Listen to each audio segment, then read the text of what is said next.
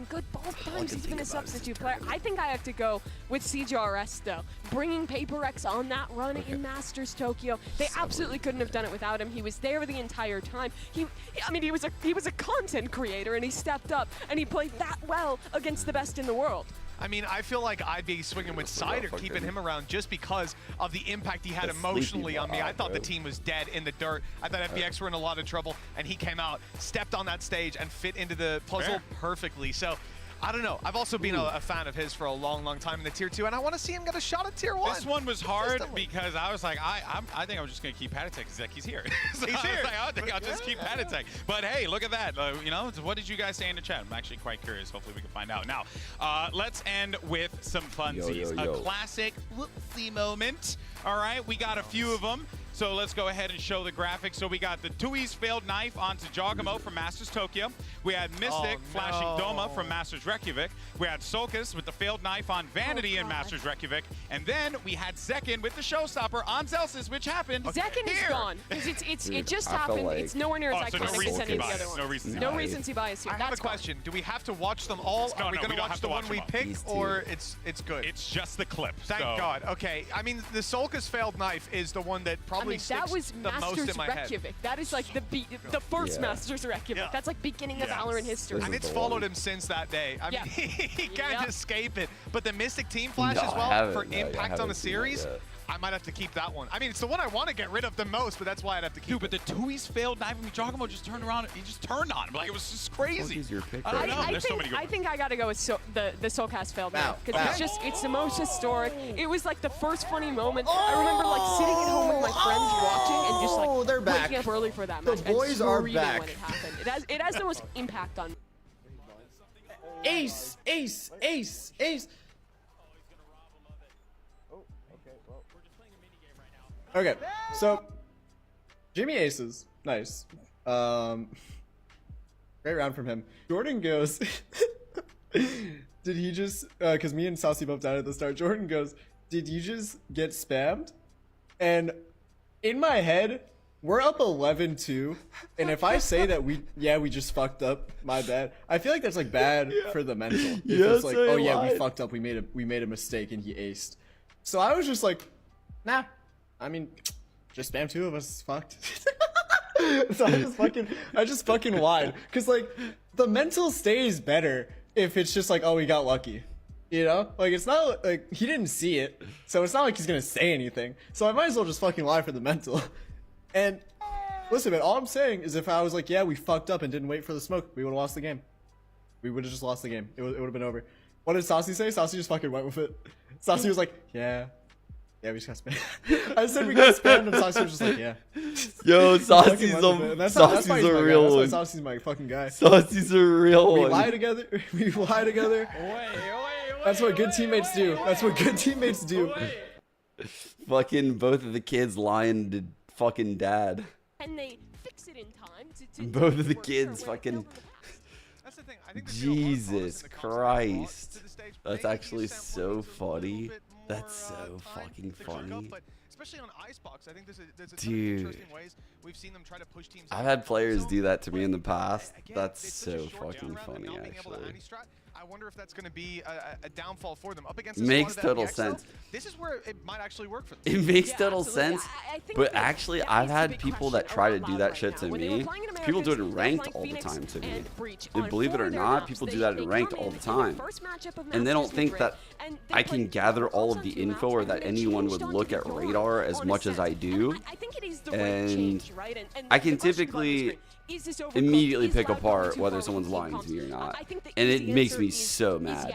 I mean, you guys see me when I stream. Like, when I get most mad is when I feel like someone makes a dumb fucking play, I call them out for it, and they just lie to me, and I'm like, wait, what? I'm like, dude, that's not even what happened. That's not even what happened, bro. Like, you're living in a different reality than me. Like, I watched the minimap. You're fucking lying. make that work. For me, it's a question. He's lucky he's also still looking at the There's menu. no time between Americas and All now, right. or between their first match Let me and now get to water, go dude. and I haven't like reinvent settled in yet. themselves. I can also 1 second. understand why they decide to risk it. I mean, we've need even to put my seen head some down. teams. I think the general narrative has been in EMEA around Fnatic's compositions. Maybe they're a little bit too predictable and easier for teams to play against, both from the community, and I've heard it from teams that they've played against. Yeah. So this is one of the things where I don't mind if teams decide to come in and say, okay, we might not be able to prepare it to 100%, but we've got to try to stay ahead of the curve rather than be a little bit too predictable playing the best way that we know we can. It's an idea that sometimes you get punished for, but I always respect teams for trying it. Yeah, it kind of reminds me of like peak Paper X, where I was never a lover of the peak Paper X comps. And I don't love on paper these loud comps, but when you have a team that's fully committed behind it, can implement it well, you can be successful. Of course, but we'll see how this actually all plays out for them as we jump into the matchup. For now, let's actually send it over to Mika Fabs, who's standing by with a quick word from Thieves. Hey Thieves, how are you feeling? Good, awesome. Okay, we have Arthur here to help with some translation. I wanted to know, give us a little sneak peek behind the scenes. What's been Loud's biggest challenge so far at this tournament? Então, a gente quer saber pouco atrás das cenas, qual é o maior desafio da Loud até agora aqui no campeonato? Eu acho que o horário tá complicando bastante a gente, o jet lag tá pegando firme. What the question, chat? I would say it's like the time shift thing, like it's actually giving us some trouble to deal with, like jet lag is hitting very hard, but that's pretty much it. Well, hopefully you guys have got some good rest today. Best of luck to you. Thank you. Whew. These international events are always going to be tough here, right? Jet lag, traveling, but that's the job though, right? So I hope to see that, you know, these boys in Loud, Mitch, you know, they've woken up a little bit, they get ready for this game. Yeah, absolutely. I think we were a little disappointed with the form that we saw them playing on. This is a team that has high expectations, and sure, we can talk about Masters performances, but after playing on the international stage, doing so well at Champs, you have to feel like they're soon to break that curse. The pressure can't really be getting to them on this stage compared Yo, to Alex, facing in LA. 37 And months. The level of competition here, Oh I my think God, this is speaking the of easiest matchup they'll have had so far in that aspect up against FPX. Yeah, I absolutely agree. I think that Loud is a team that I never worry about the pressure because of the experience. So right now, don't know if I should leak. Might as well. Fuck it. It's early in the stream.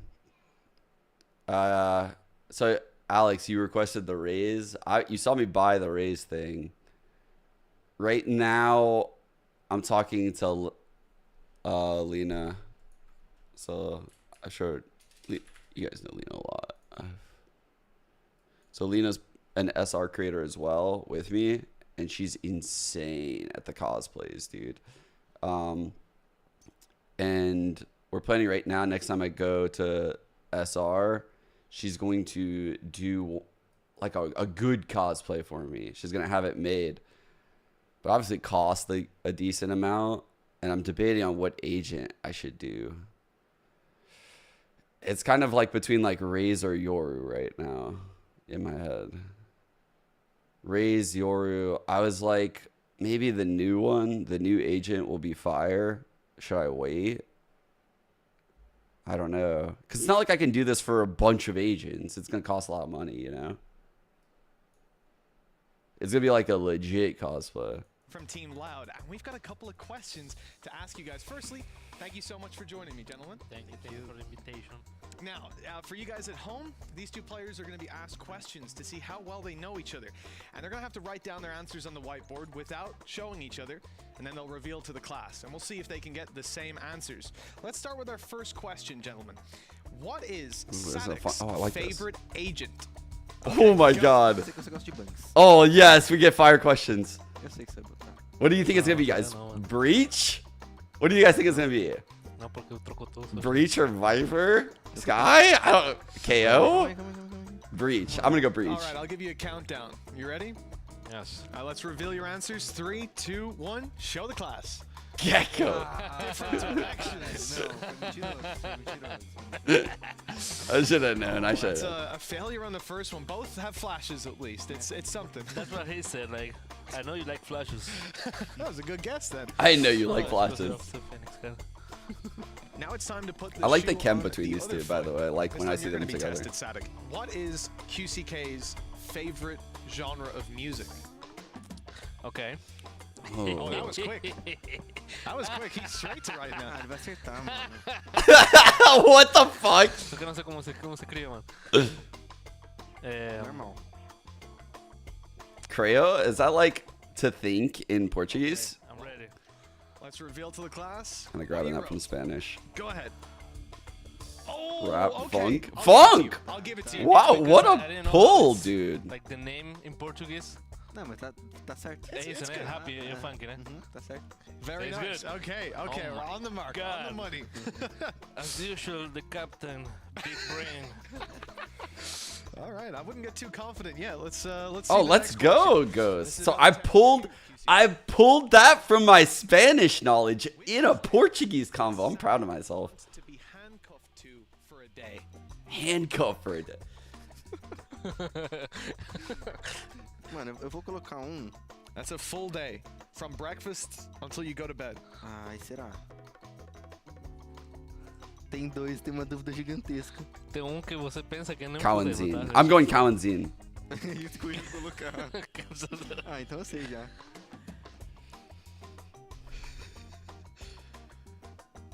His eyes, what the fuck? Pronto? Okay, let's see what you guys wrote. Reveal your answers.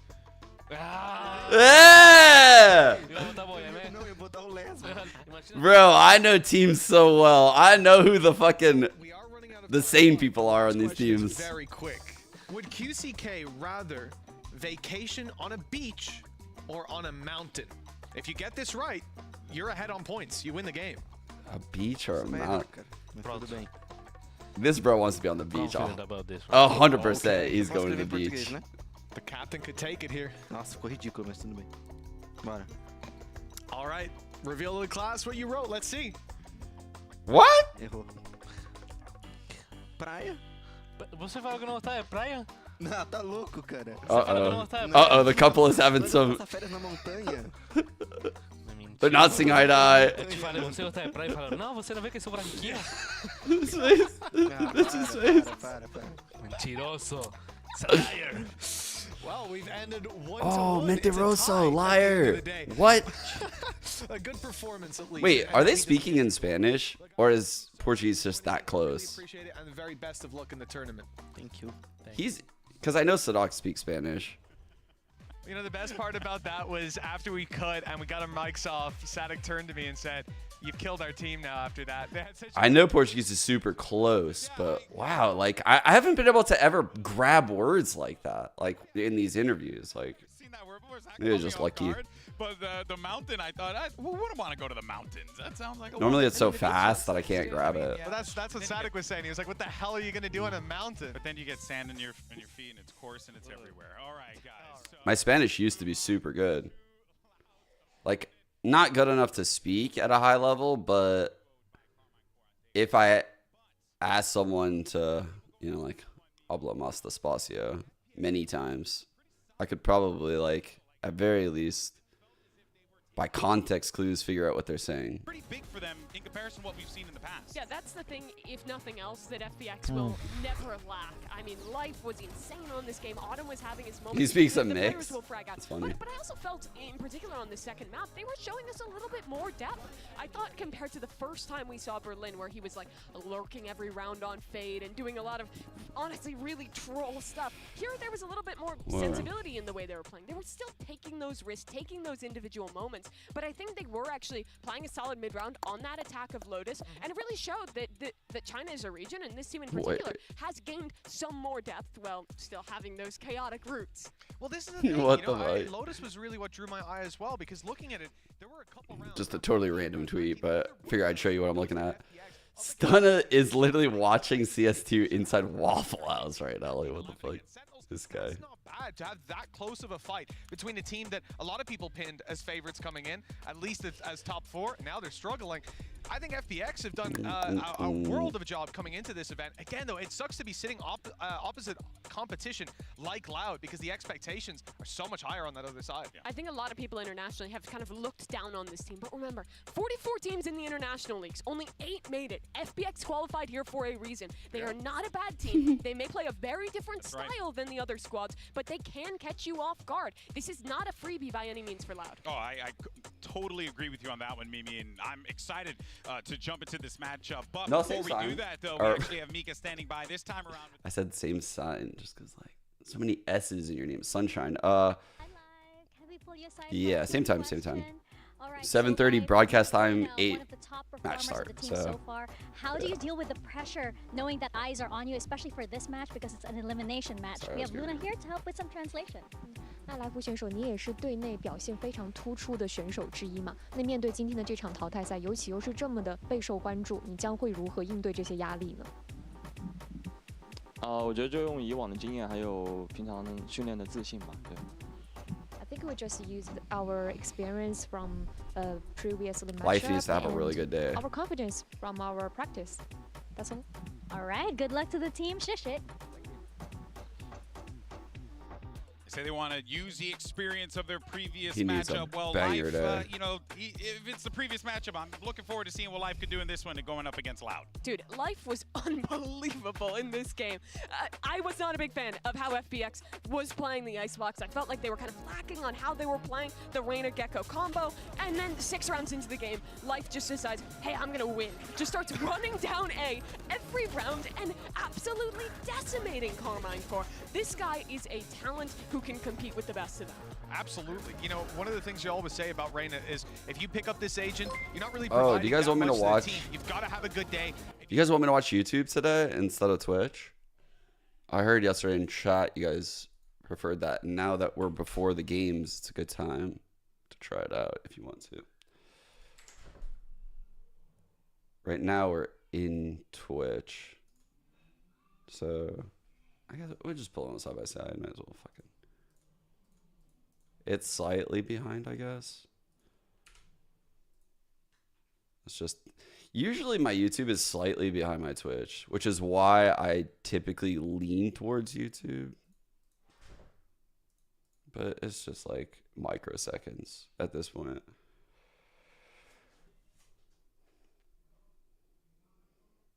I'll go. I'm down to go YouTube. Fuck it.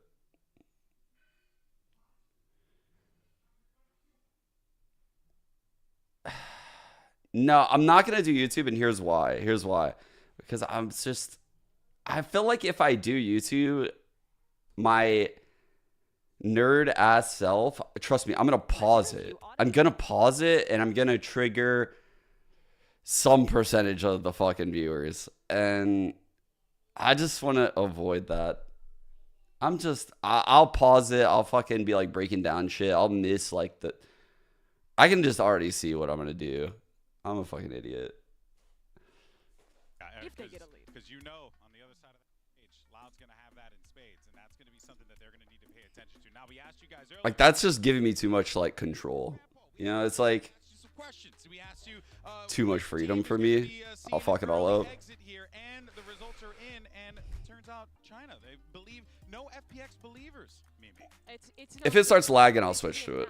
How about that? If FPX could win this series. They've never won a series at international events before. I'll increase the volume. Really, I think the only Chinese team we've seen thus far who can compete. I usually decrease them when I talk so I can think. A tough one, but FPX on a good day, when their players are hitting, they are a very strong upset squad, and Loud has looked weak this tournament. It's not impossible to win this one and avoid elimination. No, not at all, especially if the veto goes their way. Something like a Lotus, like we've talked about, would be wise for Loud to avoid, considering how strong they've looked up against other competition who are good on the map. There's a lot of potential for FPX for sure. If Loud do come in shaky, like we've been saying, I would be very, very worried for this squad, because the reality is, like you said, Mimi, and I'm definitely guilty of this, like the international scene has underestimated FPX from what we've seen in some of these days so far. But again, we need to see them kind of take the win before people are going to give them that credit. Close games aren't really enough to win the general audience's approval. But for Loud, they absolutely need to win absolutely. this. The expectation is there. If a team like Loud, after their year last year, after the pedigree of this squad,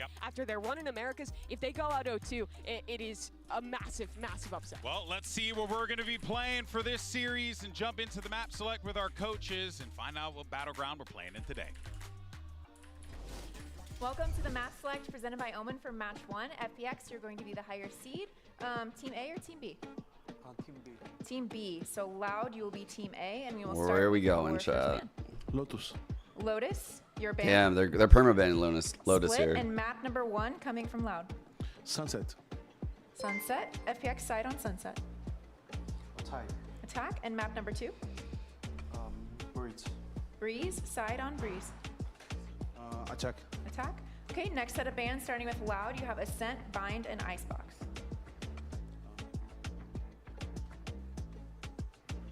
They want to play their Ascent. We ban Bind. And Bind. Your band, you have Ascent and Icebox. This is the arena comp. Do they want to go back into that arena comp, or do they want to play Ascent against Loud? Ooh. Ascent. Ascent, so map number 3 is going to be Icebox. Loud, side on Icebox. Attack. All right, good luck to you both. Oh, I don't know about that. I don't know about the arena. Actually, to be honest, I think if I'm in their shoes, I do the same thing. But, whew, God, man, putting your fucking fate in that arena comp on Icebox, I guess that's the best chance, though. Folks, but today we got 4 teams are going to take the stage, but only 2 will live to fight another day. Let's do this. Oh wait, did I go no wall?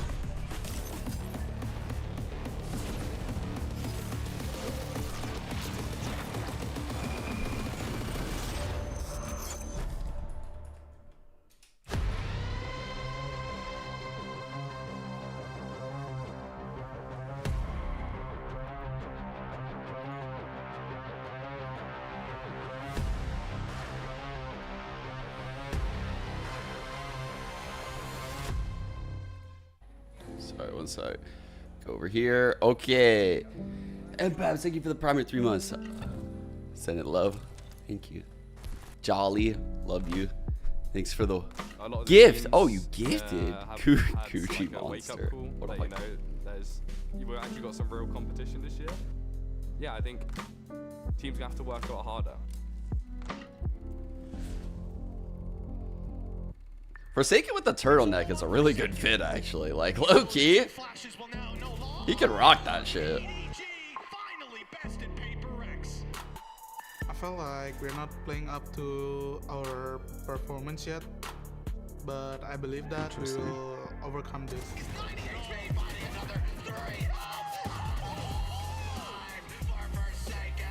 I really believe that we are gonna stomp every upcoming game, and we're gonna become even stronger. Mini It's boo, our right? home crowd, and we're gonna show it. Heretics taking us the distance. It doesn't matter if you lose the first day. For me, it's just a warm-up day.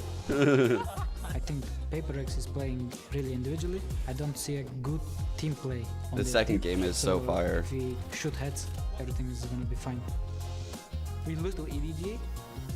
We're not gonna lose again.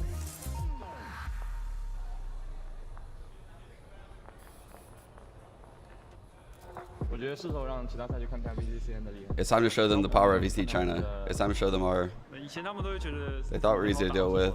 They look down on us. It's Berlin. After today, everything will change. We will still face the next game with confidence. And in the process, we will review everything thoroughly and work on improving any issues.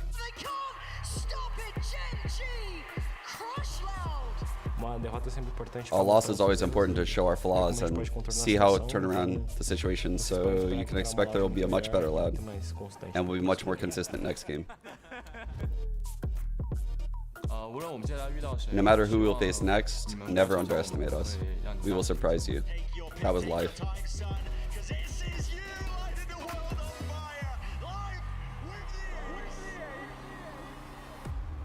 I like the fits they put on them. Actually, I actually really like that. I know it's so weird, but it's like cool shots. I don't know. It's like cool placeholders while we're in that interview. I like it. It's such a weird vibe. I don't know why I like it.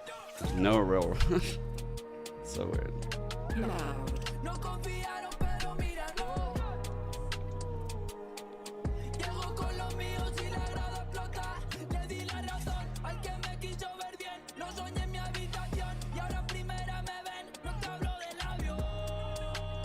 Oh, it seems low. Maybe the arena seems low, like not very filled out, you know. Well, it is the early game against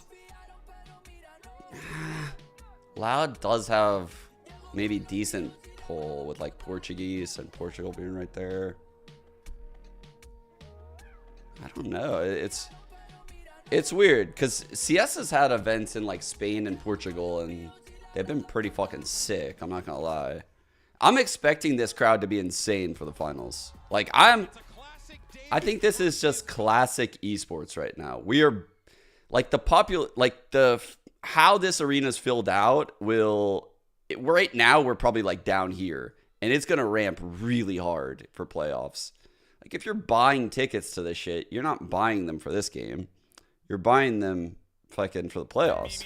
That this squad can do it. They just gotta find it in them. They do, but they're up against. Although we are on a Sunday. This tournament with the longest pedigree Playing of devil's success advocate against to myself, date sorry. Has led roster after roster to international events, and they almost always succeed. But there is that history in the back of your head of a Masters tournament or two knocked Yesterday out was Saturday, two though. matches. It's happened before. It's actually quite fascinating given the circumstances with Loud and FPX here, right? Because it's like you look at these Masters events. Loud kind of struggling. FPX still looking for that first series win. You kind of have a situation where FPX could maybe get the better of them here. I mean, when Crew was struggling, one of their first big wins in Copenhagen was knocking out Loud. It has happened before where teams come up and get these upset wins. Yeah, they find them on weaker form, which is exactly what we've seen Loud come into this tournament on. I mean, everything seems to be lined up for FPX to have that miracle victory here and push deeper, further into this tournament. I don't know. I feel like the starting battleground, though, for Loud, somewhere they were close against Sentinel, somewhere they beat EG. You know what I really like about this tournament? So we have an 8-team Swiss, right?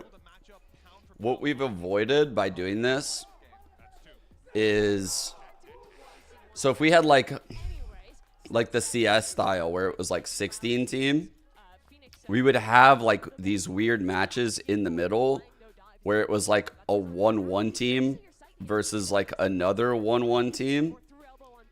And in this stage, like you would need like 3 wins or like 4 fucking wins to get out because there's 16 teams. So this game would tell us nothing. Like it would just lead to like what? Like a 2-1 and 1-2 team and no one would get out. Well, the viewership here would be terrible. Like this viewership would be fucking awful. And this is what Valorant looks to get away from. So like this game right now, the 0-1-0-1 game is an Elim game. The opening games are very exciting, right? Valorant has nailed this. The opening games super exciting. We want to watch it. We want to see the international tournament. The 0-1 games, that's an Elim game. That's fucking great. The 1-0 games, that's an advanced game. That's fucking sick. We want to see who goes to playoffs. So every game has like immense fucking meaning and value. Whereas in CS, it's like, we're really grinding this out. We want to make sure we get the best team in the playoffs. As little variance as possible. We want to fucking run a Swiss stage and we want every team to play each other just to make sure, you know, like, so it can drag out a bit. And this is what Leo was talking about with like the viewership, where like typically at the start of the tournament, you're like over here and then you're going to dip for a while. And then when the playoffs come, you're going to ramp and you're going to go over your starting point. And right now, because of how this tournament is laid out, it's weird. I actually think we started here. We're going up. We're going to come back down below our initial peak, but we're going to like skyrocket back over it. Like we're only going below it for like a brief second, and it's going to be today probably. If he does come in still locking that Phoenix up against that's where FPX, I think the viewership this is somewhere that I can't pull out any excuses for him. Like if I had to just project.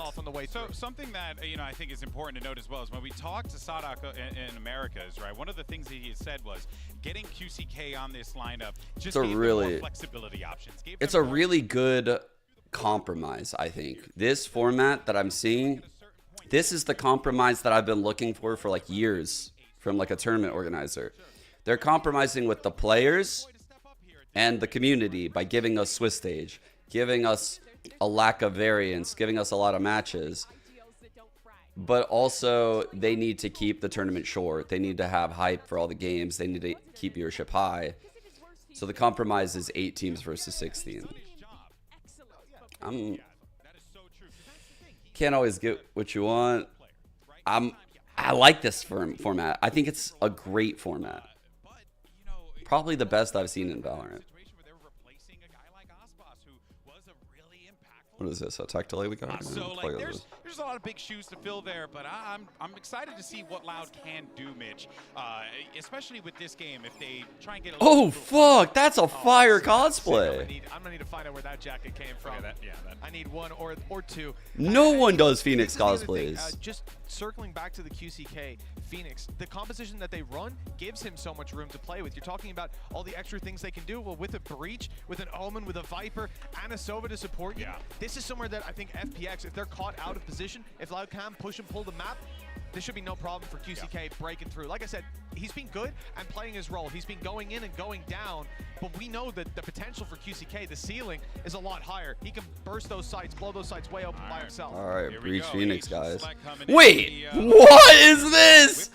What is this? For life, which what is this? Potentially. So the biggest difference between these two comps is, for one, FPX has that Sentinel. On their defense, they have a little bit of more control. Have they realized what's going on over here? Alone on one side. That's what you allow. Have they not? Allows. Loud is playing Sentineless, which means their defense. This is the most based matchup I have ever seen in Valorant, bro. What is this? Infiltrated by FPX. Phoenix versus Phoenix? Just a wild no way. Phoenix versus Phoenix in 2024. Yeah, even though you see it say that FPX hasn't played the comp before, that is what they've been running regionally. They've looked okay there, but this is a whole different challenge. All right, folks. Well, this is it. The first match of the day, our first elimination match of the day is going to get started. Who better to send some people home than Pansy and Hypock? Am I right, guys? You're not wrong, GB. Absolutely hate everyone. You're on the money. Can't wait to see someone lose, apparently. Love an upset, love people upset. You know, misery loves company, and we are here. However, there is a real factor to this that we do need to the Phoenix versus Phoenix in 2024 goes insane. Game up against Gen G. 2-1 in the end. Now, bigger picture. Okay. We don't know how that looks. This is actually their normal comp. Oh my god. Okay. Cascade top mid. Take a little stab there. They would have TP out, but early challenge. QCK and 2Es. Having to post up here. 3 members allowed, actually. Common Zine had the fault line ready, by the way, from over here. I still didn't see it. Hold on to it. Oh no. Oh no. Deciding to go all the way around T-spawn. They heard and saw this, so they know that's the only trip. Oh. So Les needs to be really careful here. It does have oh wait. by his side, and that's exceptional work. Cowan Z? Clear cut and concise. What? Lysor has no idea what the hell just happened, but that was just a sweep. Now, half a second either way, Lysor maybe spots this out, finds the opening kill, and shuts down what looks like a... Dude, there's no way that guy that was in the front was stunned. I thought he was going to get killed by the guy that, like, got ahead of... You know how, like, the stun has that gap? Like, you might be here, but it doesn't start until, like, here, and then it fault lines? He was ahead of that. To elimination games on either side here. This guy. Yeah. Ooh. Ooh. Oh! Yeah, I mean, the fault line. Stunning. More than a cosmetic stun. No, you get worried on a pistol round. You do. There is always that slight question mark, but dude, Kanzi is so clean. And I think flawless. It'll be interesting to see how Loud look in this series. Bigger picture. Well, yeah, because I think Gen G's performance. The Pred is 95.5. You almost feel a little better about Loud. Cascade to get this space. Absolutely. Gotta be breaking that dart. Gotta be breaking that dart for life. Power player for FBX down. Either that or you all have to know to go front of this thing like the others did. No follow through from FPX just yet. These unlock that out. Achieve anything with this one. Tricky, obviously with classics, this map not particularly comfortable. Lysor did get a little bit of space, so that could be relayed into those later rounds.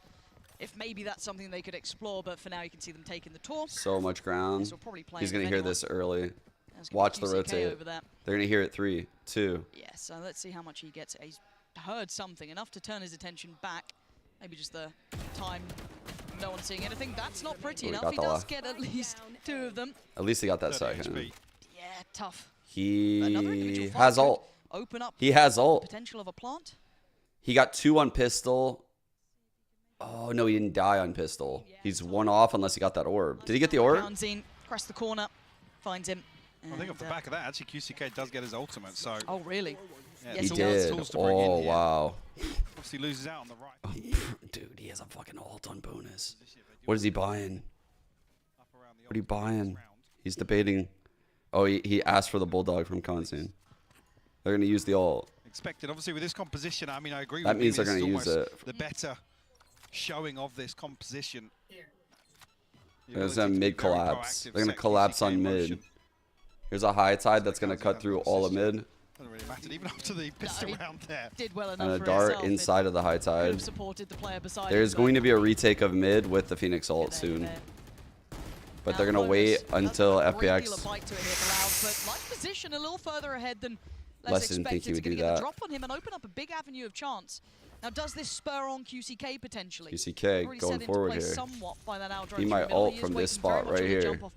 He might literally ult from here. This is quite audacious from Kaunzin. Does No, he's the bulldog not. there. Toying with the idea of dipping a little deeper in the smoke, but Dude, a walk ult from here would go so insane. I think noting or potentially It would be so weird. somebody towards market don't like what they saw. Unfortunately, he has no one guarding his body at this point, but so he won't do it. Very favourable fight towards 8. 2, he's not committed. No, sitting quite deep. They still have the paranoia. So they pop this wall, which then makes anyone on this side be like, huh, I don't like this. So they have a feeling that there's probably not like a solo over so here. they could run a pretty good retake if they get there. But This pace sucks. towards QCK. He should have been able to clear B by this point, so they could alleviate all the pressure. Now seeing this utility towards A, this should be a comfortable pace is rotate. really You've got to rough look for right that now. backstab. How much Good value high does tide QCK though. find? They're giving up all this ground though. A lot of ground given up. Oh my god. I gasped when it made me cough. That's the site found. The flank is on the way. Eyes towards QCK here. Potential victim. Does he find it? No, dealt with. QCK, that's going to lose a lot of the punch from this round. Loud now looking very vulnerable too. He's in Kaunzin. God, how did they do that? Lovely work to bring it back to a 2v2. How That's dare a I shit doubt plant. them. What is this plant? Lysor loses the fight, and this is ridiculous. Autumn, come on. No flashes to play through on that smoke, and doesn't get too invested on the tap on the spike, but now he has to go. He's got to take this challenge halfway. Not achieved. Autumn plays it well. FPX get across the line. But that's a dicey full buy up against a bonus. A little sketchy, but a round win nonetheless. Loud making things very difficult for FPX there. So remember, like, the way I think about this series is I think Loud can win any round from, like, the man down scenario, just how they play. And this is the perfect example of that, right? I think just how they played this whole scenario and this, how FPX found themselves with a shit plant, despite the fact that they had all the time in the world to set that plan up. That's why I'm worried for FPX. Those type of scenarios. A little bit of an adjustment over towards A though. Loud is so good at closing out those rounds normally. And Sadak. I don't know. They didn't have because they thought he would panic and just run through. Adjusted well enough though. Loud gonna get the first blood He and just fall made away. the perfect no play. trade available. You see Berlin back towards the T side of the map. They are congregating. Like, we just saw a round where FPX had the first blood and like full map control, and they still struggled to close it out. Fake. Ult gonna come through. And Tui's respecting this enough to really not want to tussle with it. So quick with the space. U2. There's no real follow through from FPX, but it has drawn a bit of a rotation. It's only QCK over on this side of the map now. Yeah, QCK holding contact this. towards main. They have no Senti, so they know they have to hold true. Is he going to spot this out? Yes, he will. Ooh, wow. Actually, a headshot. Insane crosshair placement. I thought he was going to get that kill. As the spike makes its way over. The aim punch fucked him up. Yeah, Loud. Very well equipped on both sides here. Could be a plan though. I don't think Loud. All right, they got Phoenix ult now. No. So they've kept the Phoenix ult through the bonus. And now look, they could do a hard reset using this He thing. either has to go and be proactive. If FPX or loses fall this back towards round, B main. We have to they wait are and see so what they opt broke. for. Looking for that deep smoke towards main. This should start off the retake. Ult invested from QCK. Spots the player, takes him down. Can't get the follow-up in the ult. Okay, that's a good trade. 3-on-3. Still holding on here. Okay. There's Okay. the timing he was looking for, and it's worked so well for them. Les is in a... Oh, then wanted position here. Hard to close down on the final three. I think he knows it. They're not giving him much. Loved that late play coming out from Autumn. I was wondering when he was going to enact that plan, and it was just perfectly timed. Loud have to accept this round's a loss, and FPX Great hold. The scoreline. Oh my. Fight back as well. They got through the Phoenix ult. That's nice. Cowanzine won off this breach ult. Maybe a different story, but Berlin looking great fucking shots. Very clean here. Shut down both the ultimate and QCK on the reaggress.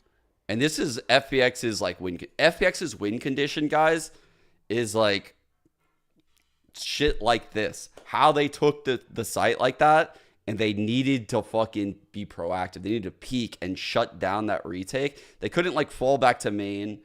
They needed to just hit shots like that and really disrupt all the util.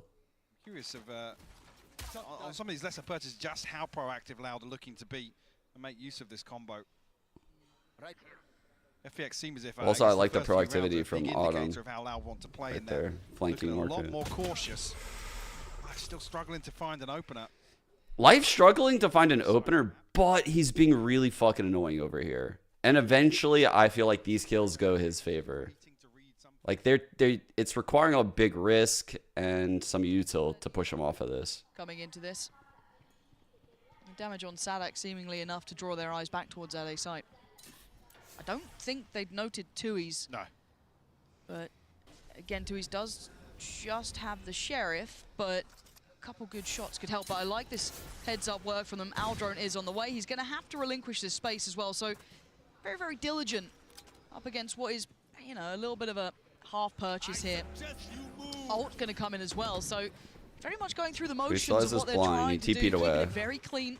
At least until this point, but you don't want to run too long. Got the blind. What is Tui's cooking here with this blind? 30 seconds left. Rotate's coming. He'll wait. This is going to be a crazy flood. That's going to have the molly landing like in the site. Probably like another molly landing back here or an aftershock. Like this isn't a half buy, but bro, this is going to get really crazy. Are you ready, chat? Oh, did he miss the Phoenix one? Let's see what they can do with this one. Anyway, they can create There's a little blind. bit of fuss here, Loud. Viper molly. They're just harassing right now. Heels in, though. It's going to be go time here it goes. right about now. Autumn good for one, but the trade does come out towards Berlin. They're running through a Viper molly into the site. Oh, wow. From CT, not really finding the value until then. Tui's in Cowanzine, drawing blood, and a swing to the site. Life's now pretty oh my god, he TP'd in. No idea about Tui's, but a fantastic clutch from him in the end. Good job, Keeps Life. the composure, keeps his cool. I mean, they had no time. He has chamber ult. Well, they had no time, but you can see what I mean here. You see what I mean? Even these rounds where like FPX has huge econ advantage. They've taken the site. We're in a 5-on-5. They might even have ults. I still don't feel like the round is like super secure. I still don't. Like they're going to need to have shit like this. I'm telling you, bro, FPX, they can win this game, but FPX looking to pace change a little bit. Ooh, that's a big one. Breach all gone. That is a really big one. That gear switch up. Oh my god, this pace change is gorgeous. Meanwhile, over here, they're faking control like they've been doing. Even then, how much oh my god. Man, do not clean enough. He's in trouble now. And Autumn's going to back away. Bro! Back up to fighting force. And look on the other side. Still keeping some grip on oh, this. But no. QCK clears the back line. He's going to get this? I don't know if they noted the spike. I think no! But still, a little bit of a blow for blow here. Ultimate in hand now for QCK. But FPX with the right read once again to switch things up. Knowing Loud are posting up pretty deep. Outside what are you doing, FPX? Start this round. Just stick together and close out the 5-on-3, bro. What are you doing? Life's in a position to cut off this rotation here. Oh. I mean, if they keep... No problem is, yeah, Sadak's walking this way as well. Yeah, he's coming down. God read on the timing. Sadak, bro. With the second opportunity of this, right? You think about that timing, it was almost... They didn't really expect him towards that A-Link side. This could be disastrous here. Timing's everything. This time he's got the job done. Takes down Life and leaves the last two. It's so indicative that they're going towards A now. With only 14 seconds, they have to commit. They've got to get that spike down. And everyone's Bro, that's here, a but huge Autumn fail gonna from keep the GCK. plot safe for a second. Sadak finally draws in closer. Lysor can't do it. Dude, FPX could have literally won this round. I thought they were just going to have, like, they were going to play it super safe and have QCK ult in on the tap. Whew, that was weird. Coming through from Loud. Yeah, well played from Sadak here, not getting too greedy, no overcommit. He does find that kill onto Life. Like I said, Flash catching both members. You can see, obviously, Berlin just off screen. But it's unfortunate because FPX, I think, read this perfectly. What a fucking blunder from FPX this round. From the 3-on-5. The clean 3-on-5. It's not like... You know, sometimes you get the 3-on-5 and it's like the trades come in kind of quick or it's a little bit scrappy. Bro, that was a clean 3-on-5. They just blew. Potentially going to play in QCK off this. Big Against a information, no but he's senti not comp. alone. So close by. Yeah, still didn't get affected by the Great flash. play. Slows down the roll. They're very close by and he wants in. 2 quick kills, but it's going to open up a chance. They're going to know there's 2 more players here. They've seen that utility. They've got to know they're on short.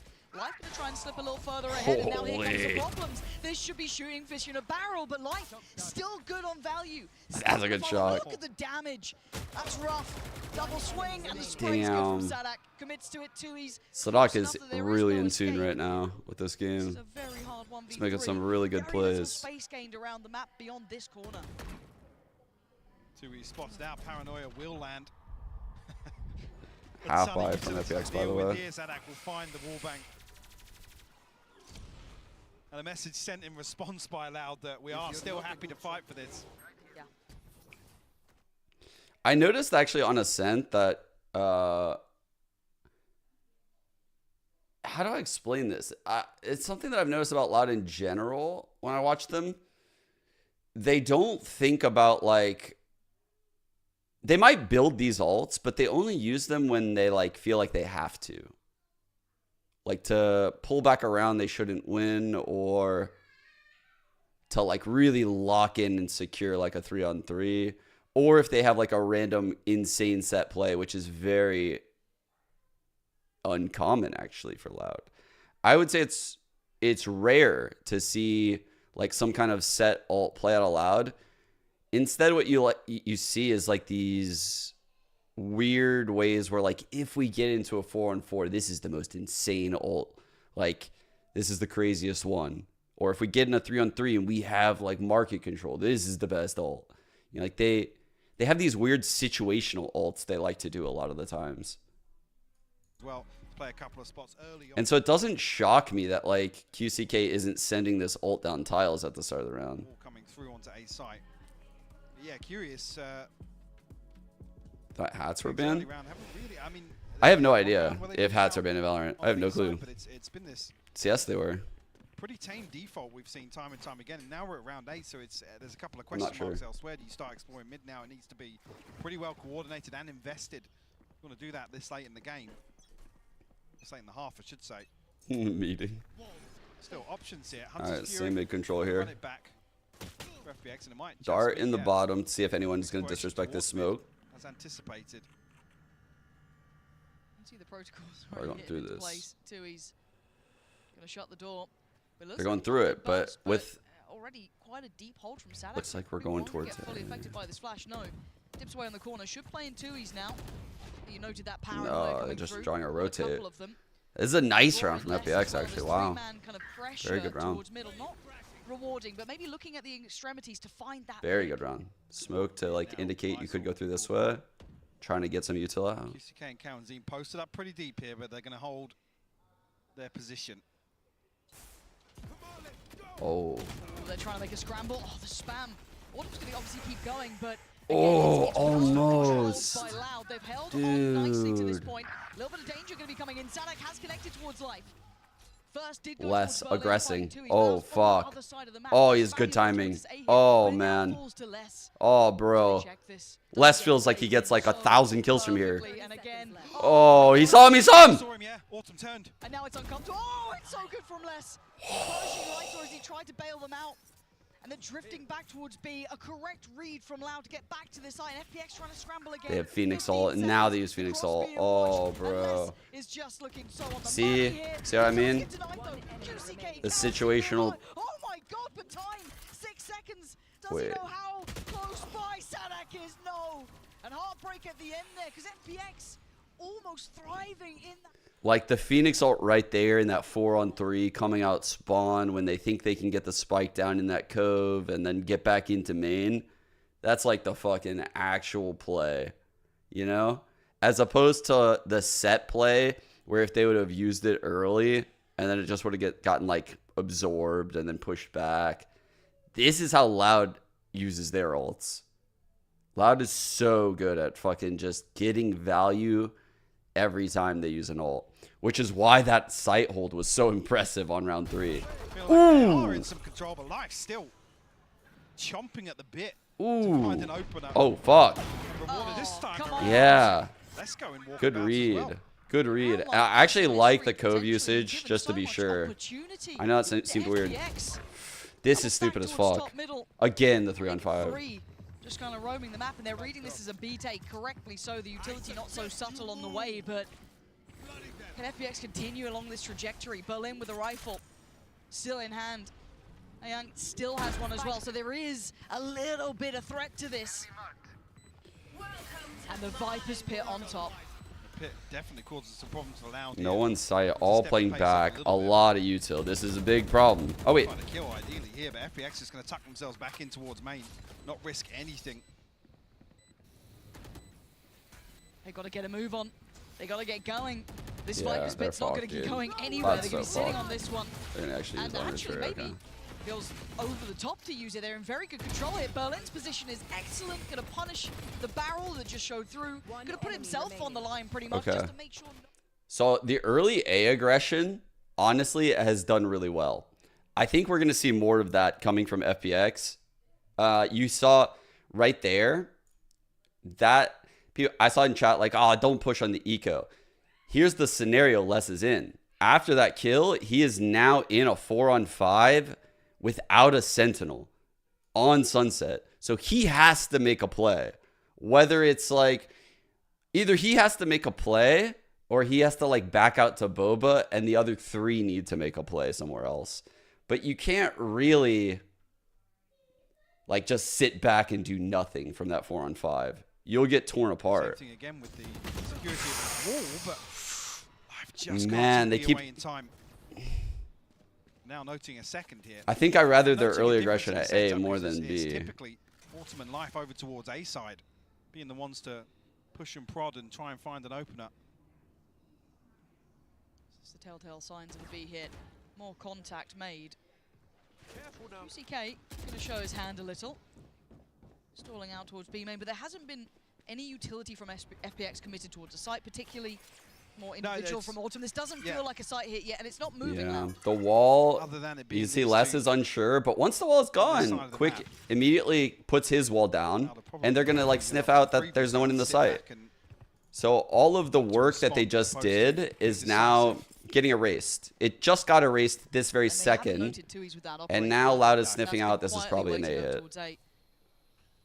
They're still going to have to use a fair bit of utility to clear close, which they're doing now, so this should be ringing the alarm The bells. third player has officially shifted into the site.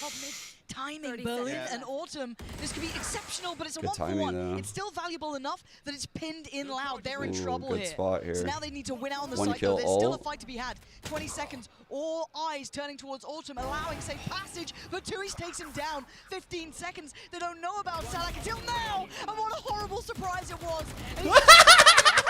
Let's get the Sonic shot. Let's see him. Let's see him. He's definitely smiling, bro. Let's see him. Well handled by Loud. He's fucking laughing so hard right now. Dude, he is laughing. The tangibles, the information they've learned so far in this half. Watch it. Making the numbers work. His face. His fucking face. You can see a little smile at the end. He knows he's trolling, bro. I feel like they're starting to get some of the rhythm. right? They're getting some of those reads. They're starting to try and pull the attention, pull those fakes. But Loud are a very tricky opponent to do that to. But Life has been very good at some of these entries, some of these openings. But look how deep Loud are sitting now. What another adjustment coming out. Yo, that's a dart. Clear through a little bit pacier this time around. Maybe on the back of Autumn's ultimate. Yeah, we'll pop this. Clear a little bit of space. Don't expect anybody from Loud to really be challenging towards this drone or the running back, but Tui's actually from the top of the box here finds a kill. The paranoia is good enough.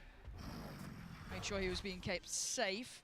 Toying with expectation on the TP, but this is a plant, so for the first time in a while, yes, they lost out on Berlin, but they do get themselves a plant. They do get the time on their side, but can they hold this? Couple of ults here, nothing critical, but a lot of utility still with Loud. Well, I'm an ult to clear sight from Tui's. That's a great info. Holy fuck, they sit on all their shit because of that. Oh, but Cowan's popping off here. This is a problem. That's halfway, and the defuse isn't stopping. There's nothing to be done about it. Yeah. Loud stretching their legs a little bit here as we approach round 12. A pace change from FPX. Life previously the hero in this sort of situation. This is rough, guys. I mean, that was a very good retake by Loud. The way they used the Omen ult to know exactly, like, okay, how much util should we use on this fucking site, and where should we use it? We have a Viper, we have a Breach, we have a Phoenix, we have a They have so much util to dump.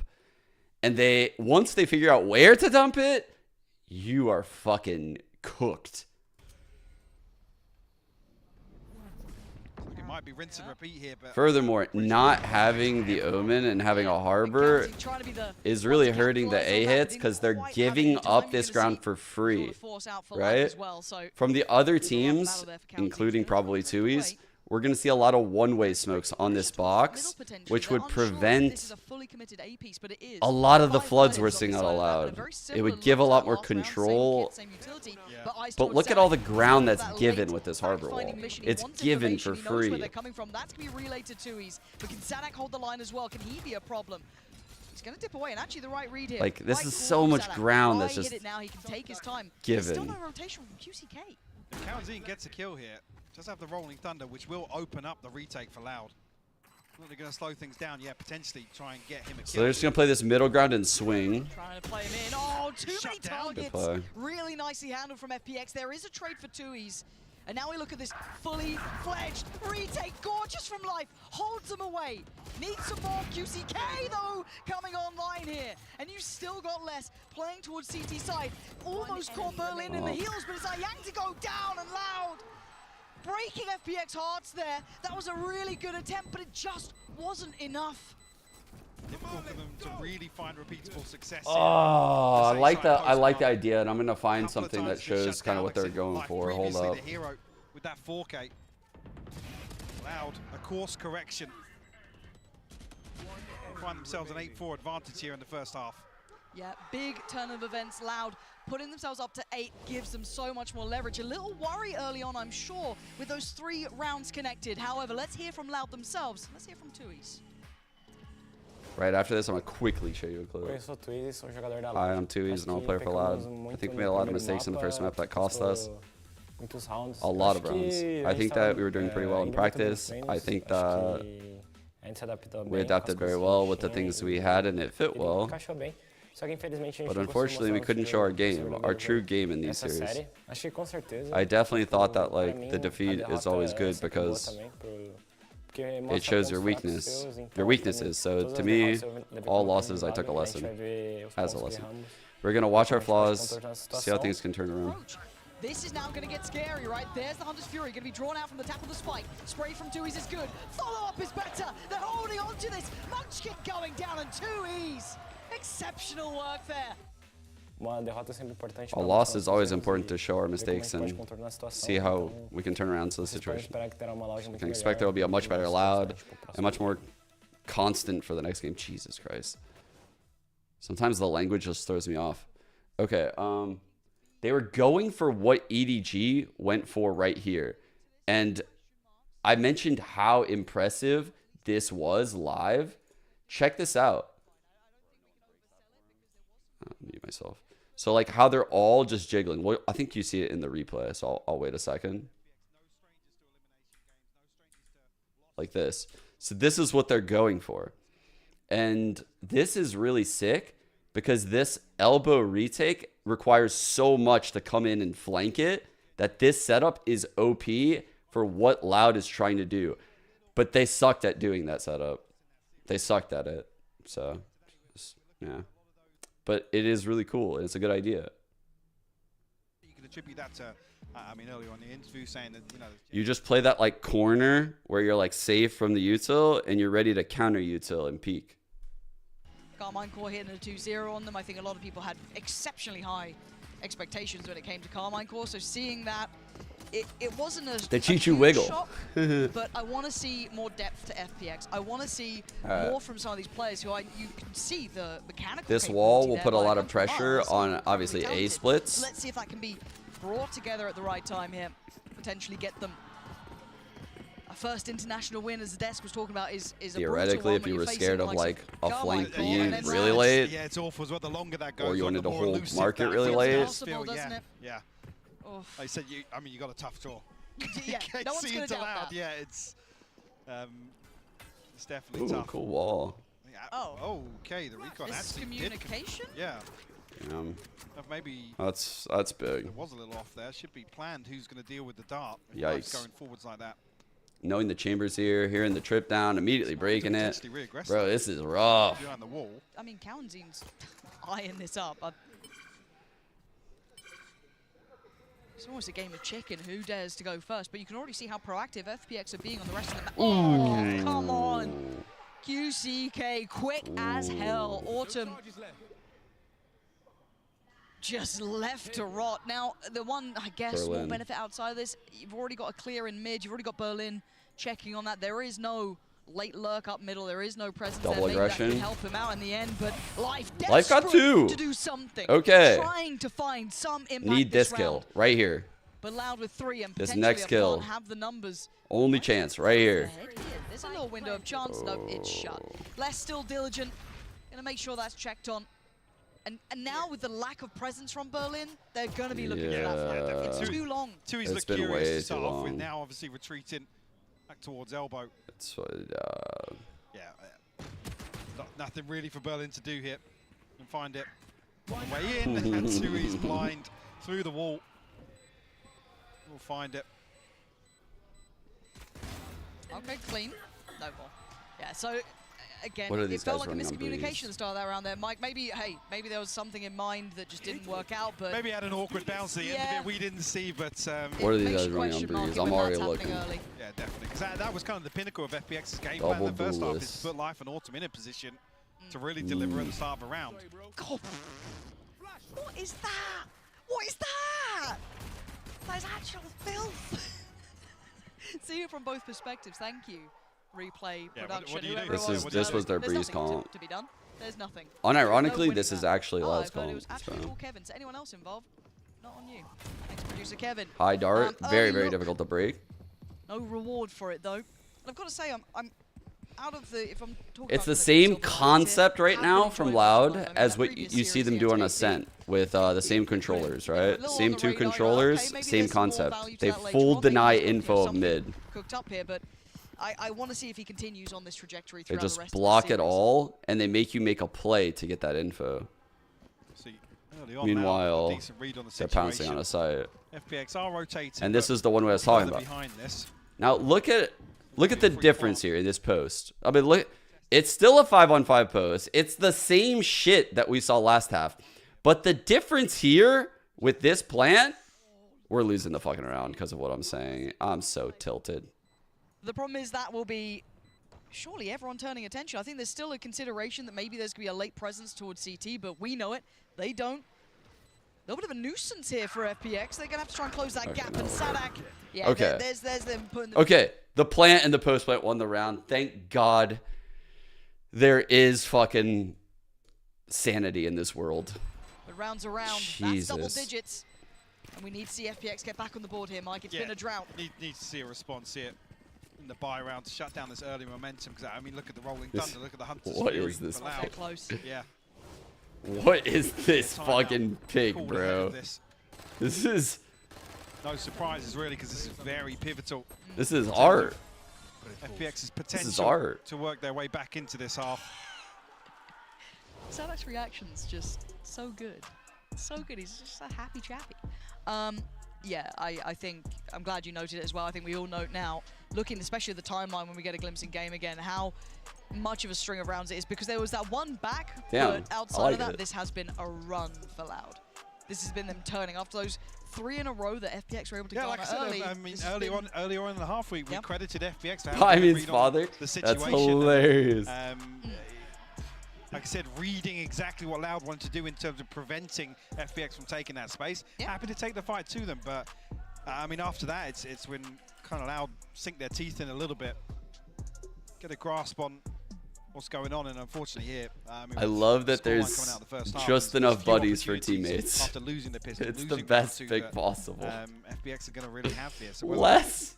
Them getting proactive once again feels extremely. So ridiculous. Easy to justify doing so. When you Why have is the such a pivotal Photoshop round. so good on fucking Sadok's face? Get on the board here, and also with how kind of linear it was around Life and Autumn, I think Loud are kind of reading into massively what's going on around the map by who they see. Seeing the previous the immediate responses to disengage. Do we get a brawl at the start? I said there might have been a there was brawl. a There wasn't. It was gap, I just think. straight up execution. Berlin. I think there was a counting, I gap. assume through the wall, Yeah, that just he spam, just but tapped. QCK closing the gap here. But I don't think he expected the additional player. No, Lights was a That's so surprise they risky. didn't expect. Autumn holding towards top middle. This is good from FPX. Oh, God, Oh, maybe not. no. Let's is still alive. That's 2. He needs 3 more. Why do I think he wins this? And there's Okay. Yeah, that could happen. Good work from Life there. I get Didn't see that on my sometimes, minimap. even Not gonna lie. less especially. Kind of scared me But for a Life sec. keeps them where they're at. FPX keep 3 alive, and that was a critical round, Mike. That was everything they needed. Definitely. And they went for a challenge on B as well. One off. Confidence still there. They're happy. I think to less is post one up off. and prevent Loud It's from hard to tell. walking around the map. That's always a threat.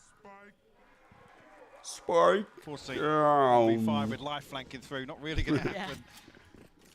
Okay, that's good. So, I mean, the ultimates are still here, so Actually not going to full deny mid this round. So the wall's going to go up, but you can see the early blind actually. got his, though, so I want to see if Ooh, they actually, same dare to style. invest it, So right? Do they get a little bit more deny creative info now? mid, early blind, one putting break, tons that of one little pressure bit B of main, respite, that trying to one get round. rotates.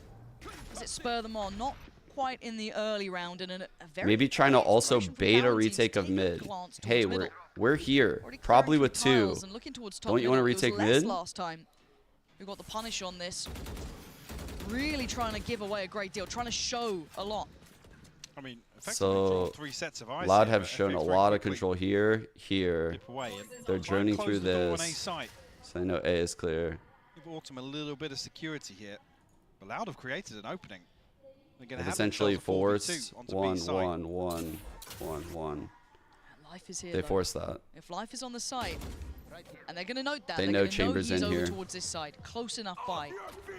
Ult's going to be invested, going to force away. This is an amazing round by Loud. Should allow for safe passage towards the side. Life's been caught. Life's dead. Burns alive. It's an amazing round by Loud.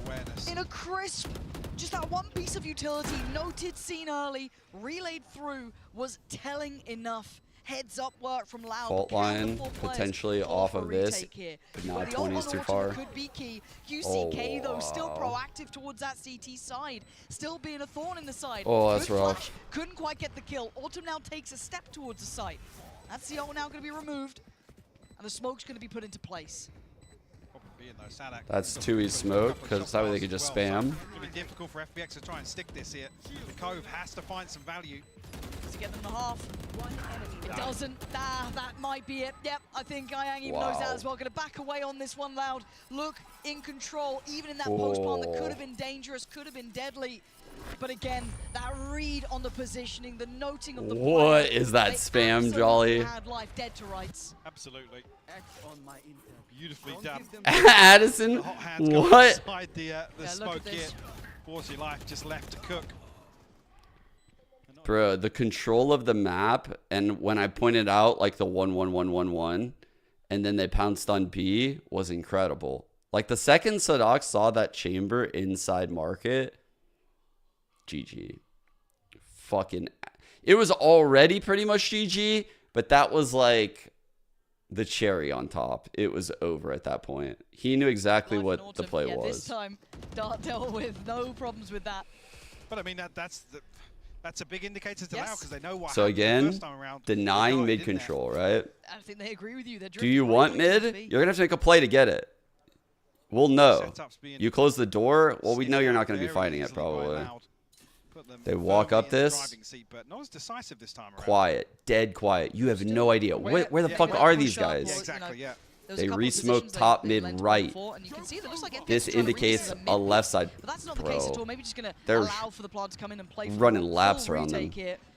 QCK going to try and take as much space as possible. Not going to know. Anyone might have seen something on CT. So that's going to be Elise Ayang noted. Sanak has found Berlin. That was over towards Market. Maybe just a spam through the smoke, but a likely position nonetheless. Going to leave Cowanty on the site. Good clear from Lysor. First step, they cleared the site itself, but that deeper hold. Problem being now, Sanak can drift deeper and deeper on this with the Hunter's Fury. Less still with 2 snake bites as well, so... Snake bites. Another difficult defuse. Dude, the double damage is going to be insane. Les needs some volley. Pulls the trigger. They've got to be careful on this, Batuis and Sanak there. It is in unison. Careful now. Fine margins for fine work from Loud. Holding on to this one again. Showing that composure in these key rounds. And Lysor having to back away. FPX, they haven't got a grip on Loud here. No, it's difficult really to break apart some of these post plants in B main, but the lack of map control elsewhere. Limited options for FPX.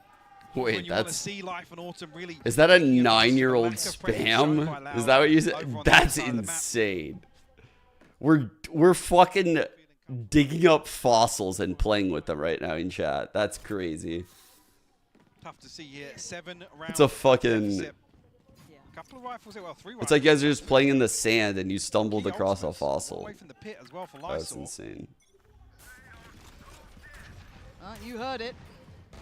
QCK willing to fight on this sprays and gets Autumn. Man, QCK really punishing these flash peaks. That's really rough. That's pain. They're trying to stay close on this, maybe trying to play in Lysor potentially? Maybe trying to bait him in, yeah, but... You almost don't want him in that situation with the pit as well, well, 1 away from the pit. With this post-plant nonsense, I'll talk about it in a second. Actually, you reminded me that I had a point I wanted to go over. He's going to try and set something in motion for 2Es. In these early fights, there's plenty of time for them to still explore the map, right? They haven't really got a glimpse towards A. You do have a deeper hold, though. Les has been holding that, so if anyone does go for he knows he's on the left side. Long rotation routes, deep fact-finding, he might be rewarded, but timing's everything. Slice will get this. Oh, God. They've hauled him in here. This is good. And a little cubby to play out of. It's kind of good. Oh, this is not good, chat. This is not good. Banking on this with the barrel. Oh, it's a downfall, and Les opens the gates towards A.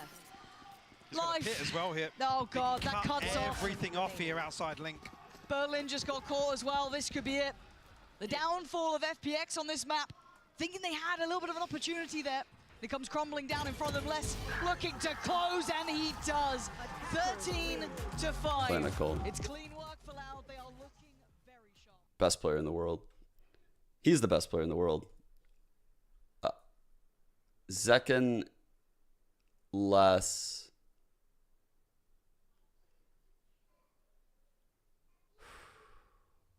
I'm trying to think who else. At this very moment. At this very moment, maybe Osboss, but it's hard to say. But I do think like Zekken and Les are 1-2. Zekken and Les are definitely 1-2. Mini Boo is up there, but I don't fully understand yet from watching him, because I'm not like as big of an EMEA enjoyer.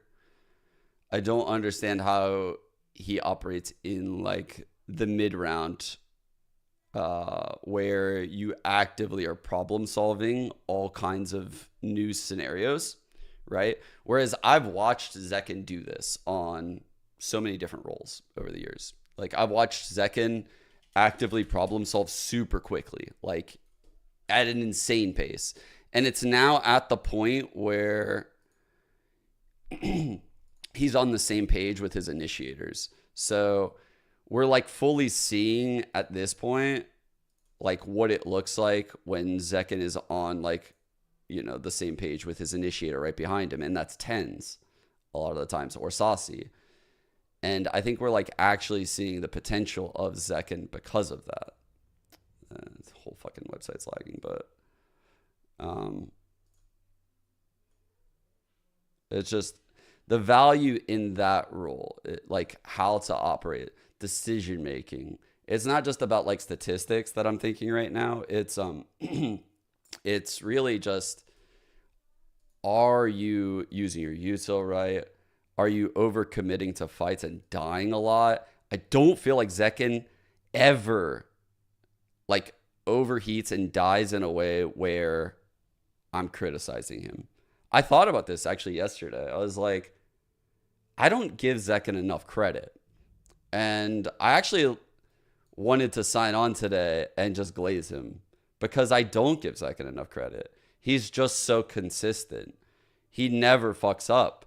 And he doesn't often get like the one-tap ace, but he will get a fuck ton of 3Ks in your games, or a fuck ton of like very important 2Ks, and then fall back and not overheat.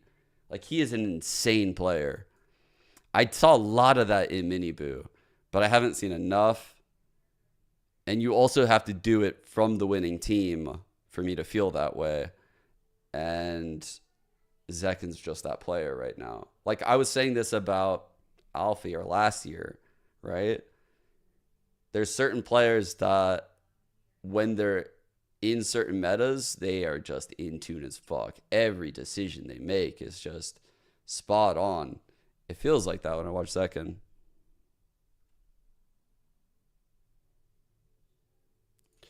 But you don't get a lot of that value a lot of times. Like, you don't like you don't get the value on the scoreboard that I'm talking about. With that said, Zekken still tops the scoreboard. So like, it's fucking crazy. It's like you don't even... I feel like when Zekken tops the scoreboard, I'm always like, man, John had insane rounds. All 10s had insane rounds. I'm remembering all these like other things. And that's just a sign of a really fucking good player. He's just not in... He's never in a bad spot where he needs to fully like rely on his mechanics. And that's special. That's really special. Oh, that's what I wanted to show you guys. The Pearl bed shit.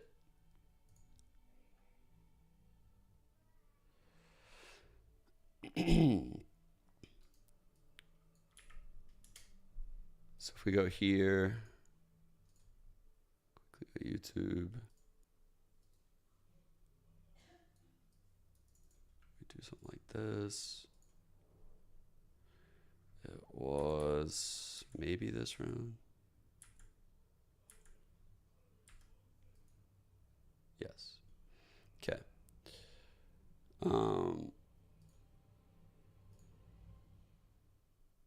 Got Valplan open.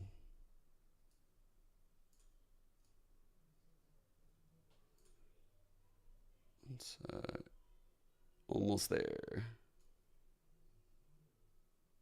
Get the Viper. All right. So this is something that you used to see a lot in like Haven, and people in chat are very critical when this goes wrong. But so this smoke in main, this is Tui's smoke. Tui smokes his team off. And I think in ranked, especially low level ranks, your teammates would fucking torch you for this. They wouldn't understand why this is actually a good play. Like, why is it a good play to fucking deny your vision of the spike? This seems fucking brain dead. But, hold up, I'm going to miss a coach interview. But actually, in this scenario, the reason why it is just really nice to smoke off main is because the flood is coming in, right? And we've seen it a lot in these games, right? The spike is down like anywhere in this zone. Imagine this Viper comes in without the smoke here. this Viper or whatever, like anyone could like molly this guy out. This guy swings, this guy dies, comes out this way, this guy kills him. Somehow this guy dies, right? This could happen very fucking easily. So this guy would die, and then the Viper shifts over here and just drops a molly here. It is fucking over. Like once someone is on like this line as someone's diffusing. So now we're in the scenario where like someone's fucking diffusing, right? Like could be wingman, could be fucking anything. Obviously there wasn't a fucking gecko in there, but someone taps in this scenario when this player dies, it's fucking over. But with that smoke there, all of a sudden these players can now cross and get in the spam lane and just stop the plant. And that's why it's really, really good to smoke the front if you have a lot of post-plant util, if you want to spam the plant. It's super hard to deal with that as a defender. And really, that's the question now. Moving on to the next is can they make that recovery? Of course, we'll see. But let's actually jump over to hear what FPX's Nathan has to say. What do you smoke on retake? Here, and now I'm with Nathan D and Luna to help with some translation. Now, Coach, we did see that FPX, of course, struggled a little bit. Is the team more confident? It's so odd. There, she had like a leather jacket on earlier, I think. 其实刚才看到有一点点的小挣扎吧，但是在第二张图就将进入到我们的选图微风岛屿，你们的计划是什么？我觉得来到我们自己的选图时候，我们应该会打得比较从容，比较自信一点。图一输掉就输掉了，我们不会去管图一到底发生了什么，我们就专注到图二，打出我们自己想打的东西就 OK 了。I think we calm the map too. It's our pick, so we're definitely gonna be more confident. We're gonna forget what happening on the map 1 and play our own thing. All right, let's see if FPX make a comeback like a phoenix on map number 2. Come back like a yeah, phoenix. That's going to be the thing that they need to do here. They need to find that next gear. Mitch, how do they get back into this one with a Loud team that really just looks like they are poised to move forward? Okay, well, let's give you a little bit of hope, right? The next map up is Breeze. Some hopium. This is somewhere that they've actually looked pretty good. EDG were pushed all the way to a 14-12 in overtime up against this squad regionally in the finals of kickoff in China. That gives me some hope that we're not going to see this same deflated team. Also, quick series, easiest ones to recover. They're going to be backstage thinking, we didn't even play that map. Nothing happened. Nothing went right. The next one, though, like I said, is comfort. Now, the one thing I will say is in that series where they got it real close versus EDG regionally, Berlin had 26 kills. Autumn had 24. They were fragging out. They're going to need to fire off today. And we did see some moments in the first half from FPX, from those individuals, but it definitely tapered off towards the latter end. Breeze is the upset map in the pool. It is the map where if you have some incredible individuals, if you're having a good game, you can upset Send classic enjoyers in the literally chat. anyone. The difference between top and bottom teams on this map, very slim. So your options are like this is a great one, opportunity for FPX to probably like one way top here, disruptive comp right? Like this, playing with that, you're playing with Where the jet on their attack side, those double dive. you could decide whether you want to like really fuck up the right side of MAME by like one way here, which makes it very uncomfortable to peek from like over here onto the spike, right? These are very uncomfortable to peek like this lane into the spike. You obviously give variance with this or someone TPing up, but one wing top this is just nice in regard to retaking. Also, smoking the spike itself is good, but if the spike is here, probably smoking like this. So that way someone could guard you from like this line, or you could step out into this line, or this line, or this line, right? Anything that gives you more options. So like if the spike is here, smoking this, no good. Smoking this, no good. Like this is better than this, but you want things that give you as many sight lines as possible and make things hard for them. Yeah. While also having to guess where the defuse is coming from. Basically just walking around finding it. Basically a deathmatch lobby is what it felt like last time, and Loud excelled at that. Why would you entertain that concept? I mean, don't get me wrong, Autumn and Life are very good, but they're going to need to do a lot more than that here. Let's see what they got. Loud on the attack, of course. FPX on the defending side, and already it's looking like last map. At least the start is. So pouncy. Autumn, you got something for us? Okay. Good connection towards need this kill. UCK. Can't deal with Cowanzine though. And again, They don't plant and they get that kill. Really smart. Gets called off from Lysor. Ayang did find a connection. So down Potential, to 3 potential. now, and yeah, look at the HP. Maybe Sadak's just going to leave himself as a body on the site here, forced to swing and does go down. Game back on here. Double mollies on twos though. He's layering. Individual Ayang there, but Lysor, what have you got for us? Not a defuse. Yeah. Upgrade to a ghost, but we'll dig both loud players out of this position. Not going to be very easy. And the worst two to be left in the post plant against, really. Very difficult. They can buy time, free information. I saw desperate to try and get something. You can't blame the man for trying, but yeah, Loud not going to let this one slip. Again, didn't really see Loud rely too much on sight hits and full-on executions previously versus Gen G. No. Pissed around. It's going to be a hard half. Indicator. They picked this map, but we saw what Loud did to a team without a Senti. I want to say, actually, the comp Loud played against versus Gen G is literally the exact comp that FPX is running, right? Astra. Yeah. It's a very weird comp, so... Rifles on the board, though. The Bulldog in the hand of Cowanzine. It's so weird that they... Same old. They pick this. Same old when we talk about it. Because didn't Loud pick Breeze against us? To build ults in the right direction. If you're FPX, you want a little bit of mayhem. And they didn't get what they wanted. Tempted to pop flash and a swing off the back, but Loud nicely spaced, handling it well. Not the flash peaks are really not working in these two games. If it even comes to it, you can see County just standing there, wants to fight on it, and yeah, less claiming Lysor. So unable to make too much of that first foray there in towards Asia. No, right guy, I didn't go to the gym today. Dude, my gym doesn't open. I learned this literally yesterday. If you listen to the start of my stream, I tried to go to the gym ahead of my stream yesterday. Woke up at like 6:15 a.m. because this shit starts at 7:30. My gym doesn't open until 8 on the weekends. Like, what? The problem lies obviously on the previous map that you could see FPX wanting to be proactive. There just isn't enough tools really within that composition to orb for mid door, set Life and Autumn in motion. Here we have two way more self-sufficient duelists.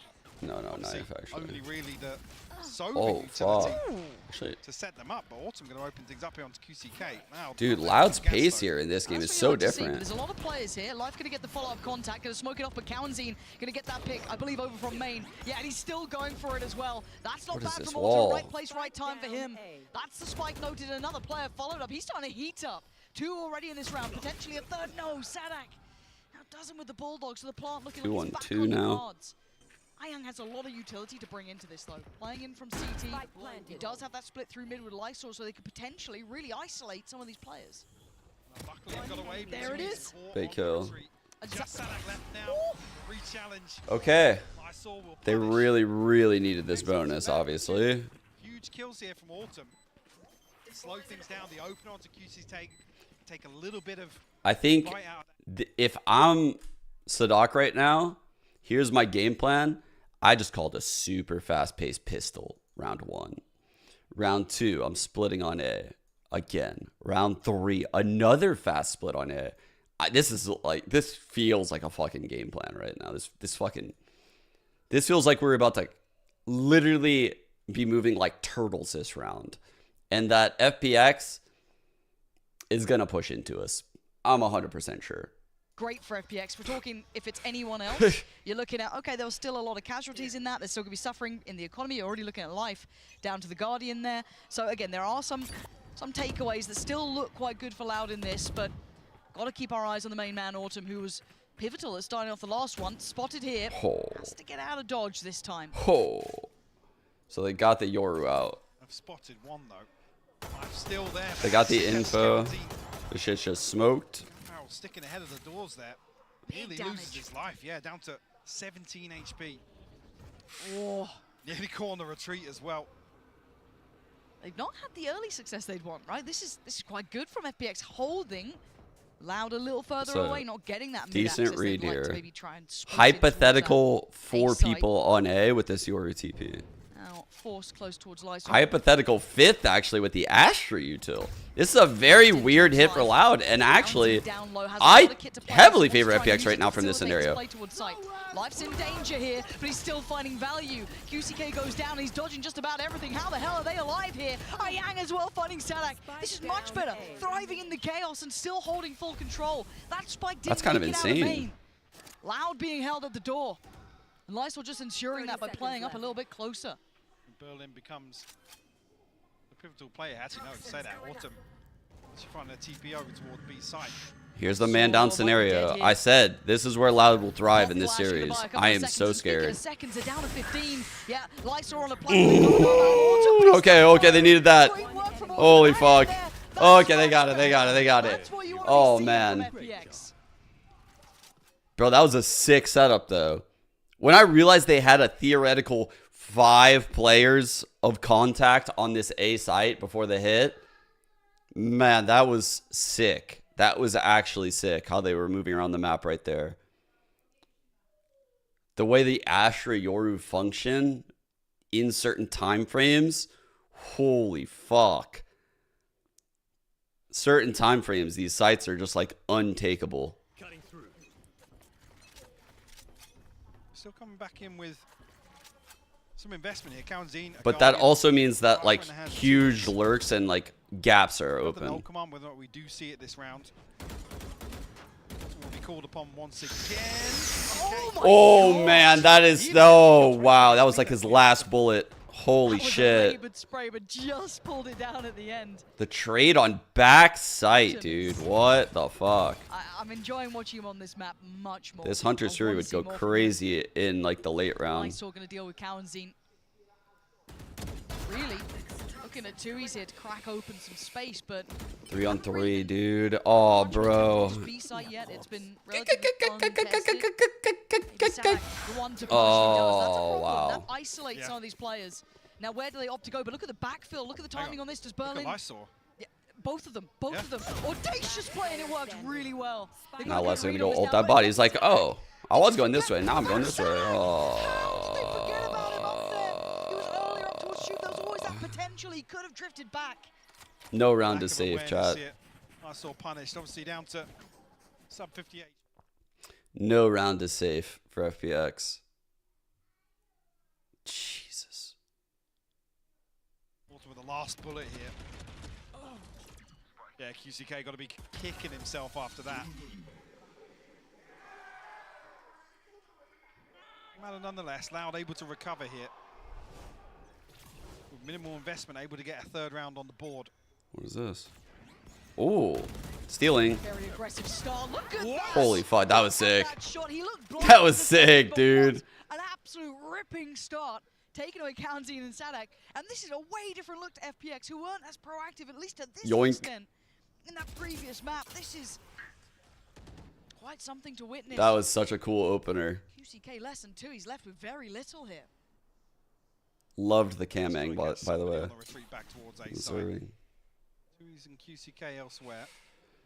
Autumn posted on this angle. Man, the Yoru impact this round, sick. Second, doesn't overcommit. We want to give away an opportunity to Loud here. One enemy remaining. Tui's will fall less. Respond. Not as anything less. Yeah, second here. Okay. Dude. Suddenly, you know that you know it's code. They're gonna learn today, chat. Les gonna teach them. Something might be fucking learn. Literally, don't look at them. They're understanding the process. They've gone, Les is up to something. Let's hold for a moment. That spike is within touching distance. He's got to be careful of Berlin, who is, I think, jump spotting, but not particularly deep. He has left the spike up here, so back go. And where do you go for? You know that I was hoping they would give him one more. Berlin had been. If they gave him one more, he was ulting a body and winning the round. Earlier on the pillar, so. He's gonna plant inside of a cage, probably. Probably like throw a cage or just plant in it. Anything away, but oh god, nearly caught in the open here. But he's got to get the plant. Yeah, that's not. He's let it go too far. A nice attempt, but they are a million miles away. The time will be the factor to tip the scales over. I am rather impressed with what I'm seeing from FPX here. Looking at a little more of a commitment to some of these, or to this open. Yeah, fully blind on the second. But yeah, a little bit of a further commitment here on this early round aggression that we didn't see on the first map. Sunset looks a little 5 ults. labored. Cool. They could cook some cool shit up, by the way, with your ult Hunter's Fury or your ult Cosmic Divide. There's so much freedom. Could also counter the pit from Tui's. Standard pit here. So that's the B site. Looking unapproachable. Interesting to have this pit with this wall. For that play up through middle, which is what Les is trying to test a little bit for now, but progress towards the tube, it's something that has been left somewhat vulnerable, but Autumn slowly coming back around. It's going to be QCK again in the fight, and Autumn. Autumn is having a great half right now. His form individually is really starting to heat up. Yeah, I love this from Loud though, spotting him over towards Nest, setting up this flash, reading that he's going to be the one to pick up the slack. Autumn's from Straya, yeah? Salak still posted up. Now we'll see a Melbourne with the lads. Down to 56 HP. Might fancy his chances. Go on. Still curious, isn't he? Yeah, he's fancying it. What city of Australia, actually? Sydney. Being tested, and it's not just Zadak. Look what's behind him. There's other players trying to follow this pathing. Less waiting towards middle. But you've got I think Sponge was from like Perth or some shit. It's a pressure shit. point they want to try and explore, and a weapon they want to get into hand. Scary. To on A, and they can so scary. 2 bricks. Do they actually clear life? That's the question. So a battle on 2 fronts. Oh no, they're pushing. They showed life. Oh no. But he's losing his support. What are we doing? They found the player in CT. They found the player at the back of site, and now they got We're winning. That's what we're doing. FPX win it out. 13 seconds. It's a scramble. Berlin goes down, but Life's position could still be devastating. Where's his support? Where is Lysol? Oh god, he's got a judge.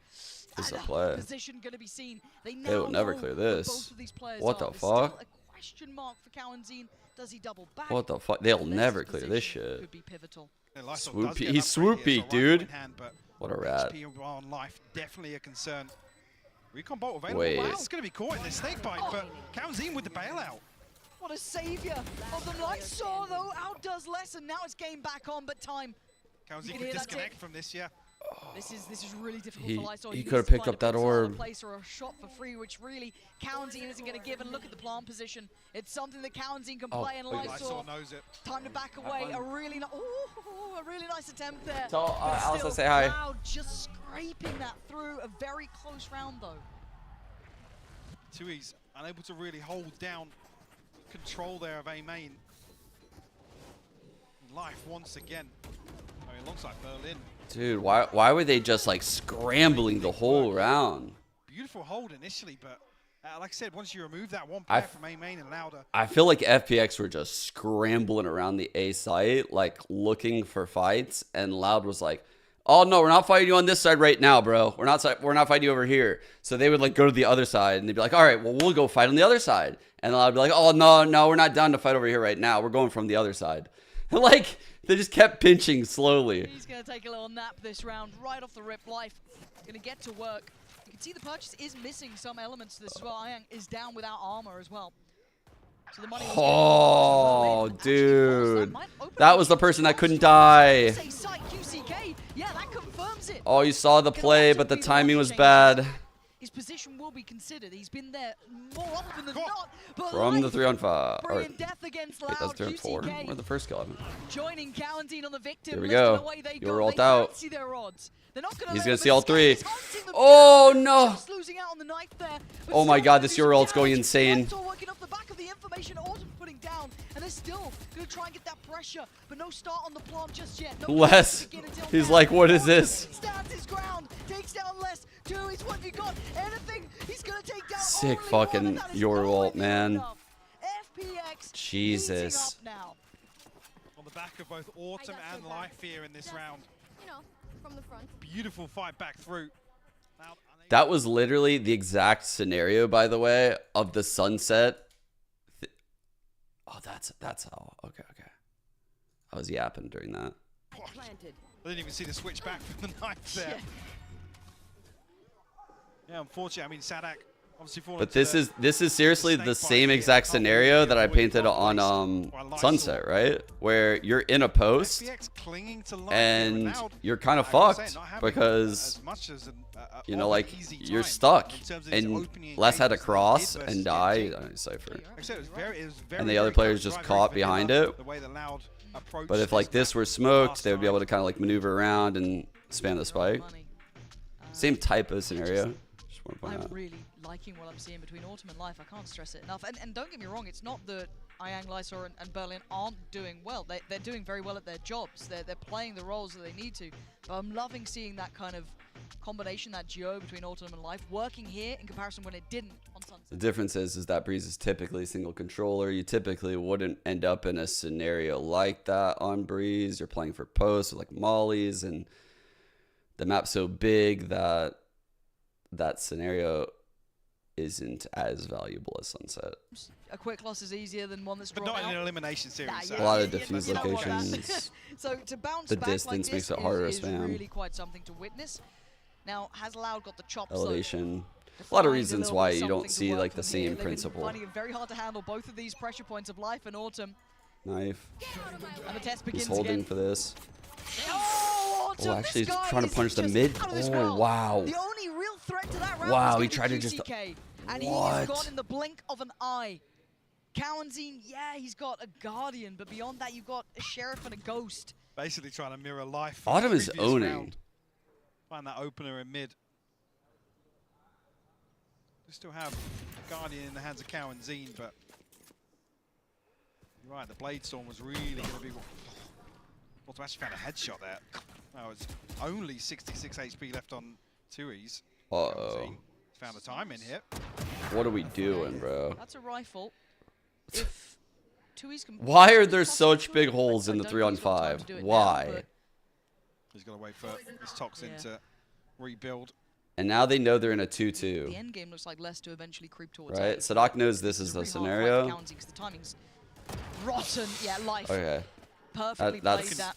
actually that weapon. the round city kill. Coming through. So aware of the possibility of less. 30 seconds left. Not much left for Loud to really do here. A Sheriff and a Ghost. Life going to give this one away. Yeah, he's drifting. Did he? Might have seen a barrel right there. Yeah. Oh, it's cleared though. And now Tui's with Yeah, I saw his 13 barrel. seconds, and the dream doesn't even get to be started. FPX, look, the early attempt, the early goer for Loud was going to be off the back of that ult invested from QCK, but That's a good, really good half so by far. FPX That right could be a now. nice way to push him up in this map at least, should I say? And not get it there. That's nice. That's a really hard kill to get. Yeah, Autumn's very nice to watch. Although, guys, if I'm being nitpicky here, I'm just saying, if I'm QCK, I don't want Sadak knifing that. I want Sadak flashing behind the pillar so that way it doesn't blind me.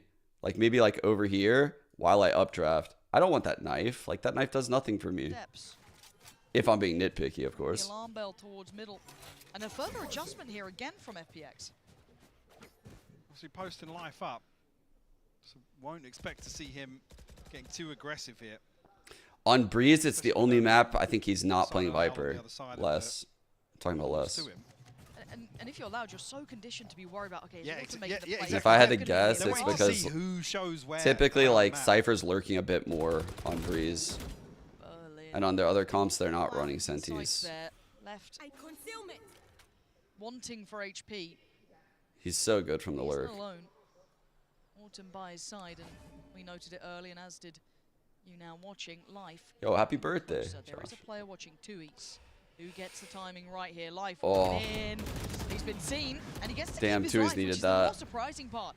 So now the 3-play stack that Tui's was on needed this side of that. the map going to be What is rewarded. And he's this? actually just going for it. Berlin's fallen, as has They Life. killed It's him. all on Autumn. What can this man do? Nothing this round. Put down, and the side plant should be coming in very comfortably here, as the other two players quite far away. Yeah, punchy reaction there to the pressure coming through towards the Loud spawn. Unfortunately, that side hold just crumbling under the pressure. I saw it was a little curious. You try and find an exit somewhere. I mean, looking at the funds on the side of Loud, if you can remove a rifle, could cause some issues. Loud seemingly aware of his... A lot of really flexing their playbook yeah, here. general position there. Yeah, it's enough that he's gone, I'll give it a second attempt. Yeah, and in these slower rounds, it's really less to be the one. Like, if I'm watching this right now as, like, a competitor in this tournament, and say Loud does advance through this game, I'm a little bit scared of their Breeze after this because they're playing like the base comp, and they've shown me that they have like fast plays towards the sides. They've shown me that they can definitely run a slow default here. They've shown me they're super dangerous in like the 3-on-3s. I wouldn't be picking this against Loud if they win this game.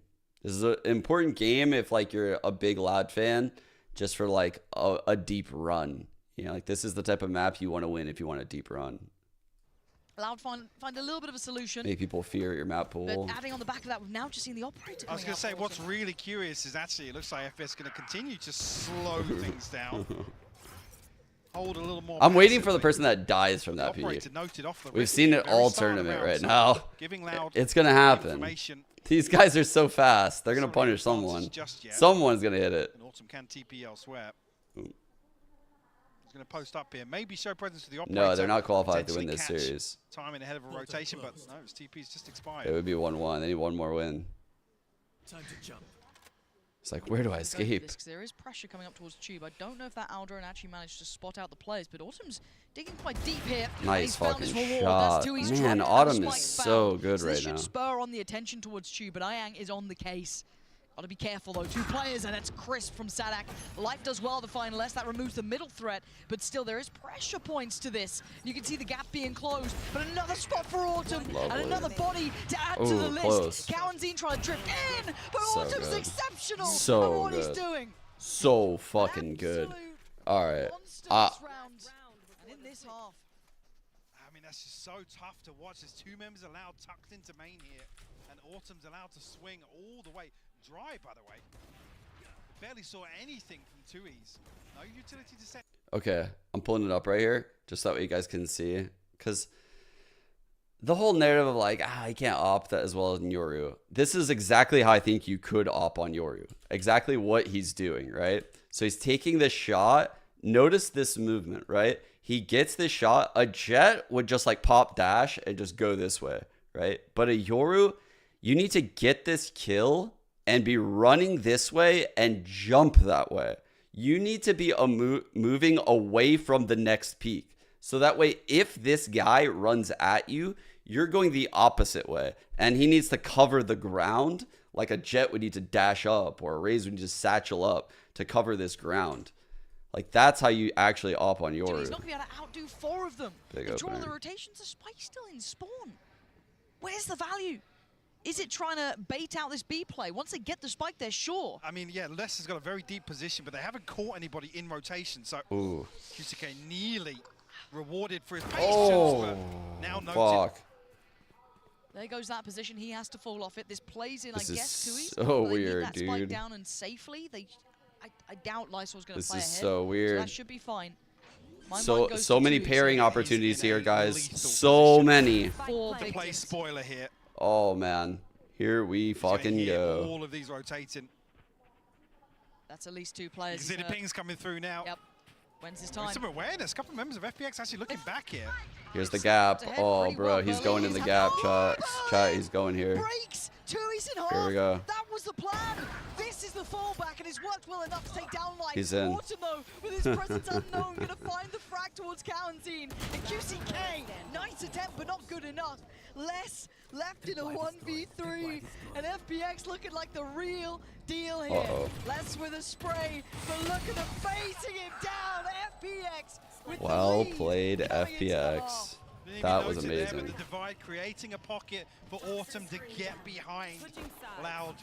That was amazing. Triple ults were sick. Retake here. Heartbreaking for 2Es.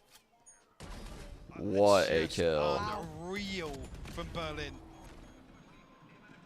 This is what I wanted out. That was sick. Closer affair, a better game. FPX showing us a lot more caliber here. Loud, no way out of it with 5 rounds to their name, but this Where are they going? To check in with FPX. Oh, okay, FPX interview. We'll listen. We'll listen.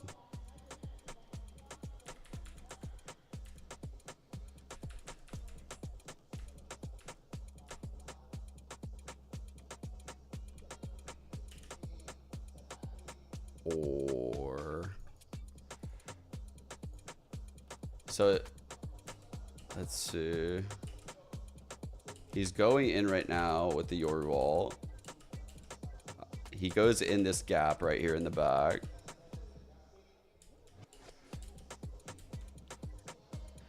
Wow. I don't know why Ion darted that. Yeah, I can't believe he said that. He must have missed it. In 4K. I hope someone clipped it. Yeah. Very, very interesting insight there. It was. We should stop playing with them now. Yeah, I know. It's all good. There was nothing played. Don't worry. Of course, things don't work when we're here. Why did he not Look, use we this? gotta bring a little curse to it, otherwise, you know. It's been a while since we went to feel a halftime match. I feel a bit Oh, lost. yeah, I would say, like, what do you want to talk about? You're the analyst. Have fun. This is so I was hoping to weird. get someone from the interview there. That's unlucky, isn't I mean, it? I'll come back to the same point. Obviously, Go for it. after the first map and it being very, very one-sided, now with this performance on defense, you've really, really got to dial in and hope that Autumn and Life can be the deciding factor here for FPX to force a map 3. I mean, sorry, I was going to say less. Loud looking a little quiet in areas, but I guess looking a bit more coordinated than what we saw versus Gen G. Gen G felt very, very individual, and like I said, it felt almost at times like a deathmatch lobby. People were running around, just winning gunfights. Which again on Breeze, you know, it's Breeze. Odds are you're gonna win out a few series that way, but doesn't really seem to be the approach from Loud. So I'm curious to see how they. And now time to check in with the interview. It's like the dude that's fucking thrown to the interview, just back there with fucking the stickers over his eyes, just pretending to be awake. So tired. Was this a flash in the pan, Right. a death rattle from FPX, or was there truly some life to them here? Quick dart mid, goes on the railing to get that elbow push. This first half has got me excited. Loud, having to scramble for some answers, which Oh, the leaves you elbow, wondering, dude. what does this second half Tui's. look like? I don't think Early they expect work Tui's to from be Life, here, guys. straight up middle. Tui's. And doesn't get spotted. Going to be checked on and outdone. Galantine with the first. Going to draw blood here. And put Loud at least one man up to the good. Despite not committed just yet by FPX, so really relying on Life and Autumn to be the ones to find an opener, but Tui's got himself into a strange position here, completely unconsidered. Dude, he got by there FPX. so quick with that Almost behind dart. this mid push, and They never saw that coming. I mean, Tui should be dead, right? Should be, yeah. He's dead. Quick little pop flash, spotting out Sadak, and Autumn's feeling himself. Autumn so he's is gonna doing stick that it. Fight too. 12 HP, but he's done Oh, so he much waits for the damage. wall. He's so good. Oh, he's To FPX banned. continue on this No, he path, wasn't they banned, could dude. turn heel potentially 35 seconds. QCK on the flank though, so they've got to be careful about an open plant here. Players on site from Oh, Loud 1 just HP. need to run the clock down. The Lysol down to 1 HP yet. Berlin still pretty healthy, but did get tagged by the spike out. This looks like Lucky it's going Loud's not to die to way. the wall bang. Now the problem is QCK. Look at the position he's in. Yep, I think Berlin knows his chances are fading here. There was a little bit of a moment in middle where maybe they could have done a bit more, but with 10 seconds, players left, right, and center. Les holds the ground. Good hold by well. Les. And again, this will be a bit of a reminder. Some of these players, I'd say, are very, very good, almost specialists at holding these sites down, being those kind of stoic members that can be rocks of the team. And this could be one for Les here, already towards the top of the board for Loud, but could continue on this trajectory. But Autumn had a real opportunity. He gave him a solid start here. Definitely finding 2 follow-ups after Life did fall. Unfortunate. Kawanzine on the other side of that with the Sheriff of his own. Damn, I think Get the pistol on the board. they needed something with the Yoru to like help him live. The wall wasn't good enough. This is, well, All right, they're here. this wall is a huge gap. Few of them. Someone's going there. It isn't just Les, but he's Your going to be a gate little crash careful heading because there. there is that kind of gap close on Autumn, right, that could be an Wait, issue. your gate Same crash with Life to missed. an extent. And yeah, they found him. So, quite the audacious attempt. QCK's here. Yeah, how has he gone here so quick? Spike planted. Hello. Oh, that looked on. That one is. Second time of asking. And Loud looking composed. Not falling until then. Les going to go down, but that's not the end of the world. They'll be able to get All themselves right. The defuse and 7-7 here, but again, keep in mind, if I'm not mistaken, first half. The Loud Outlaws did the same in as well. They play. got the first two. Yeah. Let's see the shields. This, Yeah. actually, no, it's a Marshall. He sold the Outlaw. He juked me. What the fuck? He's really going to be the one to take the fight towards Autumn. He shot it in the freeze time and then sold it. Well, there's your answer. All right, Kisuke got the op in hand though. It's almost like you know what you're talking about sometimes, Mike. I mean, I didn't know if I was going to see it round 3, but it's very early to go for this. Yeah. It's a hefty investment. And this is where I want to see if it works against Autumn and Life, who aren't afraid. You never know if these could turn into like a smoke or a grab well. So like they could, it's like split, right? One of these could be smoke, one could be recall, one could be smoke, one could be grab well. And so this is a little bit sketchy. Players at least heading this way but for the jet being here is nice because you could dash out. QCK only on 4 kills. He's not had the impact he'd want There we here. go. So recall in nest, actual smoke here. He goes right through. As does Autumn at this point, so both of them Dash gone though. suffering. Good start for Loud. You'd be happy with that, and obviously for FPX, that's going to take the wind out of your sails. Yeah, both duelists kept in check here. Definitely going to make an explosive. I actually think this is a light win for FPX, getting that dash out. They have full util on these duelists. There we go. Dash in. Find the way onto B site here. He's trying to ignore the one and look for The the other. duelists are in. He's been taken. The dive is in in. a little bit of trouble here, opting for the third Oh, rather man. than the first or the second. Good play. He's really banking on Cowanzine, but he was surrounded by the end of it. Even with lower HP, Life's still able to do enough damage, but they haven't got that spike across. They haven't been able to ferry it forward. So even though they have the site, they have no ability to do, and Lysol going down is devastating. And there's a surround, right? Like, what can Berlin do about this? He's lost in the lurk. Just not enough progress made early on here. What happened here? Spike not committed. I mean, I guess this was What the happened long here? con for FPX to try and make something work, pull a rotation and play in either Lysol or Berlin. But it just doesn't happen. Loud too decisive on the site. What is this play? He's going to try and hold on to this rifle here. 10 seconds Well, actually, left. Tui's might I mean, catch it was there like on the retreat. before the hit. I don't think Berlin's alright. It was there during the hit. Okay, hit a shot like that. The Viper literally runs right by It's it. just the awareness towards him. They exec without the Absolutely wall. unreal. Operator obviously retained. The carried Viper across comes here. back and doesn't even grab it. Loud kicking things off with What 3 the unanswered. fuck? With a team flash catching there. Not sure how effective that was on the other side, but and yeah, fairly indicative to see the spike not committed there. So kind of giving away the plan for FPX of what they want to try to achieve with those sorts of rounds. Maybe because Life and Autumn were tapped up and Flash they wanted dart to try play. and formulate They're gonna some go up sort here of fake quick, and but look at the say, kill awareness. somebody in rotation. So far back. This will get a little nothing. disjointed. So they waste flash, dart, dash for nothing. It's really kind of top low. And a oh wow, I like that. Dude, if there was ever anyone close that tries to live, A little bit of kit to play with, but not. they ping the as ground. much They're as I'm sure you'd aware. normally They're so want. aware. Now they do have They sight know. control. Loud are respecting them enough. They've given up sight, and they've given up their first Wow. life as well. QCK That was going down fucking is a insane. big loss here because Life can continue forward. Now, it's not a recovered Oh. rifle. It can't fall into the hand, but he needs to be such an influence so they can buy This time. seems so sketchy. Snake by stand, but no combination here from Cowan's and Shock Dart, so they won't get a kill off this. Life's got to be proactive. Knife online for He's got to Sadak. be in this one. Oh, he's gone down. Ah. That rifle's just a step too far away. I don't know if they can get it back into hand. Autumn needs to get into the action now. Also tagged up. This is a problem. He's still going to make some value out of this. 2 left now. Berlin from mid. Okay. Where the hell did Berlin just come from? Oh, it's One just HP. Autumn left alive now in a 1v2. Maybe a charge. What dinked? Oh. Takes a lot of damage. They made something out of that. But the defuse going to be coming in and Loud weather the storm. Causing some real issues on the way in, though. You see how much respect Loud are giving to FPX. Yes. Almost to their own detriment, to be honest with you. FPX capitalizing. Berlin unconsidered. I think Loud are really in control of this game. On the way back in. Like for FPX to win this game, they really need some individual plays here. Like they're gonna need to have like a couple hero plays here to break Loud's money and just get them to the ults.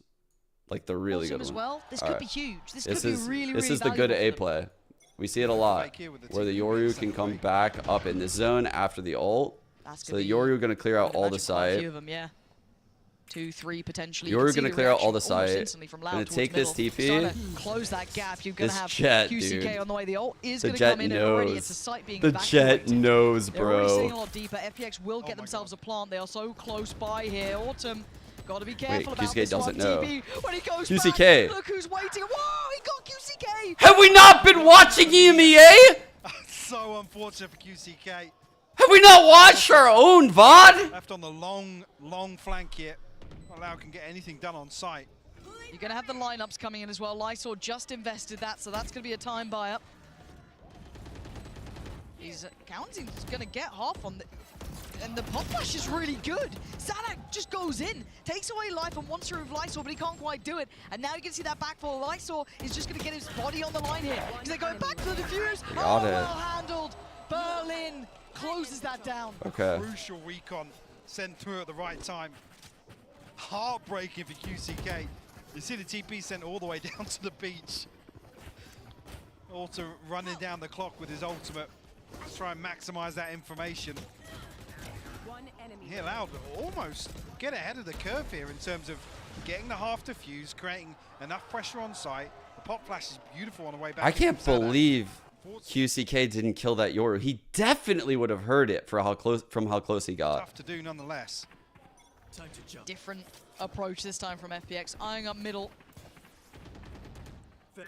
I want to see QCK activate, if I'm honest. He does need to start picking up the performance here. Sadak with a army on the other side. This is going to be everything. Oh, that's broken. On the wire. Perfect. What? Sadak. Yo!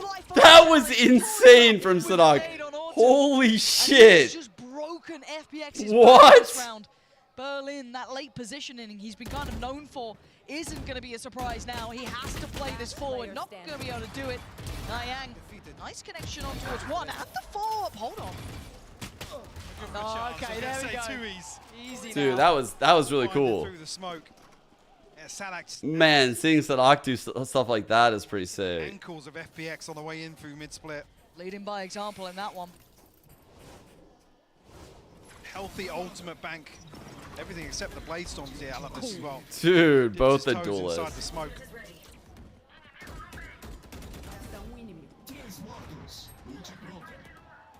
Fantastic stuff here. We about to call a timeout. Actually, no, sorry, my mistake. Did just change. Just got debated. Not your mistake. I promise it wasn't. It did say Loud. Maybe they both called timeouts. They could have both. You never know. It's a mystery. We'll start with the FPX timeout. Talk to me. Talk to me about what the game plan is here, because Loud have, even in, let's say... You hate to be a hater? I don't want to harp on about it. Don't hate to be a hater, bro. I love being a hater. You gotta embrace it.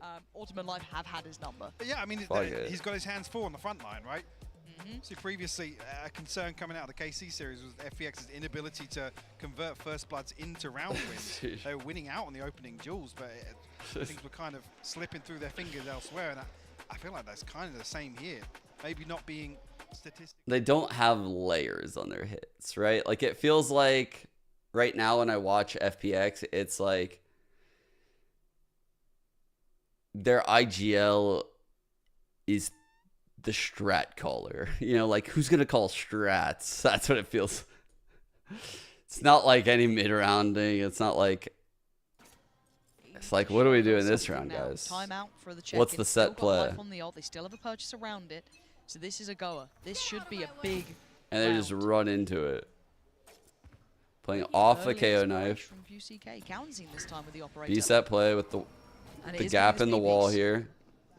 Last time, they evacuated. Does the Yoru cross? If the Yoru cross... Oh, nope. This TP going in. All right. Life on the way, though. Can he close that gap? Can he find a target?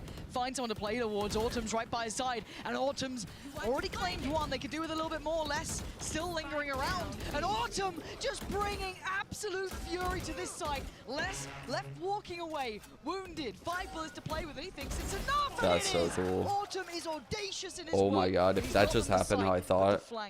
QCK finally makes it here. Have you got a 1v2 in you? Have you got the ability to do something about this? Oh, he was on for it. But Autumn just that bit better. Dude, I think the coolest shit just happened. I think the coolest shit just happened. I think he TP'd into the Astra smoke, the corner of it.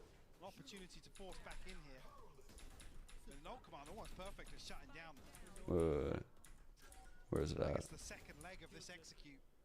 I think he goes into the fringe of that Astra smoke.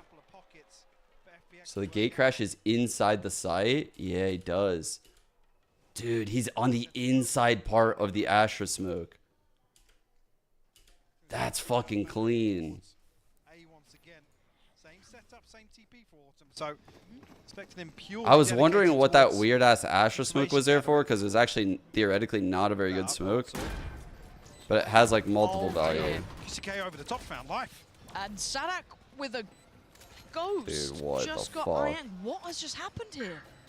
Well, Hunter's Fury here as well. Yeah, they can clear out a lot of A. Yeah, Lysol has to play Okay, much not closer. halves. Not the lineups he'd probably be wanting to go for. They have to play right. You're not gonna next trust to the him. grab Lysol is wall? panicking surely in this one. He's got an army against him. Bodies on bodies here. QCK trying to play ahead, gets a little bit of a glimpse, but it's Autumn you got to be worried about. He makes his appearance known. Oh, and that's just perfect again. Autumn. From 4 kills to 3 Okay. Dude, here's the fucking hero plays I said they needed, chat. Here it is. Here's the fucking hero plays. On the line, and he's stepping up to the plate. 25 and 15 right now. Keeping the hopes alive for FPX. I was gonna say, Mike, you know, that last round, call it a good round, but also That's how you do it with the new one-up draft. There. And I said, well, surely you can't do it again in my head. I was thinking, well, Sick depending on flash. that, Damn, that was this clean. adjust through middle was just really rather Holy concept. fuck. All right. All things tied up now. Pop flash from KO. He's active. He's active. They know because the flash. They know because the flash. Lord.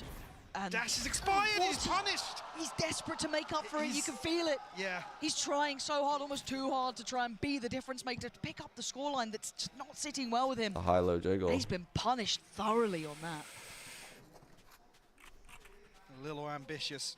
QCK on kind of fraud watch right now, if I'm being honest with the alt. Might hear this. He could do the Phoenix shit, but man. Invest the wall. Always an awkward angle though. Loud, a little ahead of themselves. And a misread. Here. They're responding to what they're FPX seeing. have sold this, yeah. Yeah, they've seen utility, they've seen Oh. players. Whoa! FPX. Now they lose the camera as well. That would have confirmed that this was a fake. Loud falling for this hook, line and sinker, and Life looking to be the Reaper on the site, but he can't quite close out Tui's. Nor could he find Sadak in time, but by now the round, your heart almost drops when you hear that spike going down, and you are on the other side of the map. Can they at least recover the operator? Is it even worth it to keep into hand? I mean, it's not been going well for them. Opting for it here. FPX gonna be taking the lead now. Really activating, yes, individually in a couple of these, but now we're seeing this kind of, I'd say, across the board effect here. Oh, unfortunately.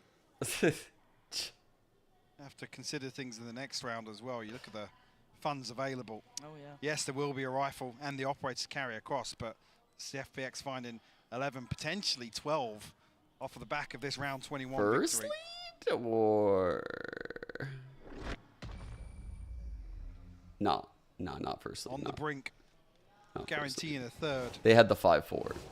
Yeah, they were good first half, actually. They were good first half. Looks even I worse forgot from Loud rallied Lysol's hard at the start of this perspective, half. Just how deep QCK is looking to dig for First that lead of open. the half, though. I think you're right. It almost Unless it feels started. desperate. Damn, dude, they've settled in. Look at how the rounds have gone. A lot of won both pistols here, and we're in a scenario now where FPX are out shooting them like in these late rounds. I would say Loud look like the better team, but quite frankly, that does not matter in Valorant sometimes, especially on an open map like Breeze, especially when the shooters are on attack and absorbing the pushes.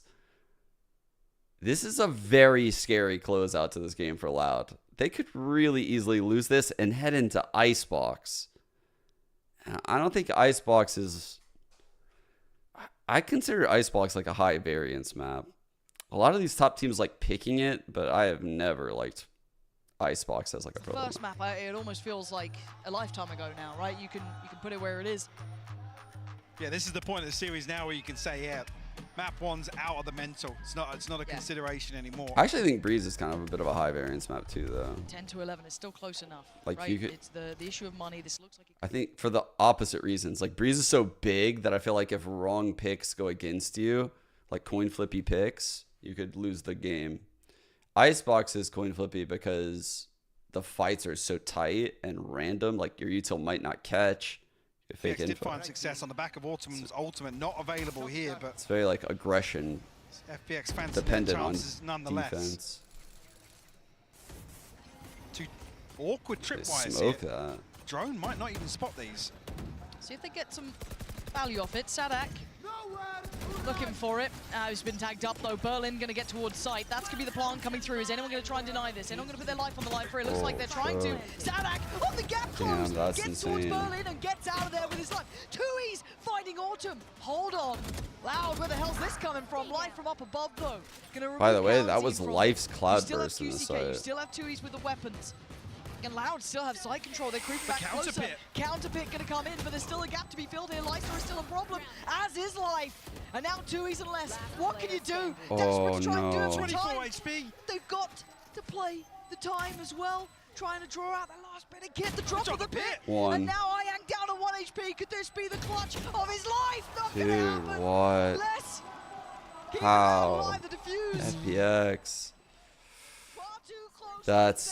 That's really painful that they just lost this. How did they allow that guy to go in the site?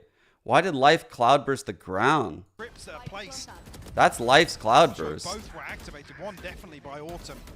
Man, Less and Sadak making that side look How is full Sadak health getting with a pistol. another? Well, the first kill, the second, absolute madness from him. The response is there. Wow, Around like that man. with that buy. That's insane. And it wasn't even the operator, or really. They gave so much space. What?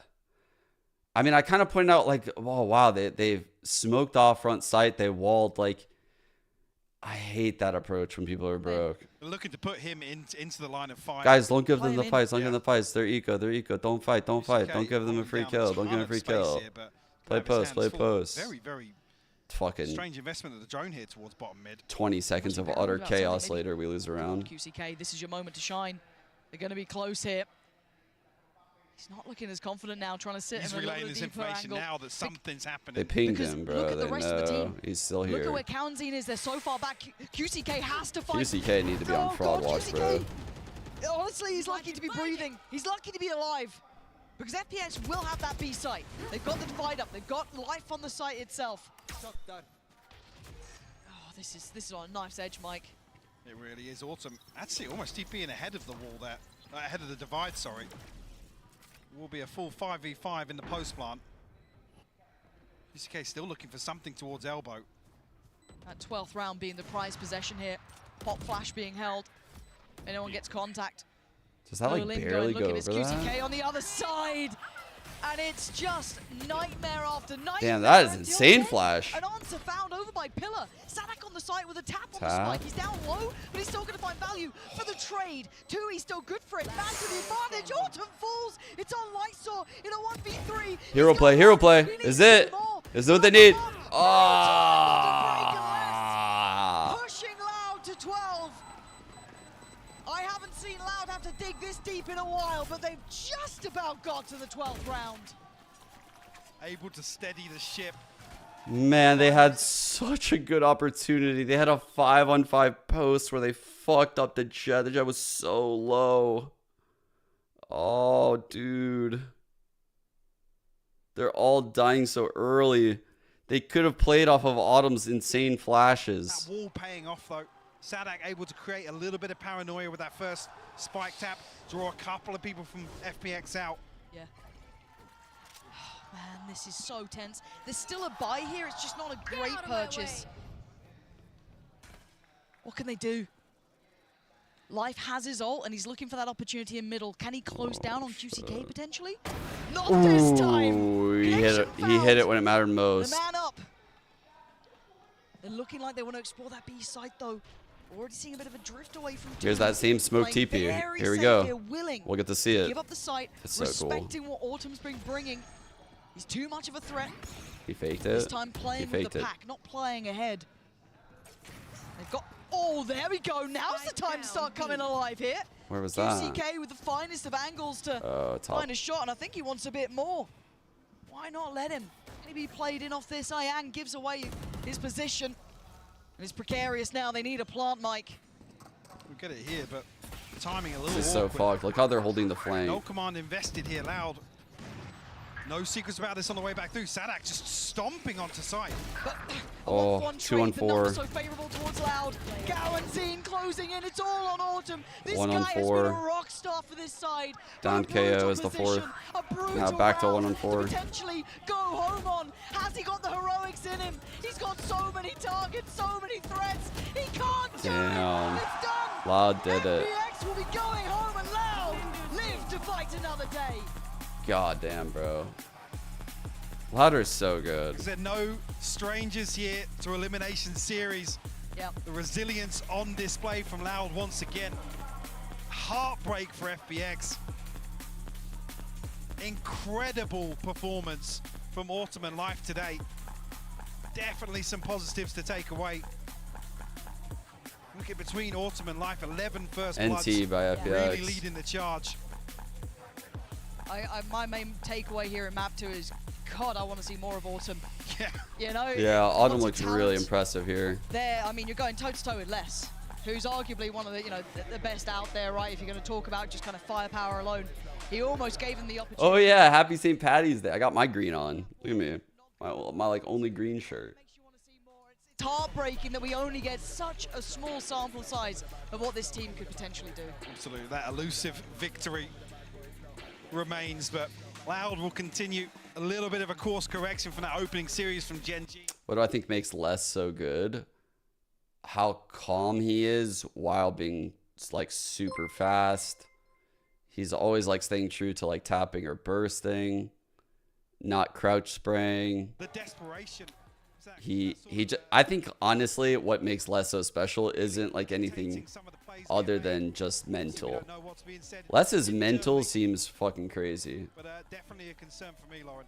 No, and I'm with you in that, and I hope like that's he doesn't something- feel again, if pressure. you're an It IGL, a feels coach, like. you could look at that and you're going to instantly identify it. And now need to start identifying those issues if they want to make a deep run here. But they are still alive, they are still kicking, and we're heading back to the desk.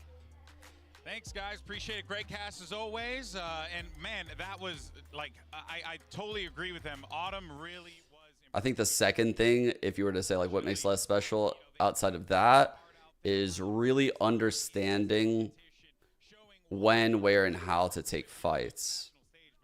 Like when to get activated in lurks. I'll show you the sunset round. That pretty much closed it out, right? Let's see.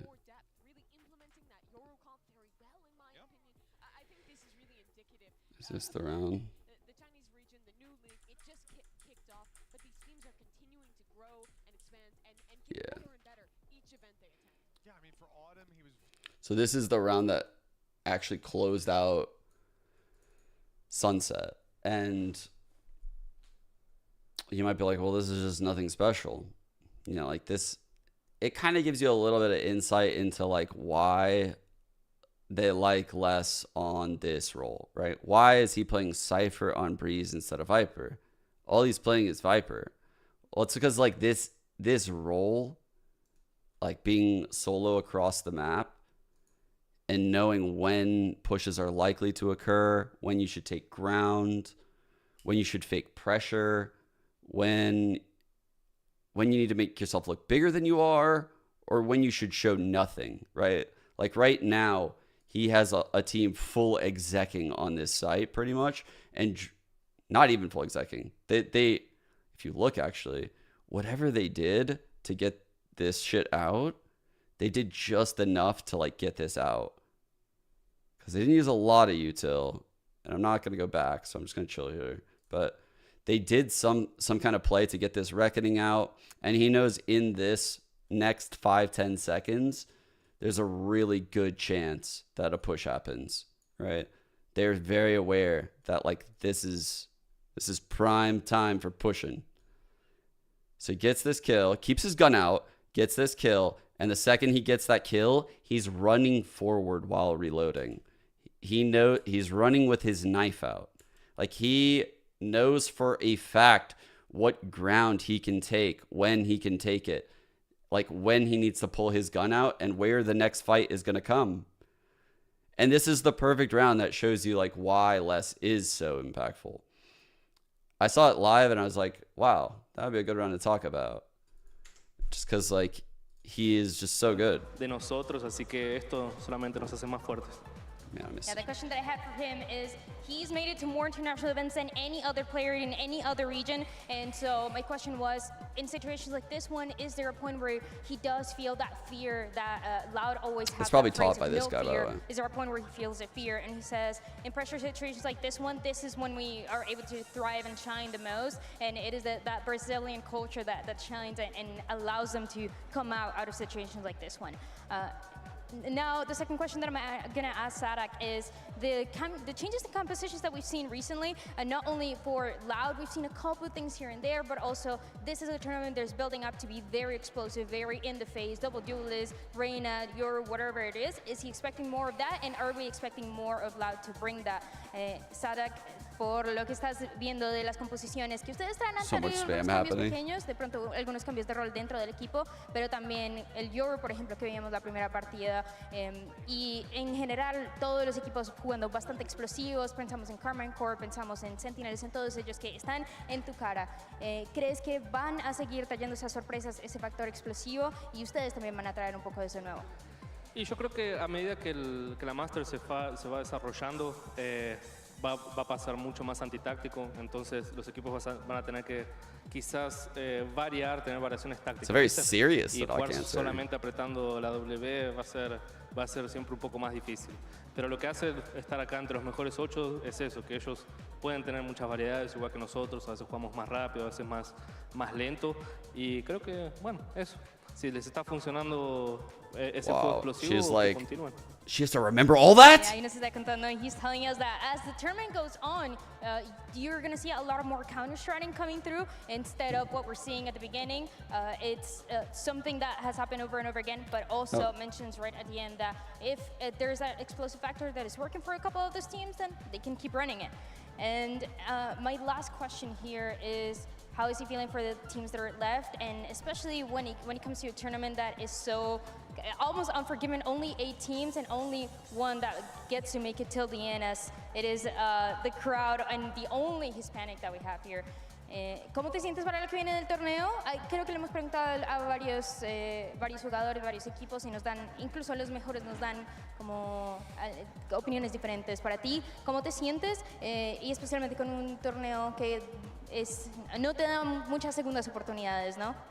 Y mira, yo me estoy sintiendo con mucha confianza, el equipo está con mucha confianza, sabemos que tenemos mucho talento, sabemos que estamos muy bien y vamos a dar nuestro máximo, ¿viste? Así que el que venga, vamos a dar bala y que sea lo que Dios quiera. ¡Vamos, Marito! I know he's telling us that he's going to keep bringing what they've been bringing recently, and is just shooting in the faces, doing what it takes, and continuing to have this loud performance that we've seen recently. This is all that I have for this interview. Once again, que se escuche para Sadak. Give it up for Sadak. We're going to a break, get ready for the second match of the day.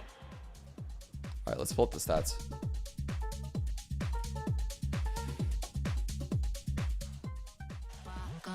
It's a classic David versus Goliath. FPX, they're facing off against some stacked talent in Loud. It's safe to say this is going to be a tall order for the Chinese team. But this is definitely a problem, I think. That this squad can do it. One of these two teams will be going home. But now he has to go. He's got to take this challenge halfway. Not achieved. Autumn plays it well. Life's now pretty questioning what the hell's going on. No idea about Tui's, but a fantastic clutch from him. And they don't know about Sadak until now. And what a horrible surprise it was. And he's just spraying and praying it works. This could be it. The downfall of FPX on this map. Bless looking to close, and he does. 13-5. It's clean work for Loud. They are looking very sharp here. Autumn and Life are very good, but they're going to need to do a lot more than that here. They're down to 15. Yeah, Lysor on a platter. They've got to know about Autumn, but he's still firing. Great work from Autumn, and I end there. That's much better. Oh, he's actually way up here. Considered. He's been there more often than not, but Life bringing death against Loud. Dewey's what have you got? Anything? He's going to take down only one, and that is nowhere near enough. This is where the problem is, for sure. So even though they have the site, they have no ability to do it. Lysor going down. Autumn, you got to be worried about. He makes his appearance known. Oh, and that's It shouldn't be that way, though. It shouldn't be this way.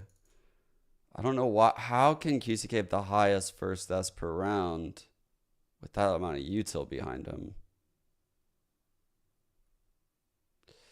This is like a huge problem right now for Loud, I think. Like this and getting him his op feeling comfy. Because if he's going to play Yoru and he's going to play Jet, he's going to need to op like on this team. And we saw in Sunset, Kawanzine. No, wait, was that Tui's? Tui's did it. Tui's did it, I'm sorry. Tui's opted a bit on Sunset. But I don't think you can get by in a Valorant tournament right now without having like a good opper. You know, like I feel like you need a good opper. Right now, QCK is just like serviceable. You know, like he's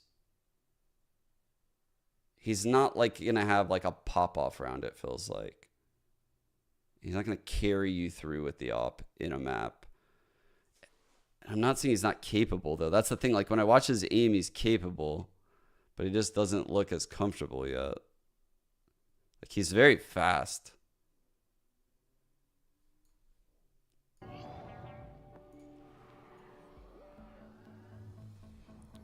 It seems like he's very inconsistent right now. Like he's super fucking fast. So I know he has the skill to be the opper. His decision making is quite good. Sometimes it's a little off compared to the rest of the team. But that'll fix over time. Like he's the new player.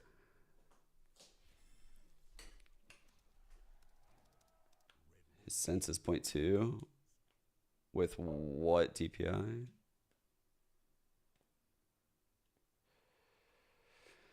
You don't think Loud was able to make them fear their breeze? Yeah. I don't think that was... I think right now, if I'm playing Loud, I mean, what makes a good breeze, honestly, is that if you're going to run that default comp like Loud does, what's going to make your breeze insane is your duelist. Like, they have all of the other pieces. But the teams that win on breeze often have like a very good duelist. Because it's an open map and the duelist can just fucking own. They're gonna need to fix that. They're gonna need to fix his opping. I don't think they can get by otherwise. So our next game today. Giga banger. This is actually a fucking giga banger. Holy shit. This is actually a fucking banger. I think Heretics... Dude, that game against Sentinels... People were acting like K-Corp looked better than Heretics, and I actually think Heretics looked better than K-Corp. But everyone that I've like seen talking is acting like they thought K-Corp looked better. I don't know, man. I don't agree. I thought Heretics looked fucking insane against Sentinels. Like, man, Sentinels beating Heretics, that was like one of those games where, like, when I signed off, I just wanted to tell everyone, like, what I just saw. I felt like what I'd just seen was, like, something I was proud of. I was like, oh my God, you wouldn't believe it. You wouldn't believe what the NA team just did. Like, that's what it felt like when I signed off when we beat Heretics. Blood thinks he's on the fucking team. What a joke. It felt like a miracle. Because their util was fucking insane. They must be like over here or some shit. One sec, I'll find the run.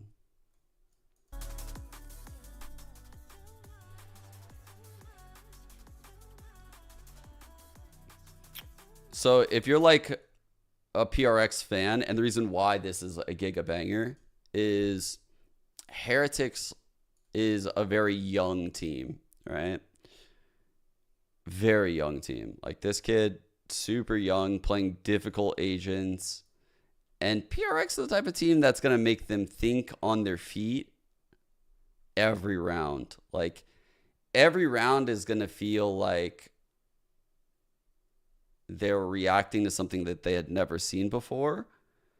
And in like crazy chaotic scenarios, can they keep that discipline? PRX often embarrasses people in those scenarios.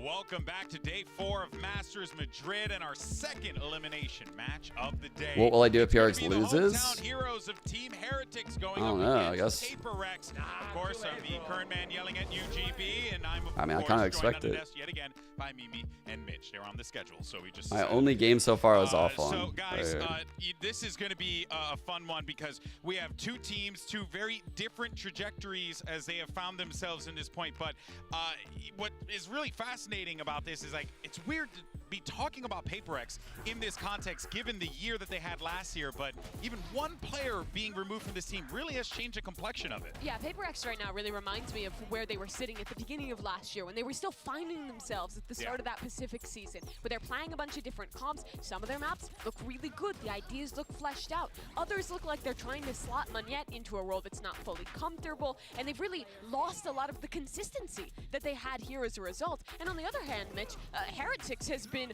their stocks have been rising the whole year.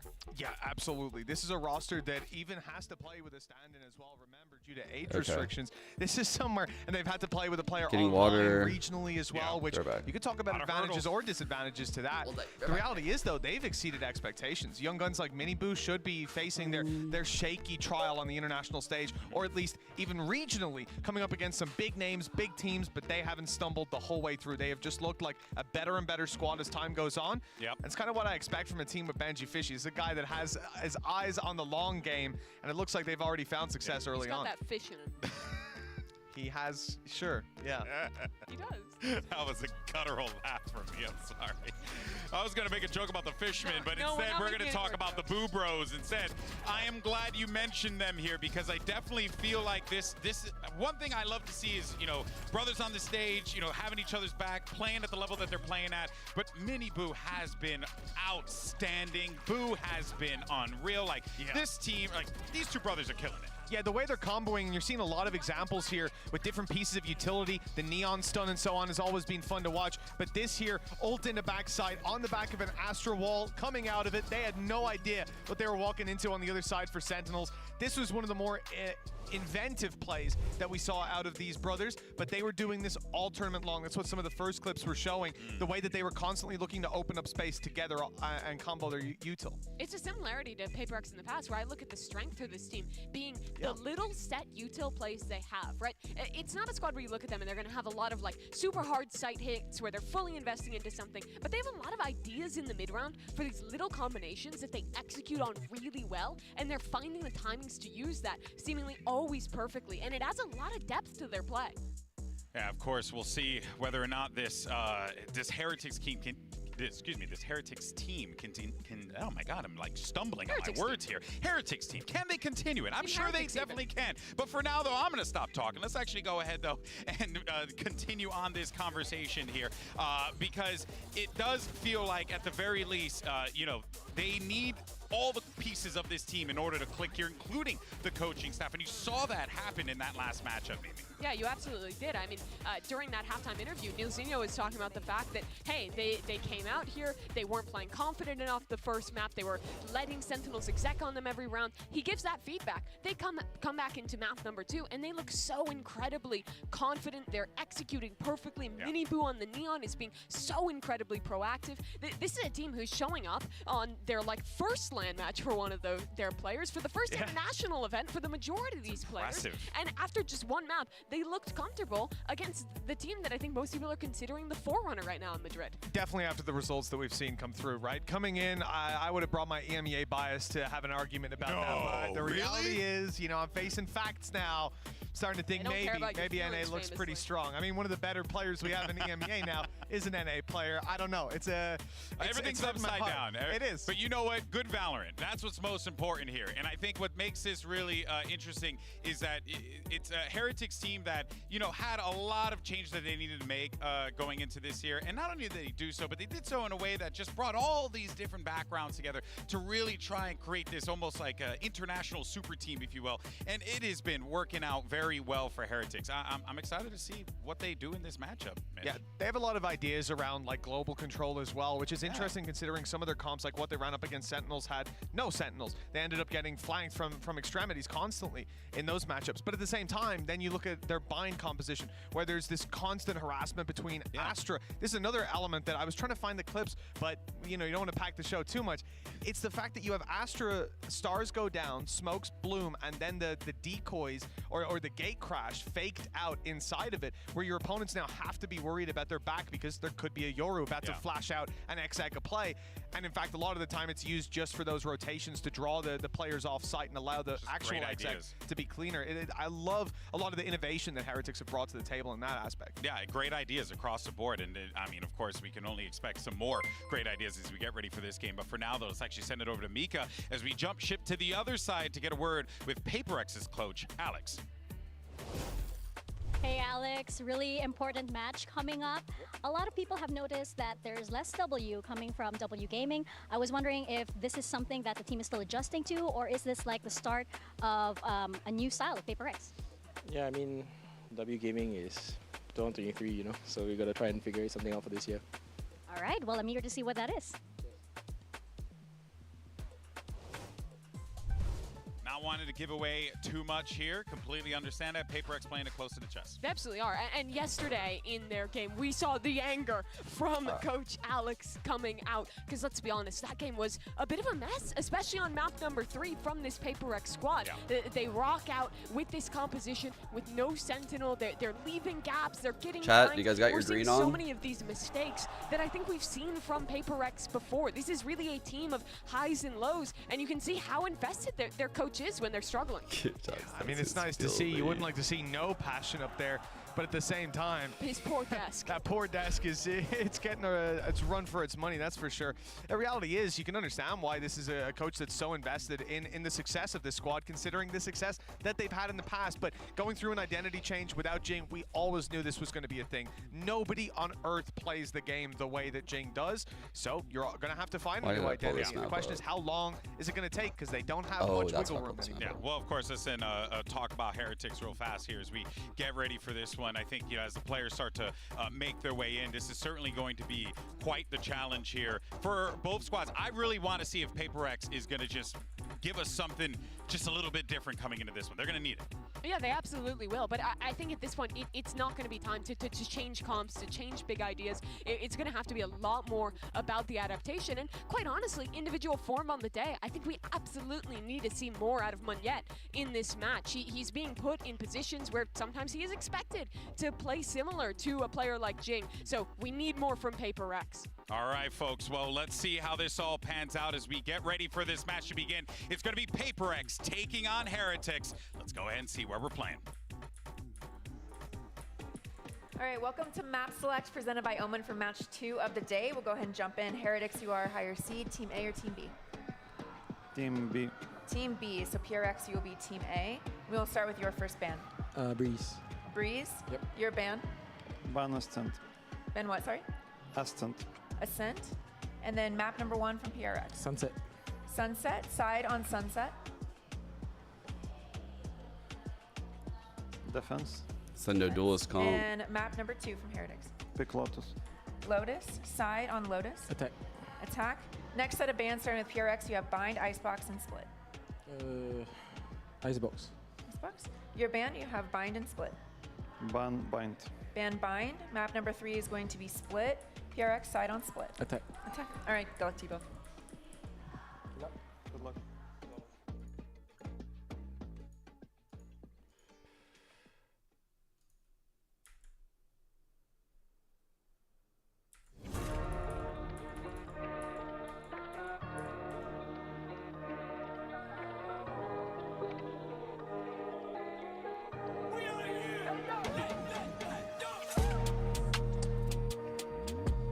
Paper X.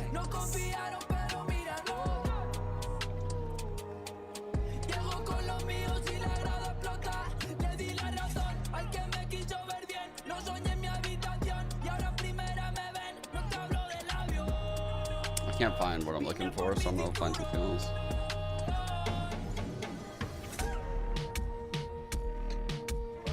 Team Heretics.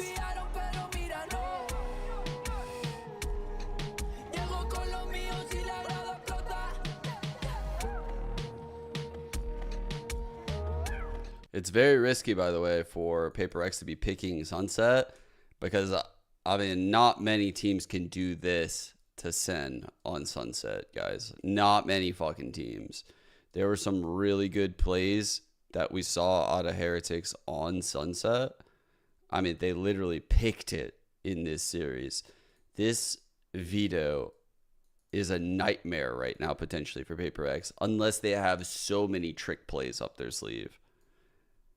This is scary. And now here they are again, having to potentially take down, well, the Heretics here in Spain. You got to think about Masters Copenhagen as well. Same sort of situation up against FPX. You're in a U, you're playing an EU team. That's right. And they were able to do a pretty good job of it. I think this is somewhere that this team is so experienced. I don't really expect nerves to play a big role, but I don't know. It depends how loud that crowd gets. That's right. Yeah, it absolutely can apply pressure to a team. I think for them, Paper X is still trying to find their identity this year since losing Jing. I feel like, inarguably, the most impressive player on that squad from last year. I mean, you have something too. It is actually arguable, but he was incredible. That's a big pair of... So, I forgot to show you guys this yesterday when we were looking at from you guys. Zekken seemed to cause a lot of problems for you, so how do you think you should be dealing with him going on to map 2? This is Honestly, for us, it wasn't about them. Following this. Their attack, it wasn't even individually. Lotus. So I'm not even thinking about how we deal with Zekken. Like, we completely threw that defense ourselves. We were not proactive enough. We let them execute on us. So next game, we just need to focus on ourselves. Go in, be more disruptive, because we were taking really good aim Joes on attack. We were sticking to our fundamentals, and that's why we were winning. And that kind of just we played a little bit scared, but that's fine. So that's what we're going to do next game. We're going to play how we want to play and be more practical. So you go into their game and you start realizing, like, okay, well, what did Sen do to win? Well, this exec was insane. Like the opening pistol where this Dizzy hits 10s and he still manages to ace. Like, that's a fucking huge play from 10s. And then you go into the very last play of the game. In addition to that, you have stuff like the Saucy 2K on like the sliding players. So this is the last round. And I talked about this before, but you'll see how good fucking Heretics are right now. So they got the stun lineup, which is perfect. They got the one-way coming in. This guy's playing anti-flash and ready to blind. So the stun is great. The one-way is good. The haunt's coming in. There's a Gecko back here throwing a flash up in the air that we can't see. The Omen blind goes in parallel to this fucking lane. And Mini Boost stuns here and here. Just want to make sure we're not missing anything. We're not. Same comps.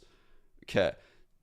Bro, the play that needs to be made to beat this from 10s is insane.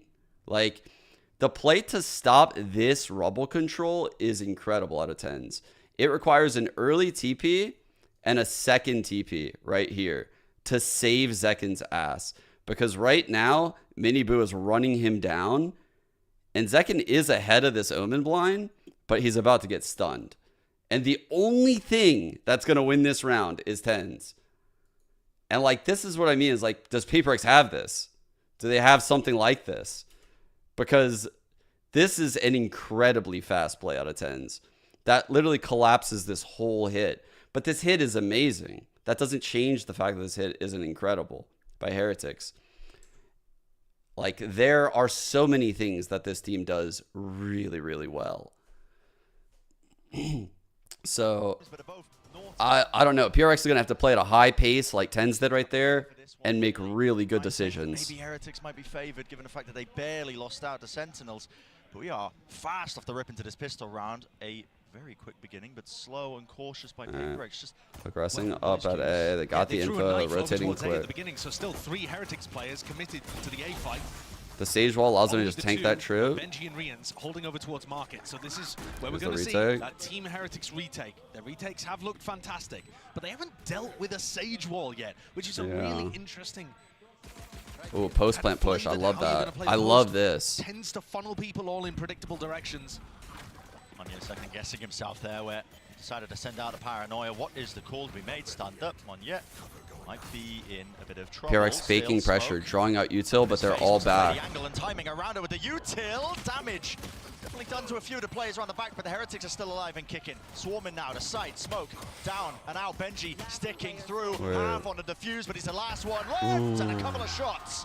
It's all it takes to seal the deal. Well Pistol played. round here for Well played by PaperX. Rare slip up by Brand. I've never even heard Brand do that. That's a really good pistol by PaperX with a lot of little layers, right?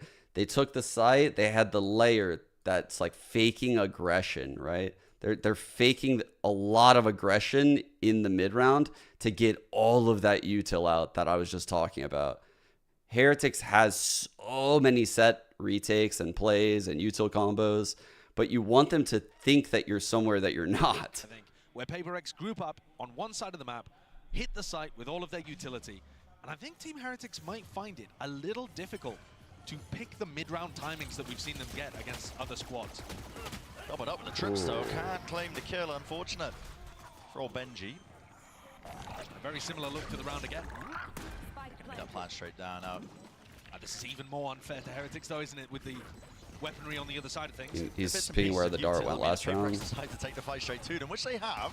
Okay, throwing away your lives ever so slightly. I mean, 4 players still left standing. Any guns to reclaim? Oh, well, there's an option for a defender smoke shot. You guys were asking earlier. There's one.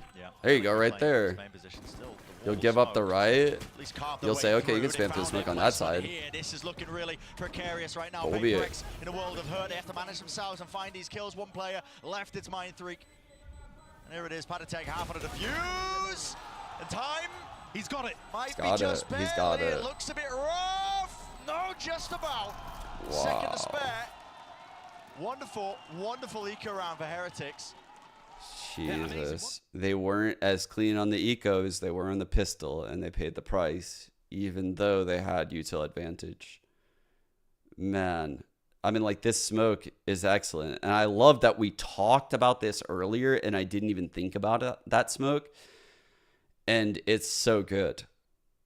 Like, you guys are actually just witnessing like how and why I nerd out when I do nerd out. Like, cause it blindsided me. Even though I just talked about it, I was like, wow, that's actually a really good idea. A really good solution to the problem that we were creating earlier. It allows you to wrap in. Still that danger towards it. Really Flash good. forwards with, that Thrash is going to be setting this one up, so clears through into market. A couple of players backside. Detainment. Line there. I don't think you can follow up on this. No, ooh, he got out. Bodyguarded basically by 2 of his teammates, and Forsaken, not sure if that was just trying to follow it up. Patatek takes him out anyway. Holding at the ground, and still Moneybu left to contain. No gaps left into the play. Monyet will get the gun though. And Monyet's position here is difficult to root out. The Sage Wall. 2 players not looking, twist and turns. What is this? They can't really find themselves an easy kill, but there it is. That was really scuffed. 2 left standing, make it just 1 again. Mind Freak. Close to the pillar. Damage. Damn, that info. A few of them. Still how the shots. Bro, Miniboo's fucking, God, he's good. And I gotta say, I'm so impressed with Boo. The way that he runs these retakes and as the IGL, but also the way that he pats and he uses his utility. You saw his smoke being absolutely crucial in the previous. You just realized one's called Boo and Miniboo. Oh, that's the crazy thing. Yo, they're brothers. How cool is that? How cool is that shit? Onto Monyet, just making sure that all the gaps. Boo is the older brother of Miniboo. They don't just Miniboo. have to run into Monyet over and over again. Finally, this is going to break the economy of PaperX. Struggle as they might to try to keep guns on board, Heretics are going to be able to stabilize perhaps just a little here, unless the Sheriffs can sing. One suppressed. And for the first time, we see PaperX going for more of a defaulty approach.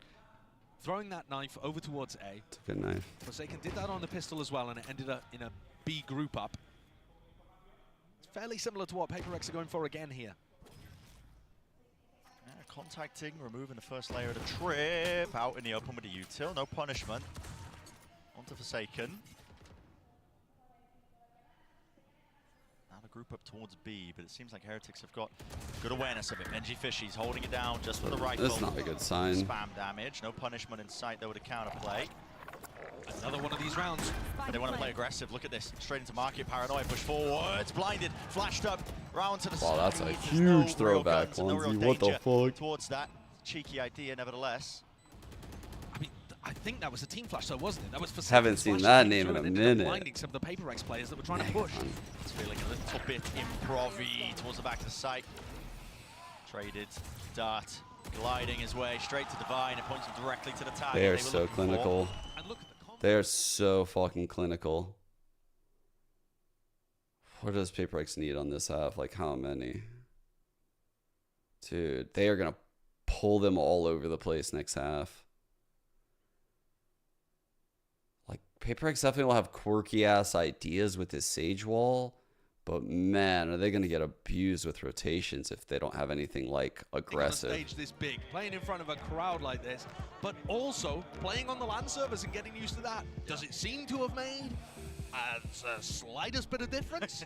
Yeah, nope. I'm not griefing you. No, Actual brothers. There's a lot of talk about, you know, rookies and how they perform. Don't ask me how to say this last name. Like I'll never be able to be honest, that's a fucking name. Holy shit. New players don't always crumble on the big stage. New players don't always dominate. But there's a lot of letters in there. Those kind of people that love to step up to the occasion. Oh yeah. And this is yet another example of what I think is kind of the theme of Master Madrid, which is the old guard taking on the new upcoming talent. And Paper X here representing that old guard. The old gods can fall. Team Heretics took down Na'Vi to be able to get to this point. They qualified over Fnatic, who are not here. They know that these gods can bleed. Absolutely. Seen it firsthand for Paper X. Been quite some time since they've really just kind of spiraled out of control. Imagine writing that name on every. Imagine filling that shit on the Scantron. No strangers to it. You gotta like do the bubble test, bro. That's not even fair. You get like half the time to do your test because you're filling out your fucking name. I think leveled against them. Absolutely. But for the players, maybe not so much. You know, they've spoken. They said they were playing in a 6 out of 10 compared to 6 out of 10 is what they were rating themselves. Playing off the KO knife. To Madrid, I think, expecting to just have a bit of fun, which is the Paper X way of things, bit of style. Well, it seems like they're scrimming the BXX at the moment. Dude, it lands so late. Oh my god. Exactly, it's a refight called. Panatech forwards. That flash is magnificent. Oh my god, dude. They needed a smoke. That was so crazy. Fast flank. As soon as the knife tagged onto 5, Boo. Fast behind him. Will he get the punish? Wide. Oh my god, they're flanking too because they know no Senti, all suppressed. Dude. Can he cut somebody off? Because otherwise this looks like a round all wrapped up already for Paper X. And this really begins because they expect Paper X to stop when they get 5-person knife. If you remove all of the abilities from your opponents, you expect them not to keep hitting the W button.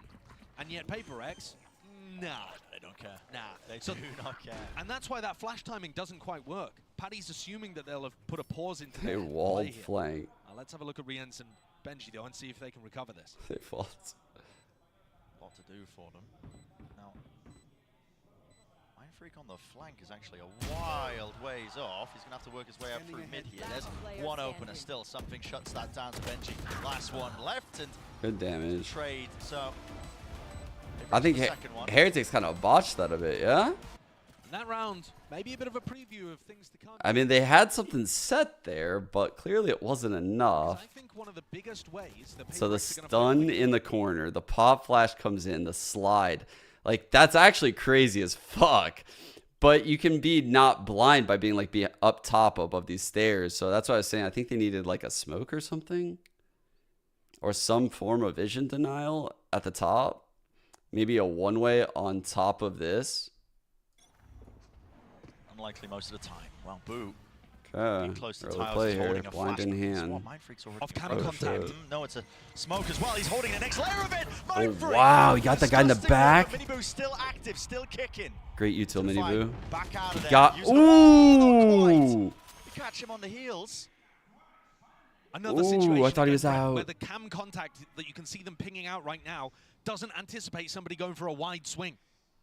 If that's just a shallow little jiggle to spot anybody in mid, the cam takes contact, paranoia can be used, and Team Heretics can crunch the mid players. But instead, they just swung out fully and took the fight. Purely W gaming. So these setups that Heretics are using, not really optimized for the pace and the aggression that Paper X are going to throw in. That's a good See ult. how they adapt over the course of this series. Wait, Wingman doesn't show on Neural Theft? Getting that info that everybody's playing towards main there with a Neural Theft. Guess I've never seen that scenario broken. play out. One less thing to really worry about here. I feel like Neural Theft should show him planting. Still one hell of a task. Need rebounds. The Vi's going to be Insane forced out volley. wide. Shots need to be landed here by Benji. Flash to set it up. Everybody evacuating. Magnificent. Wow. Once more. And everybody Wow. toggles. Beautiful support. Wow. Wow. That is lit. Dude, I love that we talked about this fucking B main smoke that the attackers throw for themselves. We've seen a new defender smoke, and now we've seen what happened potentially when you don't do that. This is how you could pay the price. Some KO knows the molly for behind the box. All of a sudden, they know you're all on the left. The Omen has to make a risky TP. They know where the last guy is. That's literally the exact scenario why you would smoke main. Disrupt those Holy setups. fuck. He tried to catch Paddy I'm with nerding the flash out. in his hand. I love it. Weaponry is a little bit uneven for Paper X. Again, grouped up as 5. Really not too much in terms of changing the game plans with an Cypher old shit down. man sent flying. Rips its way through. Here's So a push. not They're going worried about that setup. through. This is a fight towards the back of the They're side, going through. actually. All 5 up. Has been changed Where's now. the Sage Wall? It's going to be aggro as fuck. Oh no, they've walled off. Point is a half clearance. Benji is blinded. He Holy. Oh, bro. falling. Oh Hunter's my Fury. god. Clearing up the Crazy. remnants, the pit's down, but really, it's just a matter of time. And Mind Freak, you can feel it. Despair Chris settling. Angel would have to literally enter Mind Freak's body right now and win this clutch. No chance. Holy. Benji looks amazing, man. He just looks amazing. He was talking all this tournament about how he wanted to grind his way up through Valorant, didn't want to use his clout to hop onto a top team early. And he really did put in the work in Tier 2. Oh, yeah. Even when he joined... Chris Angel, isn't that the one that did Mind Freak? Is that a good pull? I did not expect them to be here in Madrid. Yes, it checks out, right? It checks out. Yes. Just disgusting work. Anticipating the timing of those players Okay. so perfectly. It kind of just rolled off the tongue. I didn't really think much about it. Nuts. Absolutely nuts. The new era that players like that are ushering in.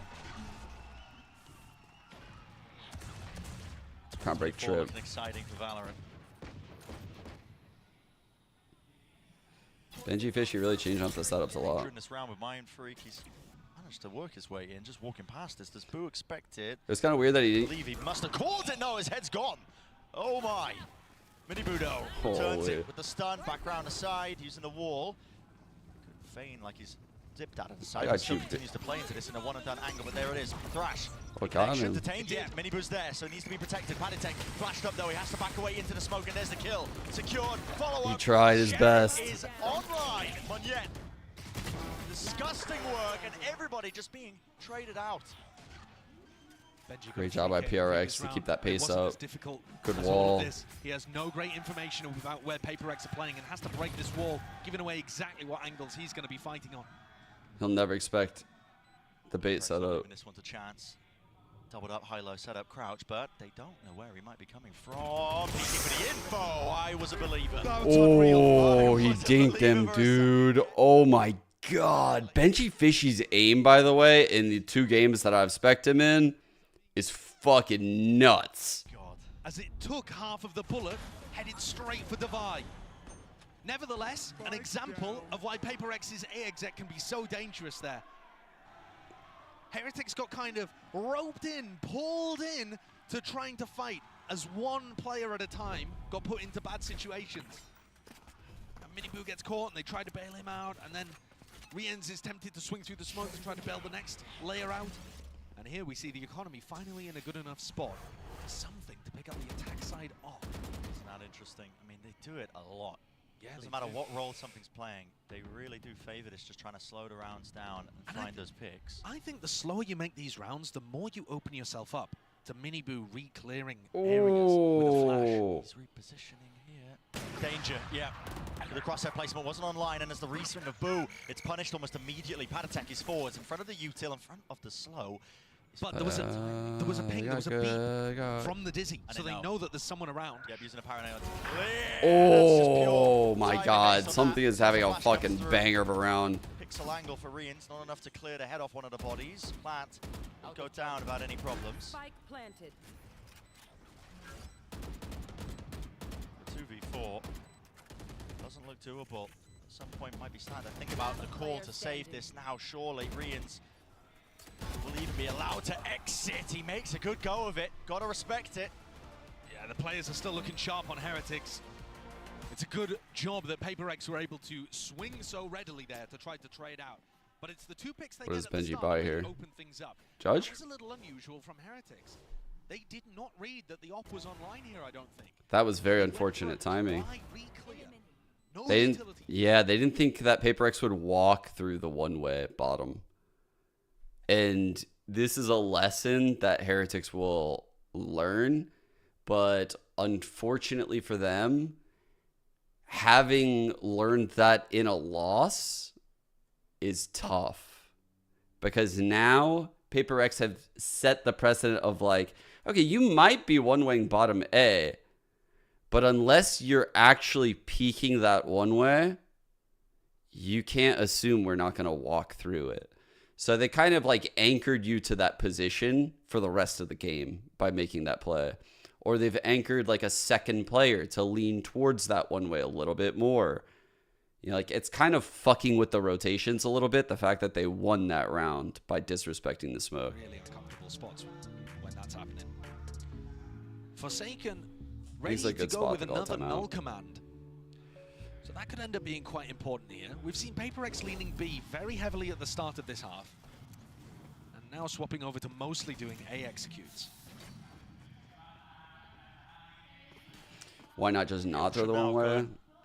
Or you throw the one way until someone proves that they're willing to do something like that. They also take a massive fucking risk to do that. Something opping said. Quietly walk up past the one way. Like if you're there, they're fucked. Flash play to set up early on so Miniboo can get on So you can that. see, like, it's like, all right, Side ankle. we got to make sure they can't fucking get this shit. So they immediately fucking take that. Like, okay, they can't fucking walk onto this shit this round. They're just not doing it. So they immediately take it. Like, okay, we've stopped this scrimmy shit from happening. The cam here. Benji's There util we go. offline. Two different directions. Go on top So wall? will be Yeah. used to clear out through market on top of the wall. It's They're aware. Riens. Nasty business. He read that. Nasty shot. He knew. Oh, They've seen it through the before. back, just the slightest of gaps. Something's head's gone clean off, rolling off the shoulders here, through the back of the site. Once more paranoia, but no, doesn't expect the deeper angle. Miniboo just playing so passively there, patiently. Making sure he Damn, that guards was nice. the available openings. Munyet forwards now. He knows he has to take risks. There's a slight gap. He's seen the cross. There's a lot more to do here. Needs a bloody miracle.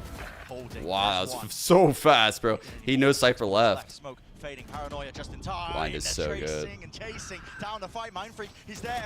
Battle taken up close and personal. Headshots found, but still 11 HP. Munyet, he can't do it. They know he's low. Oh. Takes a few stray bullets. Bro, the fact PaperX even got that close is insane. That a couple were picked off over towards market. Great recovery though from Heretics. You could see the anticipation with the way the Divide pushed into market there. They were so ready for that swing on top of the Sage wall. Here it is from Riens again. The second he As soon as sees the wall it, goes up, crosshair yeah. gets adjusted. And this, the Mosh is thrown to try to set up the Mosh paranoia and try to put pressure and fight really aggressive for Boba and stop Team Heretics going for that retake style. And instead, it just exposes something's head. Yeah, for a loser's fraction out of a here. moment. And that's enough for Heretics to get an even larger player advantage. That operator now in hands of the defending Sova. All diffuses here. So if you haven't got enough of your initiator op from Something's attack side, have a look at this one from Riens. still the contact play style. I mean, this creates openings. Rians is only just getting onto the line, though. So Rians will take this shot and then fall off and ult this hit. This hit is going to get torn up, guys. Eyes off the shot, though. Man, fully revealed, spamming through, stopping off the plan, and the damage done with the Hunter's Fury. Has to be an escape from Meunier. He will TP just to the side to narrowly avoid it. Not good. Cam in mid's going to spot this. A lot of chaos into the mix. Lovely shock dart. And it all really relies on Mind Freak. He's in mid right now. Someone's going to be watching him, though. Mosh pit into Cam the corner. just spotted him. He's pushed out wide. Okay, what? Just like that, we're in a 4-on-3. What the fuck? It's flipped onto the other side of things. Heretics. We don't know which way. What the fuck? 4-on-2. They 4-on-2. have to try and contain this one, plug the gaps. Before they set up, but he's big retake executes. Still 37 seconds. They've got the spike back. 4-on-1. What the fuck? Pure mayhem in Madrid. What? This one is bizarre. We're watching the fight as it happens in mid, and two players in backside went for a swing on defense, and both failed. That's at crazy. The exact same time the res went up.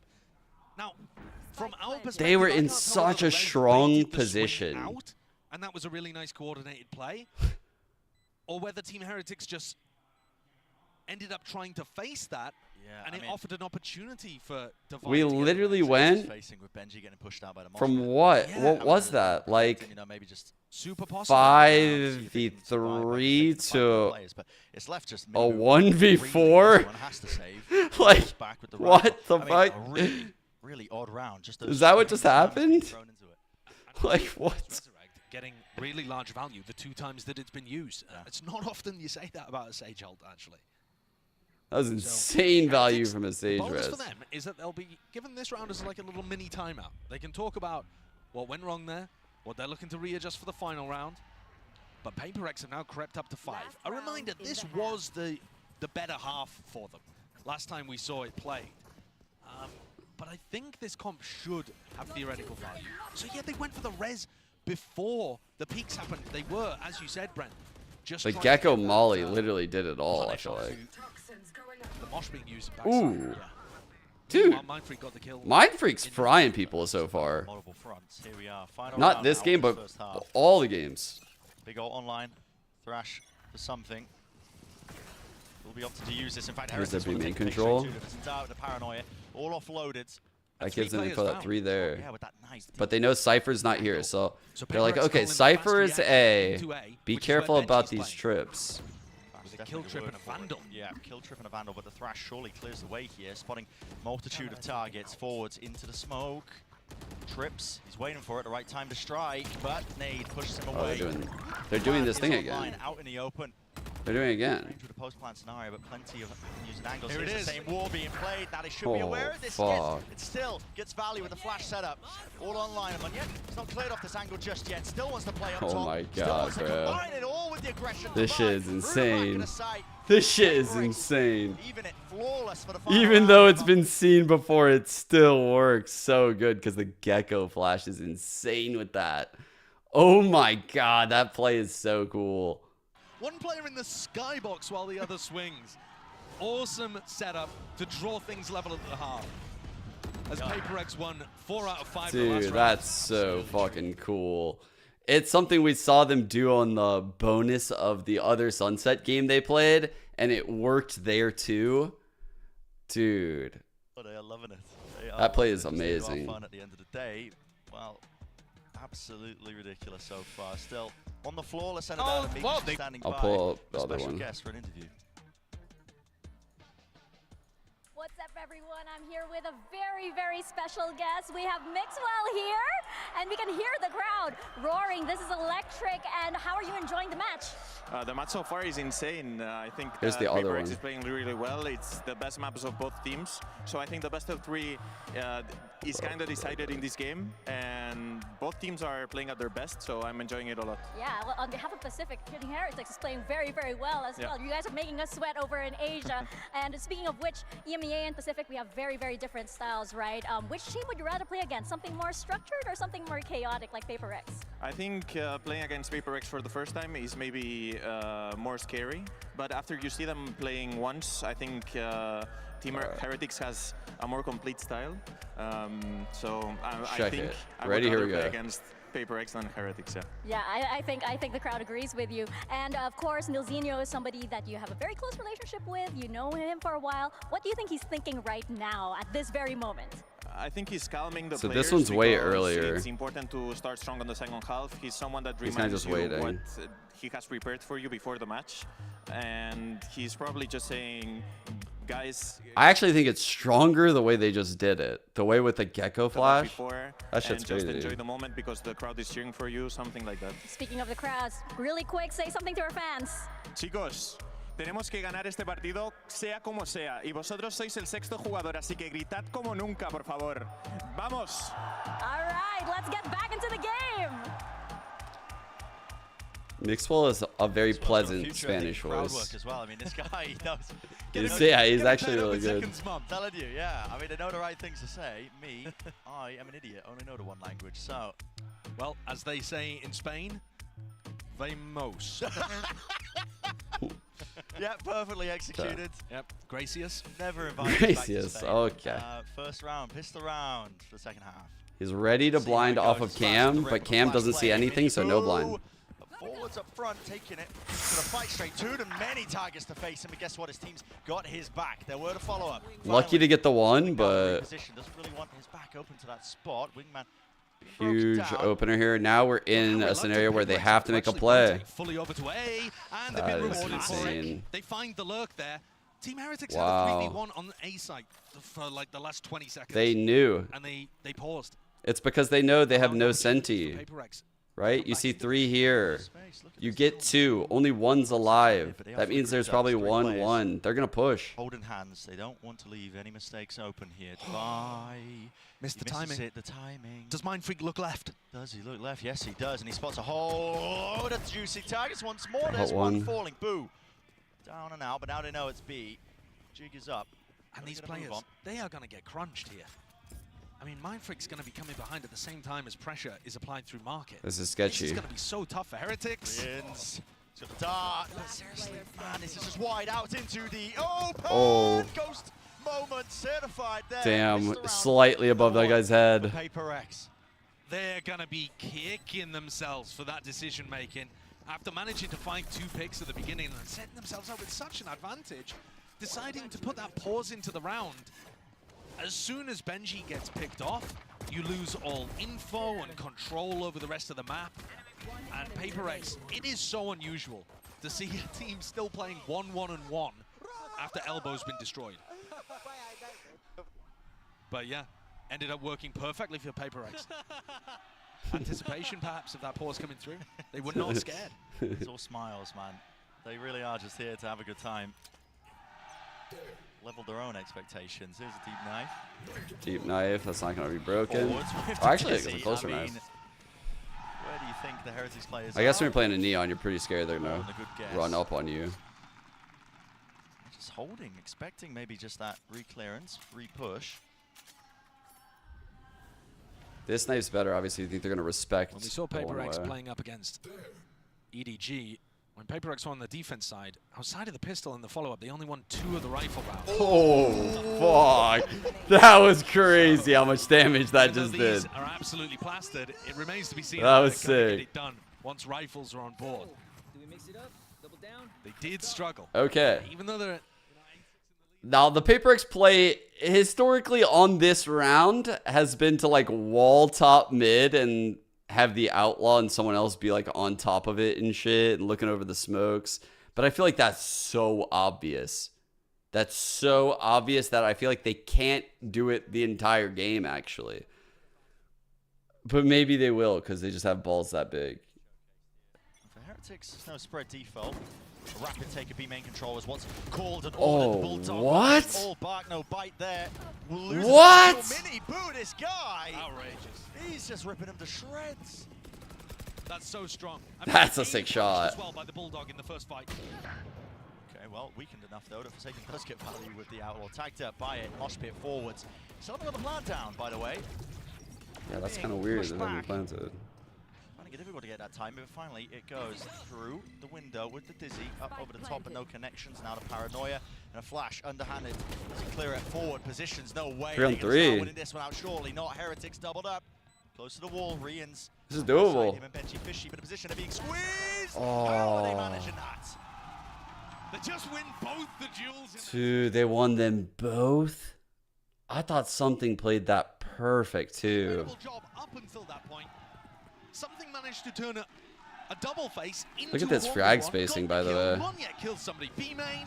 11. They'll close it out, even though they're coming from opposite sides. Can pick Wow. Look at that kill through the aim The punch. dart is perfect. Utilizing the flash to force his opponent into the corner, and then the recon to be able to get the illumination on his opponent. Good response, right when they needed it. Something has picked up the operator. Against the walkabout. Okay. Early kill on Taboo. Might throw things into a bit of disarray. Was that the early TP play? That was the early TP play, right? That I complimented them for last time? Into the pre-round, but they've all got to contain. PaperX following through with it, and Mindfreak's there. They've just got to watch for. Top mid, Spike Huge drop round. down. Rian's last one left. They're low on money now. Blink of an eye, round finished. That's a really big round to win that way. Let me see if he did it. Because that was a sick play. Let's see. I want to say when yet TP's up. Yeah, so he TP's up right off barrier. And then off barrier, I'm pretty sure Forsaken has a flash he's throwing. Yeah. It's like a way for them to aggress this at an insanely fast rate. It's super uncommon. I don't think I've seen a team do that. Here's that same smoke again. Like I said, Heretics love this kind of setup. Smoke, instead of blooming in mid, just Info comes off one TP. side of it. Stops any crossfire setup. The jump out. But it's not always going to be real pressure. Deep pop angle as well. Something getting all sorts of mid-round information. And yet, the really one in danger. Yeah, here it is. I mean, the jiggle peek for information gets the head clean off. Got to be honest with you, I didn't even see Miniboo. Forsaken's hearing a lot there. He's got knife in A. The form of Devi. Switches because he's going to be ulting from the back lines. For success, flash reaping, and it is good. Damage Great there. stun. And a kill, still it's The trading. stun was Hunter's insane. Fury negated. Perfect. Yeah, beautiful work there with the Well played. Forsaken as well because he was tagged up. He was the one. Forsaken was fucked without that Here, ult. tagged up by the cam, backing away, and it's a lot of chaos strewn into the mix. One player. Can Boo. Boo dodge Back to B we go. Does that make Looks a like difference? Does he Paper perhaps X call them back are over all towards over A? this. It looks quite committed. He's just spotted him. Benji Fishy out wide. Does he expect another play? Yes, Oh he my does. god, Mindfreak. Mind Freak. Oh, no. Mind Relenting Freak. from the Damn, start. bro. Don't give anything away. Boo. Earns the ult, but no time left. Surely 15 seconds left. Is he He's really gonna ult make the a go of this spike. one? He's gonna try to ult Get the move on. spike. Listen, I know he's got the new knife set, but it doesn't actually make you move any faster. 9 seconds. He wants to go for it. 7 seconds. Shut down. Got him. Read him. Dealt with. Little disappointing the way that Heretics were posted up in B main there, just one at a time, swinging forwards, instead of trying to get somebody posted with Benji. There are multiple angles there that need to be covered. This play, Very though, well great played idea round. from Forsaken. Really nice punish of that ultimate being used, but it's this moment I'm wondering about. Paddy is just kind of looking at the wall while Rians sets up a dart. I feel like he could have been double holding that. Nevertheless, Paper X are squeezing away, and I was setting expectations for this defense half based on what we saw when Paper X played against EDG. Right? And we saw that the defense half, actually, they weren't able to get those rounds on the board very easily. But here, it's looking great at dealing with what Heretics have. There's been clear improvement. What's the solution here? And awareness of the kind of things that Heretics want to do. That mid play in particular. They're getting kind of fucked at A in like the mid-ish round. They're taking the ground, but I feel like Paper X is making a lot of weird plays in response. They haven't done anything really in mid yet, but it's also like you don't know if it's going to work. You could just try to fix all of the things that are going wrong on the extremities, or you could just say fuck it and go mid. I would do what they're doing and try to keep going into the extremities. I'm that type of person. win possibilities on Lotus and Split. Are they doing the wall mid thing? If Heretics end up getting stomped here, puts a very different flavor on the series for sure. Really does. All right. Fast elbow control. KO flash. Dart. Neon. Here it is. Fast. Through with the paranoia.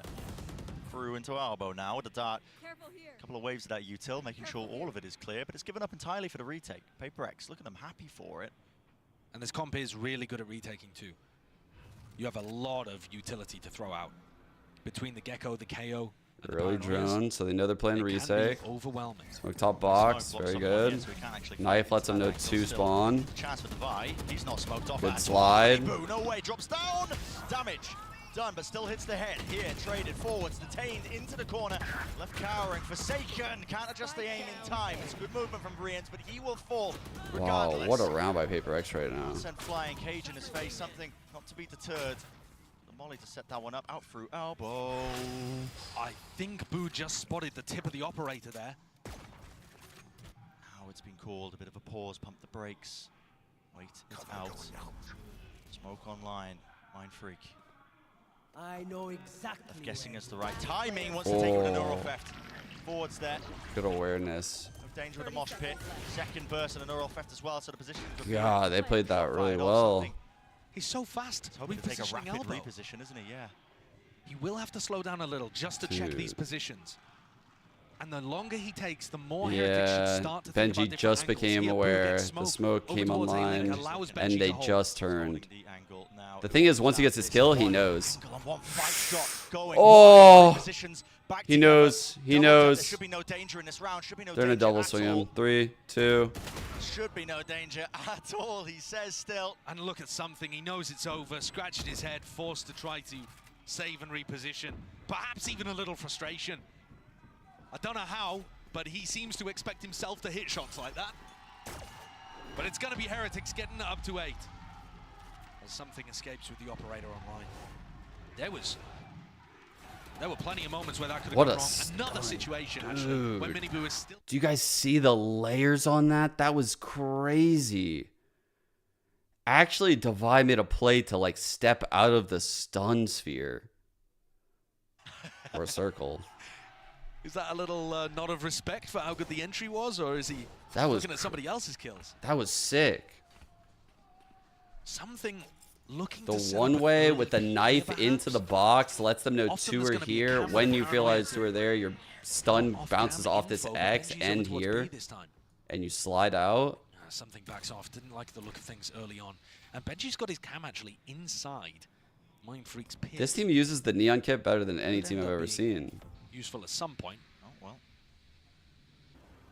Knife going to be at least taking down all the kit here. Mosh pit held. Ready for some sort of play to punish. Hall's re-clear for sure.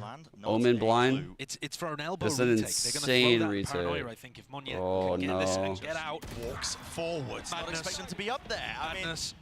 I mean, That would have been a crazy good re-clear too. At least in terms of the timings that he was taking inside his head. They have a Yeah, cam the fact that there isn't in a the piece of pit, utility bro. for anybody that could be holding close there. What the I was really fuck? expecting the Paranoia to be coming through, but he just Might be above he the just ran pit. it down. There are large holes, and that knife gives good information. Minimum 2 players tagged up by it. He's probably just randomly like taking dart shots into the pit. They could be in danger. Now Heretics do have util. Yeah, underhanded flash forwards. Ult sent flying. Still the shot will connect. Drops Smart. Send the KO Down first. to his knees. Rebaking Forsaken. You are absolutely nuts for that. They know 2 are in the He side. needs it fast. Another shot missed and going wide forwards with the rifles. Claiming the territory, claiming the ground. Slow orb. Rebounding. The options are so damn limited. Where the hell is this one going? He's out wide into the open. Rians. Peeking into it. Footsteps heard. And another shot missed. Res online here. Wall in their faces. Res now here. Towards the back of it with something going. Down a spray. Just can't be managed. Can't be wrangled. Forward in time. 2v2 still though. 2v2. Turns it into it here. Still with the op. Sends him out. Wingman flying. Mind Freak falling. That was the only rifle player. But now the upgrade. At least the side grade picked up. Something's here. Still. It's a lot to handle. A lot to manage. Doesn't know the positions. Miniboo's playing tucked to really the safety at the back of the side. So yeah, just got to give it up once more. Another round win here for Heretics. Dude, Heretics. Oh, man. Give the lives for it over towards the end of the round. But The rounds are so close. that situation beautifully. It's there. I think something typically would hit one of those that round. It's not really like he's whiffing. They're not really giving him great shots. They're super hard shots that he's getting. But he's so fucking close, and he's so fast. Angles, they get the dual win, and it pushes them across the line with the player advantage. None of the fancy set play stuff. Just guns out gaming. Like he's having it. The shots that something's taking, like he's getting a large volume of shots, but they're not shots that normal people would get. Like he's like jump peeking into them with Gecko, and they're hard. They're hard fucking shots. When it comes to playing video games. I've seen the streams of his younger brother. There is an older Boo brother as well. Listen, just get them all involved, man. Let's have a family reunion on the big stage. Like with some of the duelists, you can like kind of take easier shots. You can be like off angled in the open and dash away. You can do those jump peaks and have an escape method. It's so hard to do this on Gecko though. Both of these teams wrestling with each other, trying Like to every figure out shot ways to be he able to gets get on past Gecko is different going to be a setups. hard shot to That hit. round, it felt like it should have been a bit of a gimme for Heretics because they were offered that pick at the He's very definitely capable beginning, though. It's over through fucking. elbow, He's incredible. with Monyet just kind of running it down. As part of a set play, right? But it does make Monyet look a bit silly in the moment. Mega Boo win. Now the economy not in a great spot for PaperX. Team Heretics favored to take this one back up. Gotta get the Absolutely lore anybody's going. game on Sunset. What the fuck? Deep flash. What the fuck? That's Walking the to set it up with the dart that got him the kill in the Close bonus. towards B, delayed knife, good info, surely gathered. Yeah, and that I think is going to cancel the hit. Everybody's pushed though from PaperX. Look at this. I think Heretics think this is a B stack. I am not sure they're going to anticipate 3 players being pushed out A here. You know, when it's quiet on B, but you end up getting knifed, and there's a smoke in your face, you think, okay, they're going to start rotating here to stack the site, and it's only really Boo and Benji watching behind. They're so aware. No, they're aware. They have nothing here, nothing here. They know. They definitely know. And the timing. Push off the angle, finally noise being made. Nade going, flying forward, something. He wins his fight with the Oh my duels. god. The collapse. The rifles. PRX Out, aggressed this. pause, and another pause They put omen into play here blinded. with 45 seconds left. What do they choose to do? Forsaken, ADS. Trying to be a bit of a demon with it here. Flash forwards. He's as well, making though, himself but look they're bigger than he stuck. is. They are really stuck in place, finding it difficult to get They through think any there's of like these 2 or stuns 3 now. people back here. There's Flying just a run one. forwards with the wall on top of it. The entire team decides it. We're going to take backside. We're going to take it now. Together. Brute force is the goal. Dude, Forsaken did so well to make them go B. Now into the post, even just stepping forwards into Boba. Divine didn't have a rifle in his hands, but at least Forsaken does still looking for the wraparound. Players, plenty of them, ready for the targets here. Heads could pop and heads could come clean off. Still watching and damage low enough. One shot in the chamber, Monyet. Oh! Holy shit, dude. That's an unbelievable round. PaperX had them scrambling. Team Heretics just Oh heads my on the god, they swivel the actually entire won time. that. A lack of decisiveness. It's 2024 and God remains a PaperX fan. Oh, fuck. All right, in the end, with 35 seconds left, they decided to go towards the site. But even then, once they got to Boba, they didn't commit. Oh my forwards. god, went they back line towards the up. site and allowed themselves to get tangled up again. I mean, you could just see how uncomfortable that was from the Heretics' point of view. And frustration in the camp. That was their opportunity to tie things up. Yeah, they know that was a big one. That was a big one. They're broke. Coming into the round with Sheriffs. One off Hunter's Fury. Disaster. Smoke top mid with Benji lurk. And what a piece of paper. Quad push. This is just when they needed it. Scary right now for Mind Freak, guys. As much as the triple push out of A, despite all of the B presence, did work for them in the previous round, this time there's only Mind Freak home, and if Team Heretics step on the gas Good here, timing on this. PaperX are going to have to play retake. Fully giving it up here. Top mid. Flash forward. No way. The rifles. Oh my goodness. That's a disaster. He's Sheriff out. kills still. Cleared out. He spammed him. He spammed him. Versus 3 though. There's still that danger there. Backside again. Cool made. Walking up for now. It's Minibu and Padatek, anything to set this up? No, Yuto, they just want to take it. Oh, clean. Raw gunfights. Rian's last one forwards. Presses the God, advantage. Forsaken is so fucking insane. Forsaken who shuts that down. So up to 12 now for Paper X. Forsaken did everything he possibly could in that round just to get them. Yeah, dude, his flash is the only reason why this peak top mid is any good at all. Like, we saw the KO flash actually hit the hold. Tournament. Yeah. I don't think he was the best player for this team during kickoff, but at Madrid, he's given us that classic Forsaken performance. So consistent and good for the multi-kills in all of these really big rounds. So up to map point, Paper X here, and looking like they want to start the round again with a stack on the A site. Team Heretics might be set up for a fast play themselves. It's the coin flip here with a util sent flying, offloaded.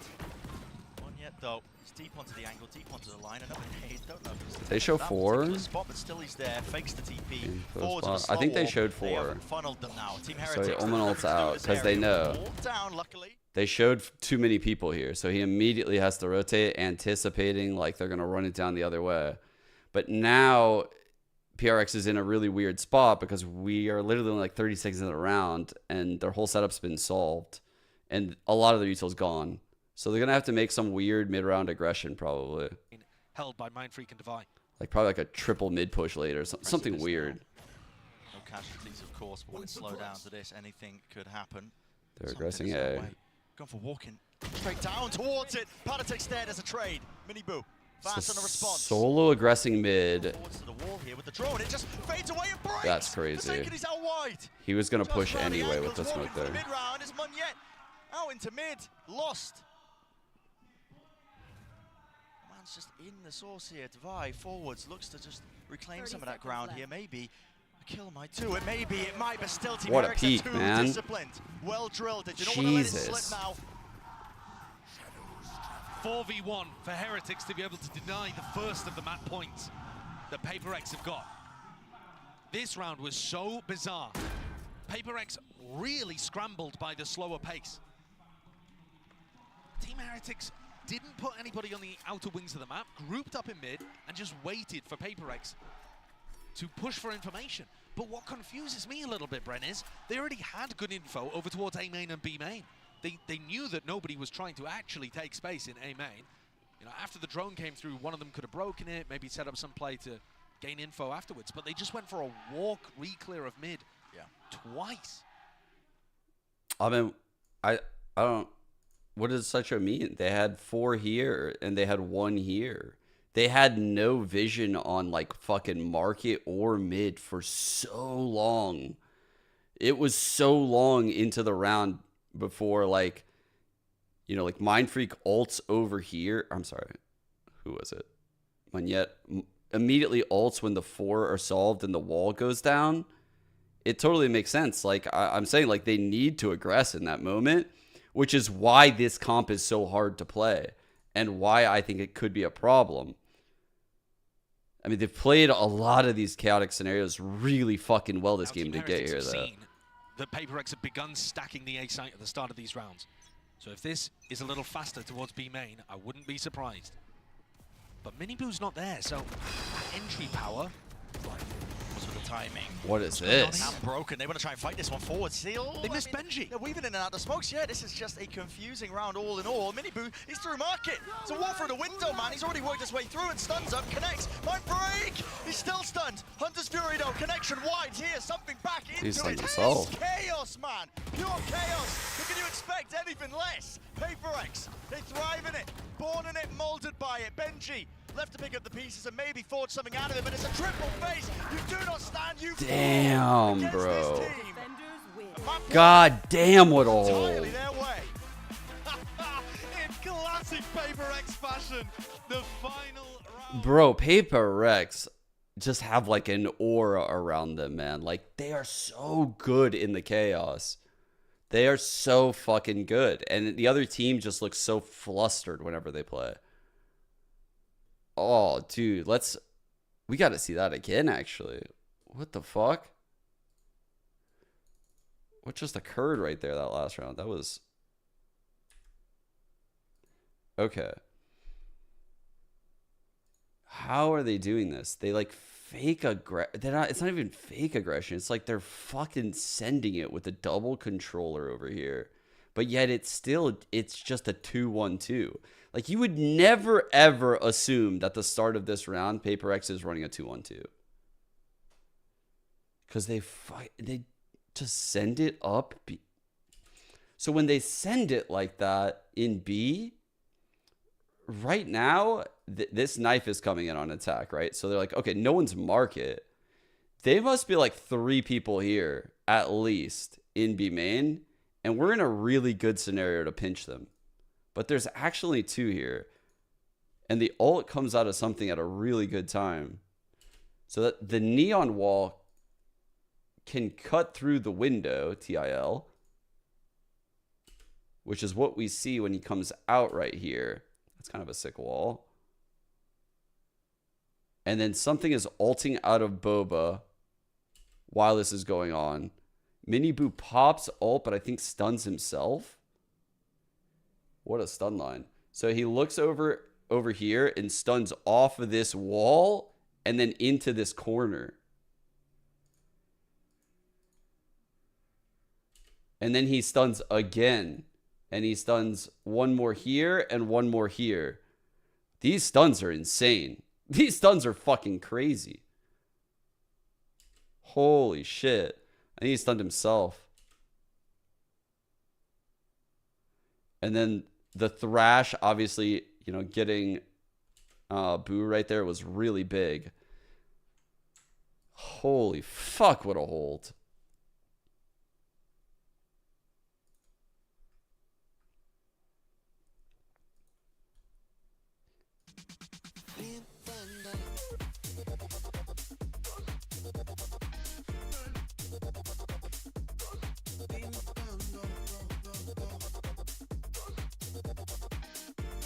They got both pistols, but getting eco'd, I would argue, is pretty much simply losing the pistol.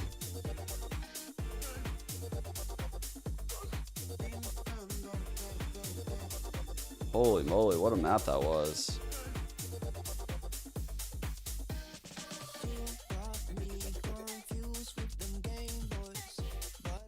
Dude, I did not think they would be able to do it. I wasn't a believer, I'm not gonna lie, chat, at almost any point. And I'm just sitting here looking at the scoreboard like, wow, they've done it to me again. They fucking Paper X, dude, just every time. I don't know how they're gonna do it, but they pull it out their ass. I don't think they can rematch EDG. Surely they don't allow a rematch.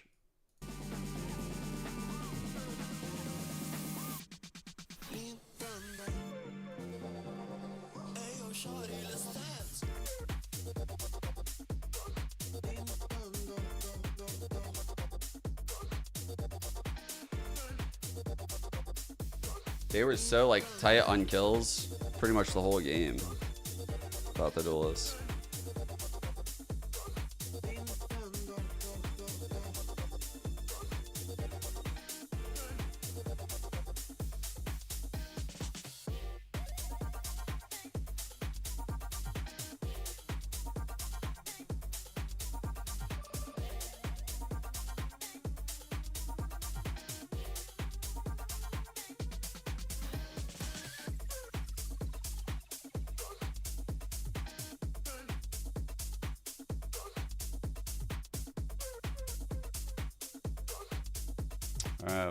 Wait, have we seen what are Paper X running on Lotus? They've always busted out some weird ass fucking Lotus comps.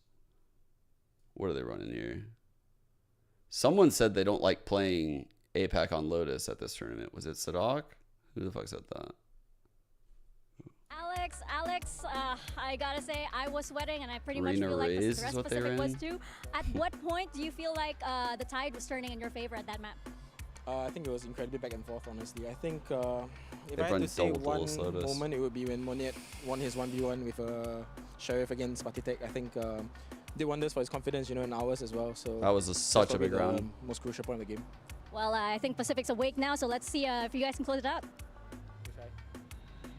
Mika was worried about Pacific. I guarantee you Achilleo somewhere is losing all his hair right now with the way things are turning out. What a game that was. And honestly, I'm just going to flat out say it. PaperX just pulled that out of their ass. Yeah, I mean, yeah. did. Yeah. Good, Thank you, Valorant, GB. Screaming and crying. This is their comp last time they played Lotus. Honestly, Team Heretics should have won this map, but they lost a few critical ecos. They couldn't come through on their pistols, and PaperX pull off the most PaperXy win possible, relying so much on individual plays, on magic, but they make it happen. Well, this is it. They've always been able to, but without Jing, who knew if we'd see the same explosive style out of them? Here, though, a back-and-forth battle, as you heard from Alex, doesn't feel like it was anyone's game right off rip. It was down to the wire, but in the end, I think the better team won from what we saw. I loved Something's use of Gecko. I mean, I think everybody should be playing. Did you love Something's use of? Yeah, everybody should be playing Gecko the way Something No. does. He was barely using his Disney. He was offing the majority of the rounds. He was barely using his utility. He's just shooting them. It's like he could be playing any HG. They're not even doing the KO Gecko combos most rounds. I'm the lover of What is GB2? All right. Shameburger. Enough of this. Sage. They have a Sage in their comp. Cállate, Mimi. Let's go to the Verizon high-speed moment of the match. Love that. It's going to be My mind is GB's the goat. Yes, it is. But listen here, man. The magician pulled one from the hat again here, man. This guy, I will never. This guy sick. keeps on impressing. I mean, I've always been a big fan of Mind Freak, so it's good to see him Through the dart really ping. just continuing to flourish here. But I still cannot believe PaperX pulled off this win. Like, it was looking tragic, Mitch, at certain points in time. PaperX made the right decision. This is a roster that for the longest time had this rule that they don't make more than one roster change at a time. And I heard talking behind the scenes a little bit, hopefully not leaking too much, that Mind Freak was always on the chopping block with the one other player. Every time they made a decision, it was do we drop this player or Mind Freak? And every single time, Mind Freak survived. And now he's grown into this player that's recognized as one of the best in the world. And we said it was a close game all the way. Well, he certainly pulled it through in a couple of those rounds like the high-speed moment. It's infectious. We got there. You know, everyone's got a frog in their throat apparently today. But for now, though, let's actually hear what Nilzinho had to say as we get ready for map number 2. Mika standing by. Hey guys, I'm standing right now. He was so hard on Nilzinho his team after map from 1 Team Heretics. before. Nilzinho, give us a preview. What did you tell the boys in order to get their mental back into the game, especially after that map 1, and get them ready for Lotus? Yeah, so for me, it's been our map. Pistol fast. Are you ready? I think the boys are feeling pretty crisp individually. You've seen it from some of the shots that we're hitting. The reason we lost that was our fundamentals just went out the window, and you do that again against a team like PaperX, they're going to pick you apart. So it was a very harsh reminder of to get our fundamentals back and listen to Boo, because he kind of lost control there because everyone's doing their own thing. They're running around taking aim fights, and our macro just completely, it was abandoned. So that's why we lost the attack. PaperX made him be silly. We're going to change that for Lotus. So. Well, the crowd's on your side, so let's pissed. see if Team Heretics He's not pissed, he's disappointed right now. He's pissed against Sentinels, he's disappointed right there. For most of that map, it seemed like Team Heretics had control there. Retakes in the first half. Oh, that was, they were playing. That was utter disappointment. Oh, that felt so bad. Oh, once you give this PaperX team, it wasn't even anger today. It was better when it was anger versus Sentinels. That made me feel sad. Team Heretics have really perfected through this season thus far, and that puts them in a brutal position now, GB, heading into Lotus, a map away from elimination for this team who we were just talking about is one of the best in the tournament with that close loss to Sen. Which is honestly mind-blowing to think about. W Gaming truly living and breathing here in that first map. But the thing is, though, is that you got to put that first map aside, Mitch. I'm not focus just on disappointed. map 2 Lotus, and we'll see what we end up getting as far as the agents are concerned here. Don't really expect too much shenanigans, but I think ultimately duelist on this PaperX. is really just a Heretics team that now is going to be feeling the heat on that stage. Absolutely, and we mentioned Mind Freak a lot. His Viper is good, his Omen is The kiddos are good. Today they're actually in Disney. Having already fired off on all cylinders, I think he's about to add another one. This could be dangerous for Heretics. I'm not gonna lie, I kind of like the EMEA time zone right here for this tournament. I get my morning. We get these long watch parties in. I love watch parties. You guys know I like that shit. And I get to spend night? Oh, that's great. Forward into smokes, getting ahead of their retakes and really punishing them. But it has been a stronghold map for this squad for quite Last a comp while. we saw, so. Looking at the agents Wait, now. no, actually they switched the duelist actually. This is the comp they ran in the I was going to ask you about the double duelist. What do you make of that, Mitch? I certainly prefer the Jet over a Ray. Yeah. What he's been running before. Although, considering that it is something, here. again, he's one of those players that could make the argument for it. But I think this So you can see before that game. So they lost with the Reyna here in the finals, but before that, guys, they were looking really good with this comp. So they were 3-0 against DRX, T1, and Gen G, all good opponents. So back to their good comp. Let's see if we get a map 3. Brand Sideshow, you take it away from me. Exciting one here for Lotus, isn't it? My goodness, a lot on the line in this elimination game. Heretics. Oh, bro. Their backs against the Shanghai, I don't even want to know what time we're going to be watch partying during fucking Shanghai, guys. I'm going to be an utter degenerate for those perfectly well at the back of their hands. weeks. However long that is. When we saw Heretics play against Sentinels, Insane. Neil talked to All them right. after map 1, map 2. We They got the came out 3 destroyed. actively fighting here. Heretics Killjoy tightened up setup. those fundamental plays. No double controller, so we're not going to see the wall going across. What we will see a lot of maybe is like cams over here, cams here, cams out here. Like, nah, we are not Cages going as well. A very greedy turret there being placed by Benji, letting them know if anybody's over towards A at all. They don't care about a util either, disrespecting it. Alarm bot triggered. I mean, listen, not even worried about the protocols for clearing through tree. They're only just doing it now. Yeah, and I'm a little bit. Oh, here we go. They're going for an aggressive post plan as well. Trip broken immediately, one way up through. So Nate to set this up as soon as the This first is wave nice. is going to be sent flying from Heretics. This is very nice. Heretics played every single defense round on Sunset as a retake. I'm all going stairs. And doing the same again here. They're all going stairs. I don't think PaperX are ready for this one at all. Look at this. They have to try and fight them forwards. Really Detached by strong. something. Damage done. Look at that. No kills collected. It's all being filled up in the feed. A full of green. And greedy maybe perhaps is what you would describe it. That was a great PaperX. Trying to retake. play that Wow. one. Just misreading what kind of timing they could take. That is a great retake setup, though, from Heretics. Most of the top teams that we see play. This do was put very the pressure over nice. towards Heaven. The way they If you absorbed the have Heaven Sentinels push. play the post-ban setups as well.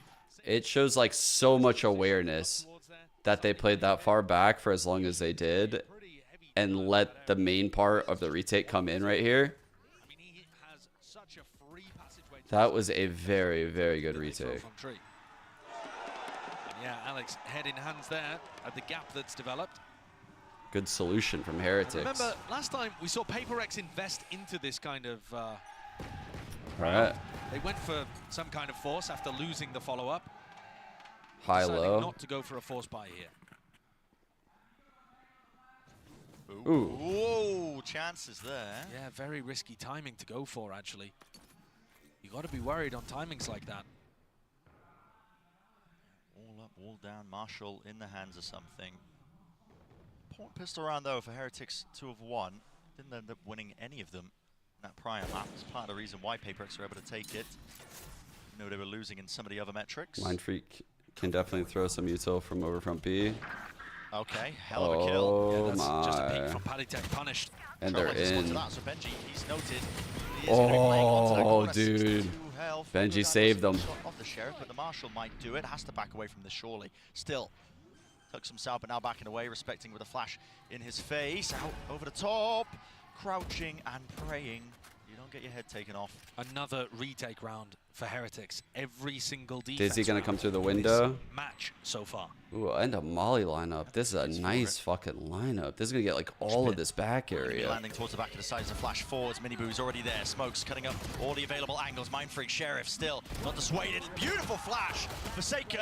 Wait. His Gordons have 2. 93 health though. It's working with a bit of a disadvantage. Spike over the top. No way. Holy shit, man. Predicted with almost ease and finesse. And it's just a repeat of that first map, except on the other side of things. PaperX winning the... Wow. PaperX won that retake with the util we just saw. So Rians just thinks that he's not facing the wingman at all. What? Completely misunderstanding where Forsaken was repositioned to. And that's cerebral stuff, man. But I mean, that's devastating for Heretics again. Nielzinho is going to be screaming. Oh my god, dude. The plays that Forsaken has consistently made in these maps. Skirmish time. It's just different. Flying. Stun misses. Stun missing. Classics. Still want to take it with the rifles. There's a lot of danger here, but okay, might just be able to bail themselves out. Benji forwards into corner, locked down. Something. Something's going to be handy with the guns in his hands. Doesn't matter what he's got. Couple weak players, but turn into a jet drone. For Paddy to try to take when he's only got that Heretics classic. And yeah, just going to be watching for the smokes and Mindfreak shuts down any available options, any weaknesses there.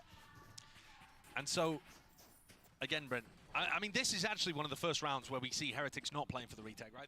So I was going to point it out on Pistol. On Pistol, Sideshow was like, oh, a greedy turret at A. I thought about it like immediately when he said it. I think if you were to say that against a Viper comp, you would say that because it does not really doing a lot. But against Paper X's comp, like a turret that's just getting this is kind of fucking crazy. It's really good against this comp.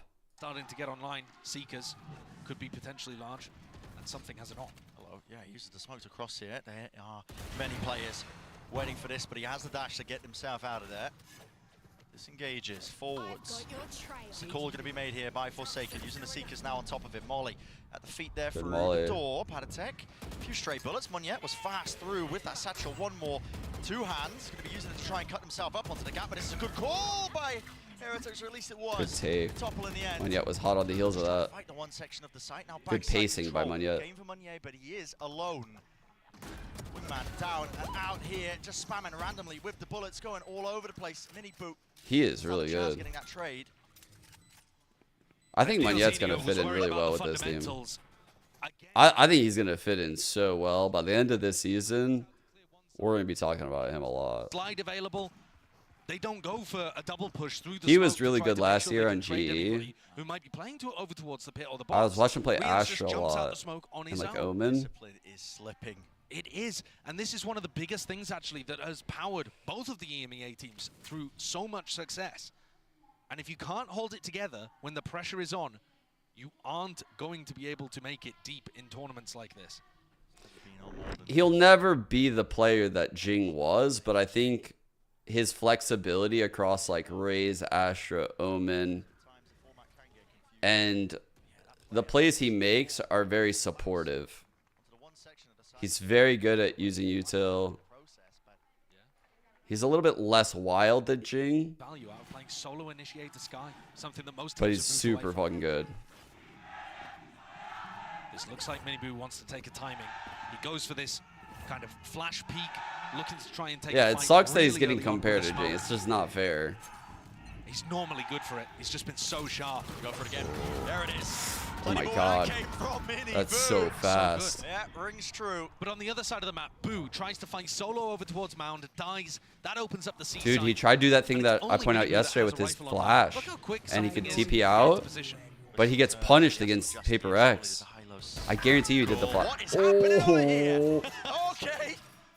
For apparently no reason, Mindfreak is taking a 1v2 and winning it because he has the rifle and you don't. Yeah, why not? Rians, by the way, got life out, but okay. Only at the Sheriff anyway. And Miniboo, who opened it up, is now asked to ace in order to close it if there was any chance of being able to win the Thrifty, which it doesn't look like there is. Yeah, all over the place. And again, Jogamo might be able to do the shit Jing did. Right, we were just waiting for Paper X to wake up. He's got that fucking raise movement and fearlessness in him. He's down to just in. Absolutely. But Jog could do it. He's the one guy that could do a it. result like this, if it continues spiraling out of control, is gutting for Heretics because they were only a few rounds away, as the desk was saying at the beginning of this match, from putting Sentinels in this kind of position. Yeah. And we saw, if they're having close games against Sentinels, and they were the first team to be able to qualify through the playoffs, they should be able to Let's see if he was doing. Like Let's see if he was doing the thing where he had flash in hand. But so much And let's see of how the Paper X pressure punished Paper that. X provides with their willingness to take fights and their pace is catching Team Heretics off and opening up cracks that other teams have not been able really to exploit. Yeah. You know, Paper X, public enemy #1 for the armchair analyst. already been through that whole It's actually spiel, not don't that. get me wrong. Because It's actually not the same play. So before, I was like, oh, this is interesting. The Omen came out at Mound like this, and the Omen just had his flash in his hands, ready to kind of like throw it, and then he was ready to TP out. This round, he actually doesn't even have his blind. So you can see, like, the way it's challenged, I don't think he expected it. He doesn't expect it. Put into Mound. And PaperX, they're going to start to spiral They just off punished in him. Another direction. Benji Fishy has a good retake ultimate here. Normally teams don't do that. In a fairly committed position on site, not completely. How do they want to play this? There are 3 players ready to defend. Round the back. Oh, it's watched for. 2 players. They're onto the corner. Someone yet doesn't get away with it. In fact, Forsaken. Very good hold by Patatek. Control of the map. Patatek struggled a bit in map 1, so important he comes on online. And a change up, right? They played that actually to hard anchor the site and flood defend instead of going for the retake.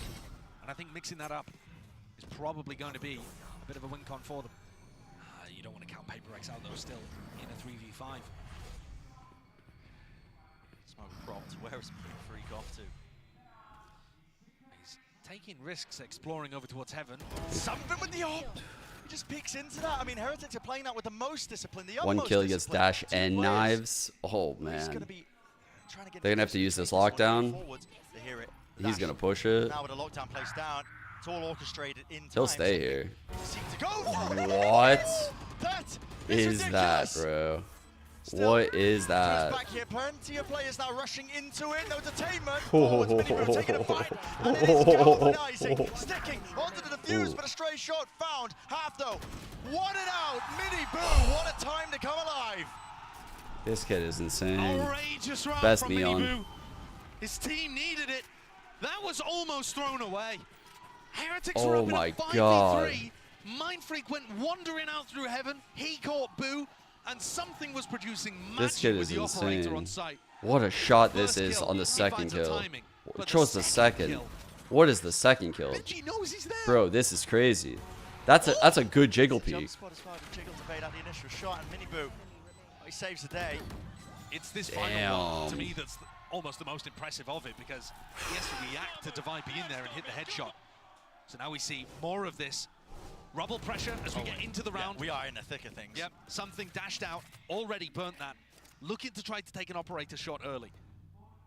And so Heretics have made this adjustment on the defense side. We are going to control rubble. So Forsaken threw a cage on the ground. So at any moment, like they can obviously lurk past this. They're not biting though. You'd see, like, they're not biting at all. The rotate's actually going to But I see. do like the way that Miniboo Cages is to break rotating this. after going for that stun at the start of the round. So they just Got make it. feel like there's 3 players So over they the broke the rotate. alarm They bot still have the and lead, put a ready to cam go here, for a push like this. which is getting a lot. Facing down with the smoke. Shot going wide there for something. Looking out with his life, or does he want to go for seconds? You can never really tell. Deep up position. No Who smokes. gets spotted? Doesn't look like it. Yep, Munier's right behind him. There's no protocols in place for this one, and he's playing it patiently. Really waiting my it God, out. this Could is- be a risk being played, but no, he's just lined it up for the 2. And they are beamed down. That's so No pleasant to chance. watch. The spike dropped at his feet. Lovely gift just granted to him. That's just a big mistake from Divide there. Not using the dog to try to check up top. Not thinking about that. Something, despite getting the pick on Miniboo, is going to get cleaned up by that swing from Rians. Crowd's starting to get into it. You do not see that very often. Teams not thinking about clearing top of rubble. Instant hit at the red button there. Alex, slam on the desk. Accidentally hit the timeout button. But, I mean, when you see situations like that, you do have to remind your team what's going on a little bit. And on top of that, too, I really feel like the way that Team Heretics are playing their defense macro is working here. That's another thing that Neil Zenio pointed out in what was a fantastically articulate coach interview, where he said, yeah, our fundamentals are missing, but also Boo lost control of the macro because everybody else is so frantic trying to take their own fights. And you need, a team like this in particular, needs one central idea. Yeah, maybe you can link it to the decentralized nervous system of PaperX the Octopus, right? You can let those kind of teams run a democracy of IGLs all meeting together in Athens to decide where they want to hit the site. But For Heretics, they need a hierarchy. They need a leadership figure that's going to put them all on the same path. And I think their game plan for the macro defense here is really good. They put pressure early towards Rubble. You're going to see it again here, I bet. Okay. You know, a stun, a smoke. Dizzy going up in the sky. Mosh being used as well as a Dizzy. Rians picks up the Dizzy. Mini Boo is already One way. Stuns coming in. Oh, this is a quick challenge. He's going to just dry fight the peak. He's going to peek gun out. Are they ready? He's going gun out for the peak, I think. They want to fight. He's just literally going to fight in the open. He's going to take this fight. Gun out. Someone's going to break this Dizzy. Spamming a potential angle as well that they're going to cross themselves into. Here it is. Colliding. Bro. Battle lines drawn. Rocket sent. Fly. No! Denies! And it's Heretics. They reign supreme. Don't you dare step forward towards a Rubble. Full territorial control. Chat. Remember how I was glazing Tens for that double TP? This is what happens if Tens doesn't double TP. He will have been expecting a very different outcome. Do you remember the glaze? The Tens glaze? They don't have the Tens. Holy fuck. They just got obliterated. Fucking hell. Look at it. It's the same one pretty much, except Mini Boo's going this side. Holy fuck. You're getting glimpses there, potentially just a comp getting outvalued. I mean, you don't have the same tools to try and take a pound-for-pound fight towards Rubble control.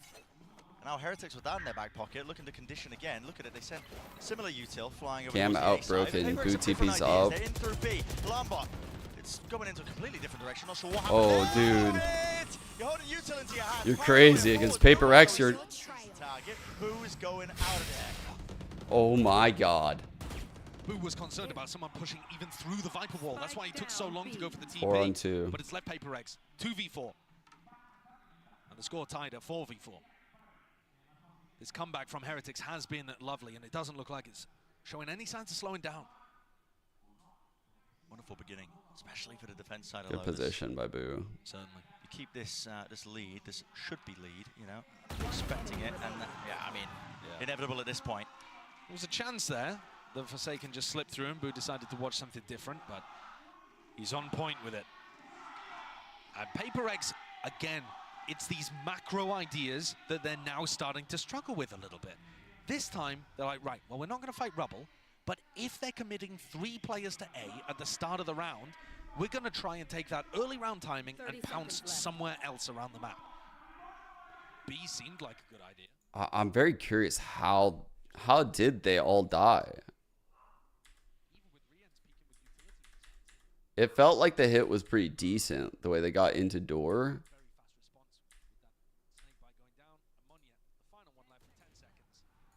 Like, the hit felt pretty good right here, right?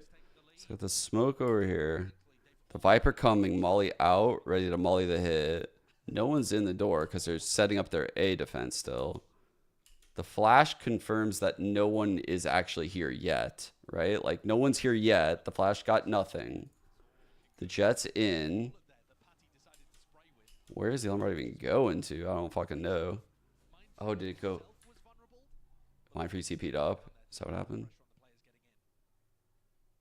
Yeah, it's... Wait. What? Did he just die in the main? Bro, that's so random. The duelists are in, and Patatek's going full auto in main and got that kill.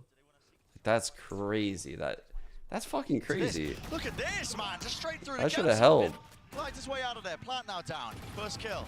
Advantage now for them, but Thrash in through. No, broken almost immediately there. And the Trip really doing the most to slow it all the way down. Trailblazer now being utilized. Device spots too. Is going to be calling that for his team. Dizzy dealt with.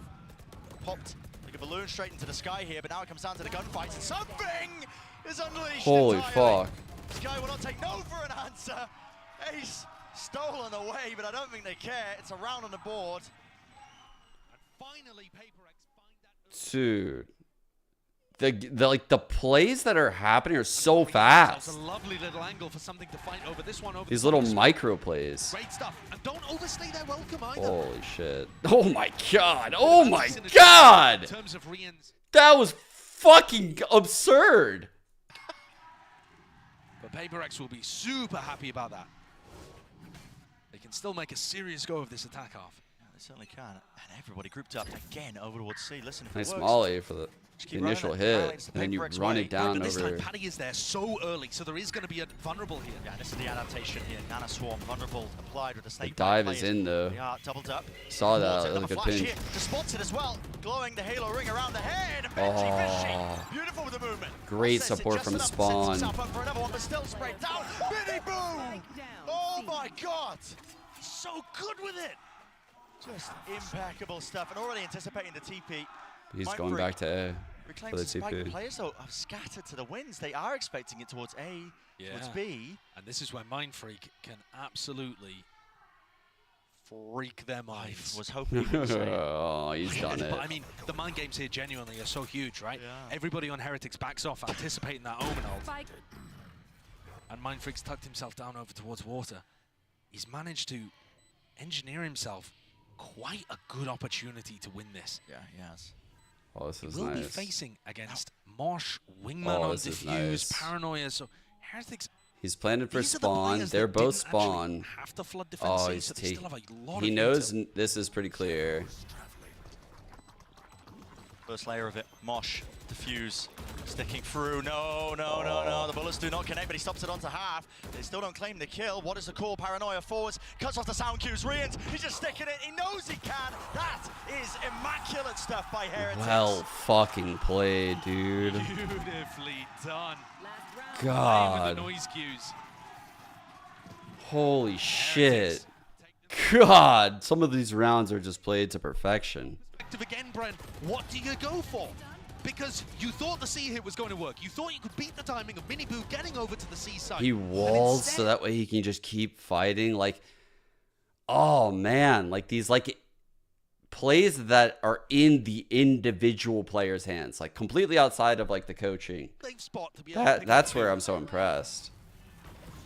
Same again. 3 players, control rubble for the defense. Paddy immediately sprints They're over. gonna pounce on it right now. Anticipating the C hit. The question is, do they catch Boo? Okay. Right? Go for the late round It's gonna be fast. They got double duelist pouncing on Boo.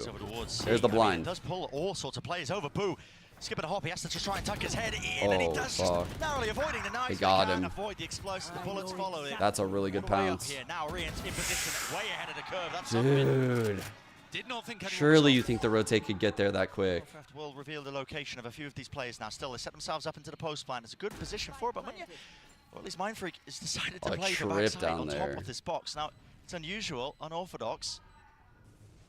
Last time the retake came from came from stairs, sorry. Stairs is again, once more players.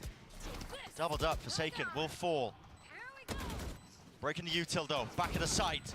Holy Moving shit, one, the still judge with in heaven. hand. Not enough can be done here. Mindfreak has got so much more to do. Can't do it. Can't withstand it. Pit down. Oh, Doesn't cover. that's not a very good entirely, pit. but Not a it good is pit. The sound. Q forwards. Damage. Just about.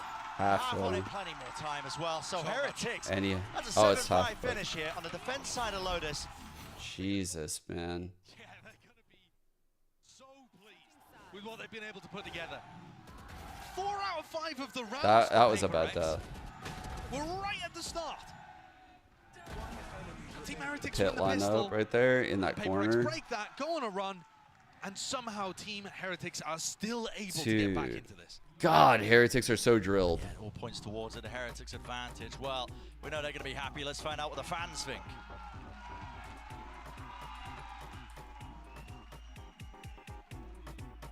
Hola, gracias. Estamos aquí con la gente del barco para ver qué opinan del día de hoy porque es increíble. How does it feel to be in front of this crowd in your town supporting your team? ¿Cómo te sientes apoyando a tu equipo en tu ciudad con toda esta gente apoyando a tu equipo? Solamente tienes que verlo.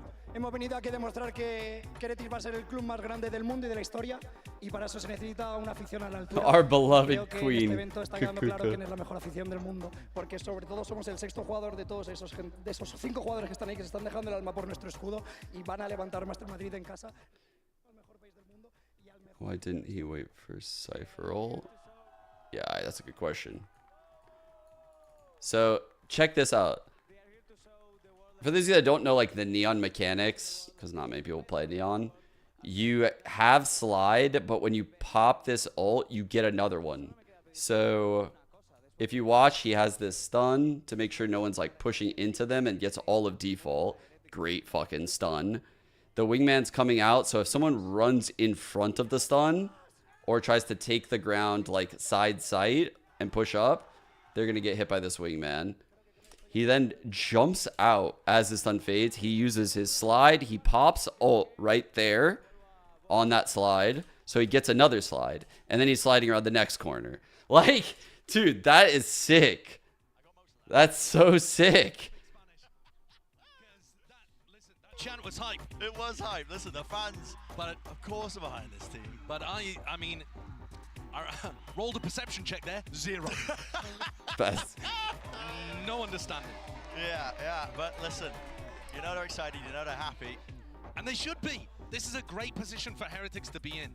Yeah. The fact that they're down Ulting 0-1 gives Neon match, another slide, obviously. yeah. But the fact that they put So, like, oftentimes you'll see Neons do what you just saw if they're really, really, really in tune with the agent. They'll slide a peek, then they'll pop ult. And they'll get another one back.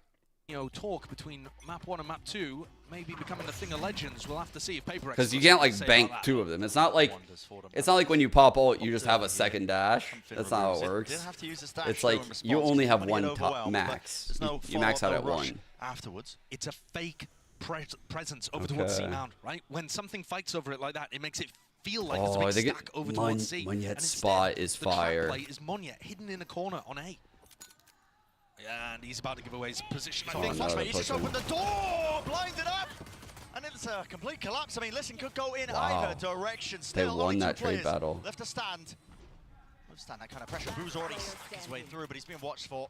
Understanding that fully, Benji. Goated timing on that push. Wide, but a couple of chances. Oh man, that's gonna put the pressure on Heretics like fucking none other. Losing that pistol like that, oh man. Presence over towards Mound, you're gonna think that the stack is over there. What a and push. Teams are normally gonna play some kind of 1-1-3 on this map. Holy shit. I mean, the frustration from Boo, because he realizes he just wandered straight into that trap play from Paper X. Important pistol round for Paper X. That's a definite silence across the arena. Madrid not happy. Sets Paper X up for a nice little slam dunk for the next round here, but okay, just slowly re-clearing out towards Mound now. Cam's going to be spotting it. Here we go with the judge. You should be able to absolutely eviscerate. Take your pick, Forsaken. Oh my, where did that from? What's happening, bro? No way! No way, Monyet! That's so fucking ridiculous and out of pocket. There's no way. Has anyone told the players it's an elimination game? There's no way. You realize your tournament life's on the line. Nah, respect. He's trying to get one back for his bro. Love how much fun Paper X have with every game. No one does that to my man. I mean, the knife play here makes sense for Boo, right? He knows that there's a player. Oh, is it because he slashed the knife? That one is just mental. He's so mad. He's so mad. I would be livid. I would be fucking livid. I would be fucking livid. Bonus round setup. What a take. A lot of util now. An explosion out towards A. Rob. Retake. Balls across themselves. Up in a counter play. They want to try and fight. Oh! A shot nailed it with the damage. The nade on top. It's all being overlapped and through and found. So many kills. Oh my god. On fire with it, Benji. Oh my god. Yo. Holy shit, Heretics. Welcome to the fucking circus. That's a bonus round conversion. Yeah, that's Paper X is clowning on them. Crush Team Heretics there so decisively. Their economy is about to get out of. Heretics are balls deep right now playing Paper X's game. This is like a nightmare for Heretics. Holy shit. They look so flustered. But they still have quite a lot of tools to go with. I almost think they have, wait, do they have a timeout? Something might be able to just clean up here. Yeah, okay. Oh, bro, it's happening. Look at it. They're disrespecting the fake. Oh, we're gonna run away. I double cloudburst. kidding. We're going to keep fighting forever, motherfucker. Reclaimed a gun, actually. That's a massively important one. That shot was very close to connecting. Miniboo does only have 125 health. That's going to take some of the damage out of picking up that Phantom, I think. No matter how good your aim is. Oh, that's a lot of info. Oh my god, they're pushing into it. They're pushing into it. They want to push it and re-clear it together now. Angles, watch. Miniboo, you're the most to do. Maybe you can really stand and deliver. 2v2. You're expecting here. That is the danger when you hand this guy a rifle. He's been so incredible. 15-9, but just winning enormous impact frags. Bro, the discipline on him to never overcommit that right there. Hands it over as well. Knows that he's the lowest player. Now he's going to be the bait being played Oh, forward. Oh, hopes and dreams dash to the wins there. And all of the tension sucked out of the round in a moment. That's the power of the Outlaw.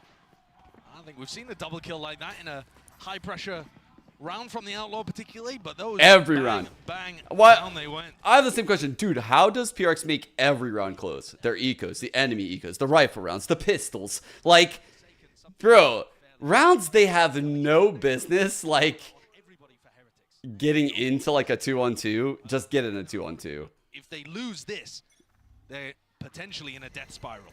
Someone watching it. Trying to take a timing there with a shot. It's a solo jet. He's gonna open the door? That's mad. What's going on here? Hello? Opens the door. Plenty of players. Whoa! What? Just snaps onto him. Oh, that's what he was doing. Oh, that was what he. Oh, okay. He was just cheating for a second. Okay. I get it. Okay. Thrash clearance through into the site. They know it's open now, but something. Can't be clear. Trade. What is this? What is this? Problem into the back of the site. Yeah, 3 players. Miniboo's pushed up. Has the potential for a 1v1. Stairs. Heretics are winning their fights at the No necessary way. ones. Rifles in the hands of these players. Locked down through. We're going to be forcing these paper Forsaken. players. They've got to take a faster time in this. It's only 4 seconds. They're going to get detained. Forsaken. There's nowhere to watch. He was just gonna chill there? To be honest, if he had been detained there, would anyone have even known where he was? Mindfreak opens the door in a 1v3, but it does not look winnable. Thrash goes just to clear out his position too. What? Top. Okay. Door. Open sight line. I mean, he's got 2 fish to dodge in this round. Miniboo's already on the flank. Look at it. He's rapid. Right behind him, so not even going to get the chance to save this rifle, or in all likelihood, there's no way Mindfreak expects it. He doesn't. Not at all. And how are we about to praise Team Heretics for such a great recovery when the round began by something? Being able to get 2 kills with an Outlaw in a position where you just would not expect just somebody to get any. Dude, Look at that. what? Shot. And this one, a bit more of a gimme because Paddy Tech did swing right into the crosshair. I mean, huge props to Heretics for winning this round. Riens and Miniboo just holding positions, able to pick off both sides of that pincer retake. And Paper X are going to take a timeout here after only losing 1 round. I'm not exactly sure what Alex will have spotted. Maybe he didn't like the call for the next round coming up. Maybe he was wanting to adjust the macro a little bit. Thought that I gotta show you guys something real quick. Maybe he's just telling something to tone it down. It's possible. Stop toggling. It's getting too obvious. Let me find this. Telling him that. I have something. I want to show you But here we something. go. There's a lot of There it tension in is. this game now. Because as much as we are getting, as viewers, rewarded by displays of magnificent... I'm so sorry. The tension for Team Heretics in particular is raised. They've only been able to put 1 round together on their I'm attack so side. sorry. Normally this map is attack-sided. Yeah. We were talking about how much we favored them going into the next half when they were 7-5 up. Talk about attention. Palpable in the arena right now. It's like we're back in Sao Paulo. Yeah.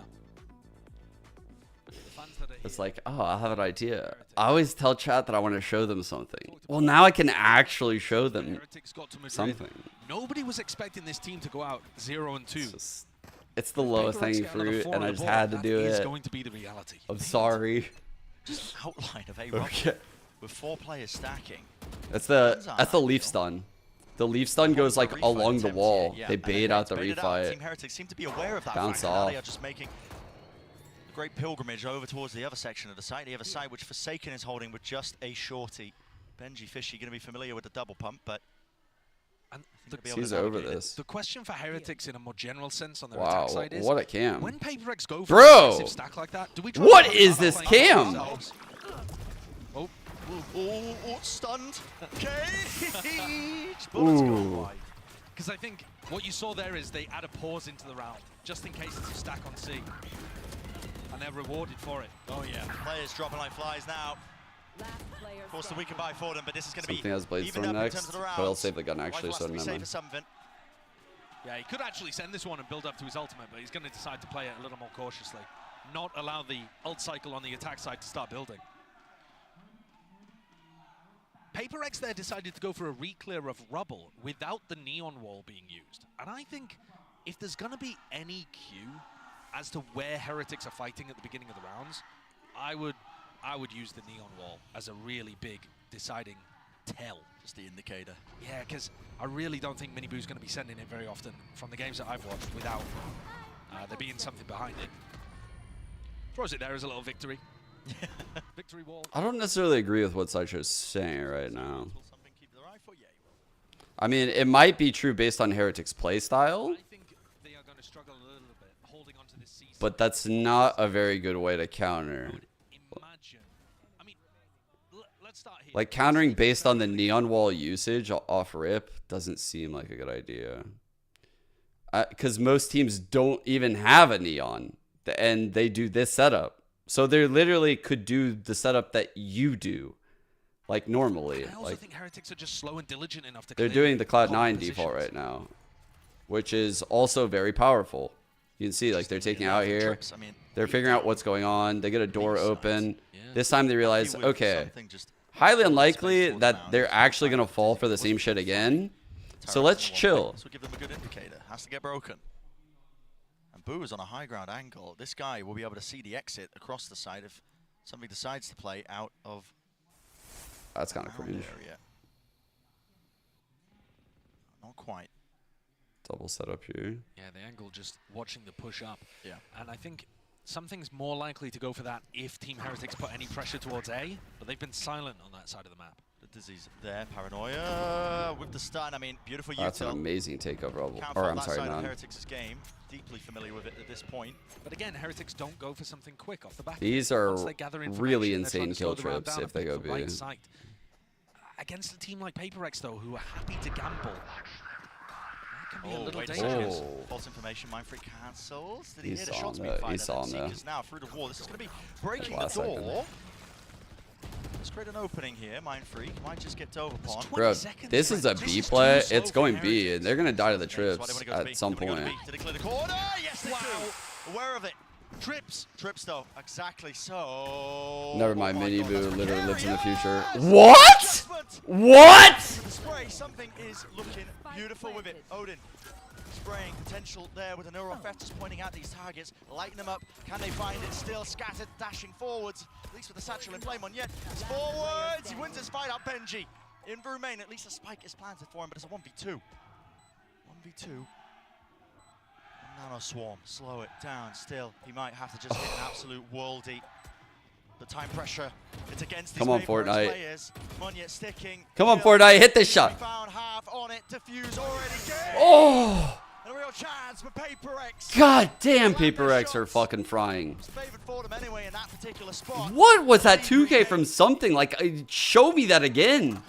What in the fuck? Trying to get into a site with only 20 seconds left added so much danger. You know, even with Riens being able to pick up Mindfreak there, they're going into a trip setup. Sure, something does hit. An The unbelievable. ulting Neon, like in a different elevation, spray transfer Vandal.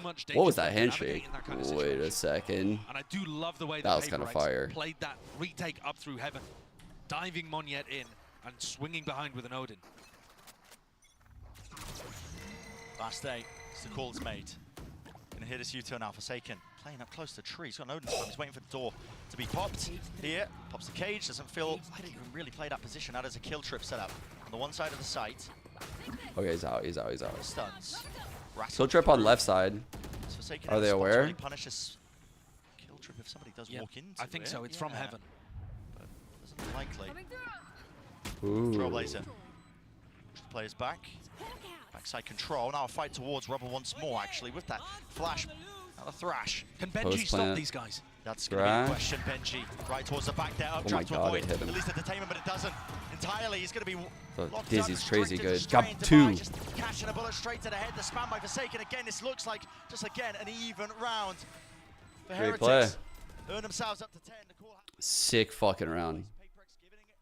The most important part that we've seen, though, is fucking handshake right here. We're about to fucking literally break down. Ready? Let's see this shit. Let's see what they're cooking.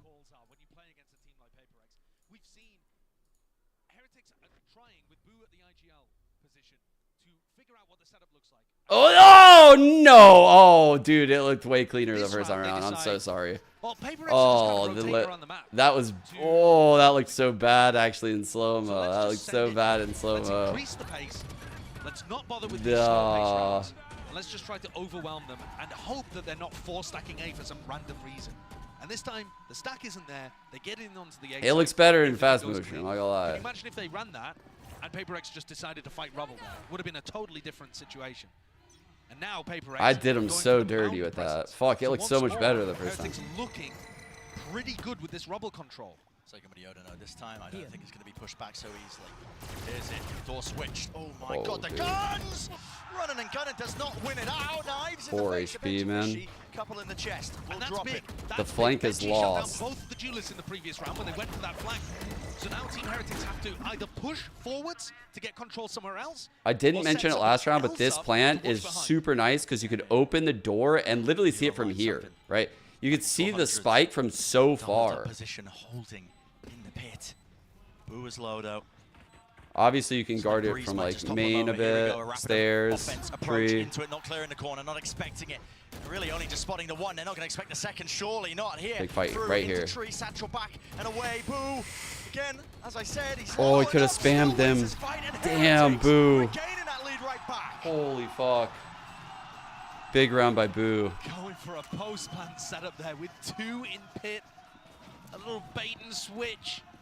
Taking that space forwards on the site instead of all getting stuck inside tree. And PaperX didn't send anyone heaven. I can't believe he lives with 4. Through stairs or through into sight. Nobody going heaven to try to clear out pit. Damn, dude. Mind Freak got it right in the dumpy. Just. And once again, Boo. Everything being invested into this round. You can see it already. It's a C take with the util. Monyet's in position to break a lockdown. Omen blind, off rip. He sticks it. Boo is in so much. Oh! Dude, they got him. Fuck. Close quarters into the action once more. This is insane. Not quite dealt with. Mosh pit as well. Pushes them back and away. Surely you break this. Surely you break this, and you do. Spike not planted. And now that Monyet's dead, Benji can go for the lockdown. 4 on 3. Drops it down. It's necessary at this point. Oh, dude. PaperX seeking to try and gain an advantage, seeking to try and take the fights before they're set up and ready. They're the ones getting punished. 2 still left standing. It was so close. What can I do with the guns? What can I do with the guns into the pit? If PaperX manage to find some angles that work for them, perhaps they can get lucky. Benji would die. Oh, bro. Oh, dude. This is the perfect gun for this shit. Lights up, close, forwards. Here, can't land it. Woo! Snap and adjust it. Mind Freak, spamming away. Beautiful pit as well. Benji. Possibility. Oh, shit. The operator, Benji, knows that's his time to strike. Up to 12. Heretics can feel it. This is their lifeline. This is their chance. Dude. Continue the series. Oh, my God. I really feel like Monyet has had a couple That of pit's chances sick. to be able to pull things through and win this map for PaperX. And instead, you saw him lose a duel to Boo, trying to retake that position over towards Tree, and in this round, Holy doesn't find shit. the timing to use his showstopper. The crowd When is it would've so been feeling it. game-altering and propelled his team forwards. Smiles finally from Boo. 5 out of 6 to get here. Turning point in the map. This round right here. Showstopper on Monyet. Guardian purchases. Here in the setup, push back, doesn't activate the dash. He's really going to try and overstay as well, potentially. Looks to get rid of that terribly. Can't. There it is. Finds it. They're in the same base hold, right? They're trying to figure out, is it this A retake? Are they fighting Mound? Where is it? Like, where's the push? What's happening? They're just trying to figure it out. If they end up going for a hit with 25 seconds left, This Moniet's in the Omen right position, can it's absorb game with the over. blind. These two can That's all obviously as well. absorb with the Ian's wall is and tag side stuns. opping. I assume he has a rifle there too. It's just that they want to hold this really slow pace. Normally teams will start moving at about the minute mark, which is just past. So they've taken all of A control. Starting to group up. This is definitely not ending A based on this Omen's location and this spike though. Cross section with the walls. And the time So they wall this. They put the pressure of stairs. They put the pressure of tree. They put the pressure of door. This is the problem with playing so passively. They haven't taken any map control. They haven't forced Paper X back. This is going to be so aggressive from right here. From right here, it's a run it down type beat. Slows the dash too. Here it is, head found, popped. Right off. Where's the next one? Won't get it. They need to Still run it down right evacuates. He's now. out of there. No Buys some time stopping. for the rest of his team. Thrash will try and lay the groundwork. At least a bit of pavement for this team to follow through. At least walk up back onto entertainment. Missed? There, updraft forwards. Mini boot. In the danger zone, 12 seconds left. Where is this plant and is it coming online at any time soon? They're choosing. They want to try and push all the way through. Moniet to the back. Showstopper misses! Seconds, no way, everybody's fallen. Oh no! What? Continuation. Dude. I didn't even think it got Wingman. He was going for Wingman. I didn't think it got him. This match deserves a map 3. Wow. And we will be headed to split. How have they managed to pull that round of all of them across the line? Baiting Paper X into going for the denial of the plant. Wow. That was one of those ones where I felt like Heretics shouldn't have won. Well, guess what? One more map to go. Elimination on the line. Paper X or Heretics. Who will we be sending home? Finding out after this. Okay, let me see this shit one more time. So in this moment, we have Wingman planting in the corner. He's just starting to plant. This guy hears this. He knows 8 seconds. He's not trying to kill a person. He's trying to kill the planter. So the time runs out. I don't know why 3 people are running in like full send. So he does get the planter, but they're so committed at this point. They're way too committed with all 3. Like if someone was supporting like right here holding this person would just be able to run away.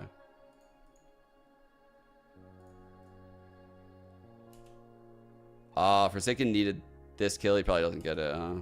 Yeah. He might have actually been trying.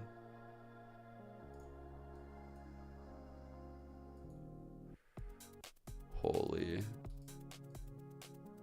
Split. Split, split, split. Paper X and split.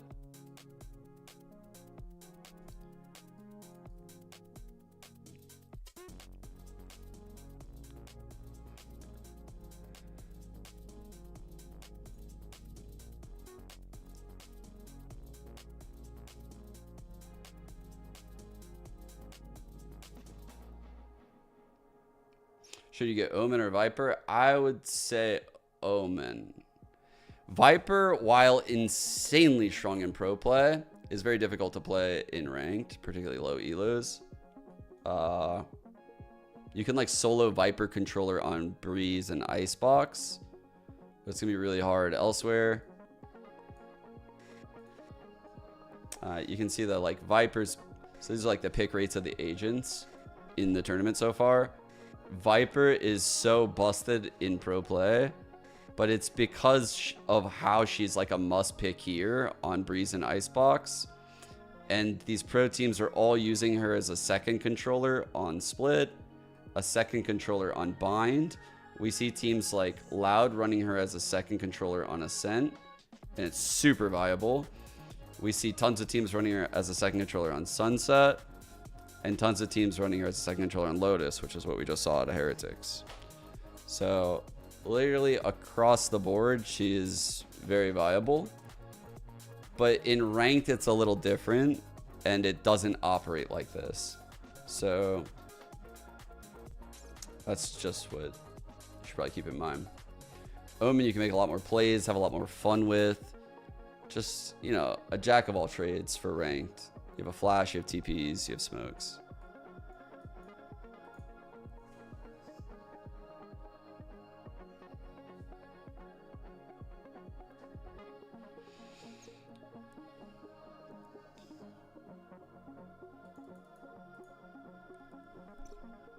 if you're looking at like what.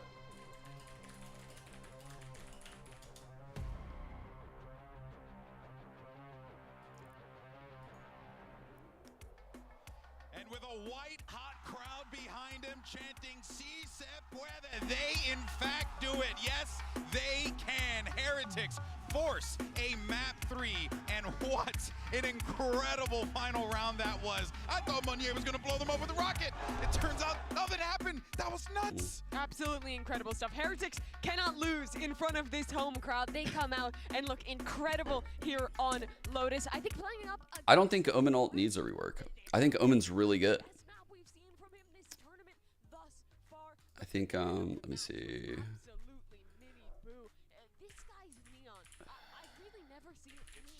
This is his name? It looks like he's in the Matrix. Every time he's sliding into one of these forward plays, he's just so precise at avoiding utility and isolating these kills. Well, this is the thing, you know, Miniboo, you might even look at the kills there and see Benji Fish, he ends up with more kills than him, but it's the way Miniboo's doing it. It's the impact of those opening kills when you're sliding into angles, when you're taking this map control for your squad. And as you can see there, securing it by not only getting onto a site, but then continuing the aggression further into their... Like, Omen, I think it's so fun in ranked. So like, I don't think you're gonna see an Omen buff come in because you can still do like a lot of stuff on him and like make plays, right? Like that's what drew me to Omen back in like this time frame. And I think honestly, like today you can make more plays on Omen because of how the TPs operate. Like I used to love being fucking wild on Omen. Like, this whole thing is just me just TPing all over the place. And it's actually way better now than what it used to be. So, like, Omen is doing shit like that. Viper is doing shit like, I know this cringe-ass pit lineup. I know how to fucking molly the spike. Like, I'm going to get free kills when they fucking come through my orb. And I'm double damaging them with my molly. Like, I'm going to deny info with my wall and lurk places. I have global presence with my util. More of like an anchor. Anchor lurker. Whereas Omen could be like a playmaker. Especially if he pulls the gecko back out. He could be like diving. But this is absolutely beautiful. Even in slow motion, it looks a little bit too quick. He's jumping around, gaining advantages on top of boxes to close out that round, and gave Paper X a heartbeat towards the end of the game. That could have carried them across the line. This time, a little shot. All right. Yeah, this was Paper X's comp here on Split. Triple duelist. Something we're going really, really strong. And on top of that, they had some great see, they started it here. In the second half in particular, so really went well for them against T1. Went well for them against Shenji. Not so good against the EDG. Typically, their attack half going to be a lot better.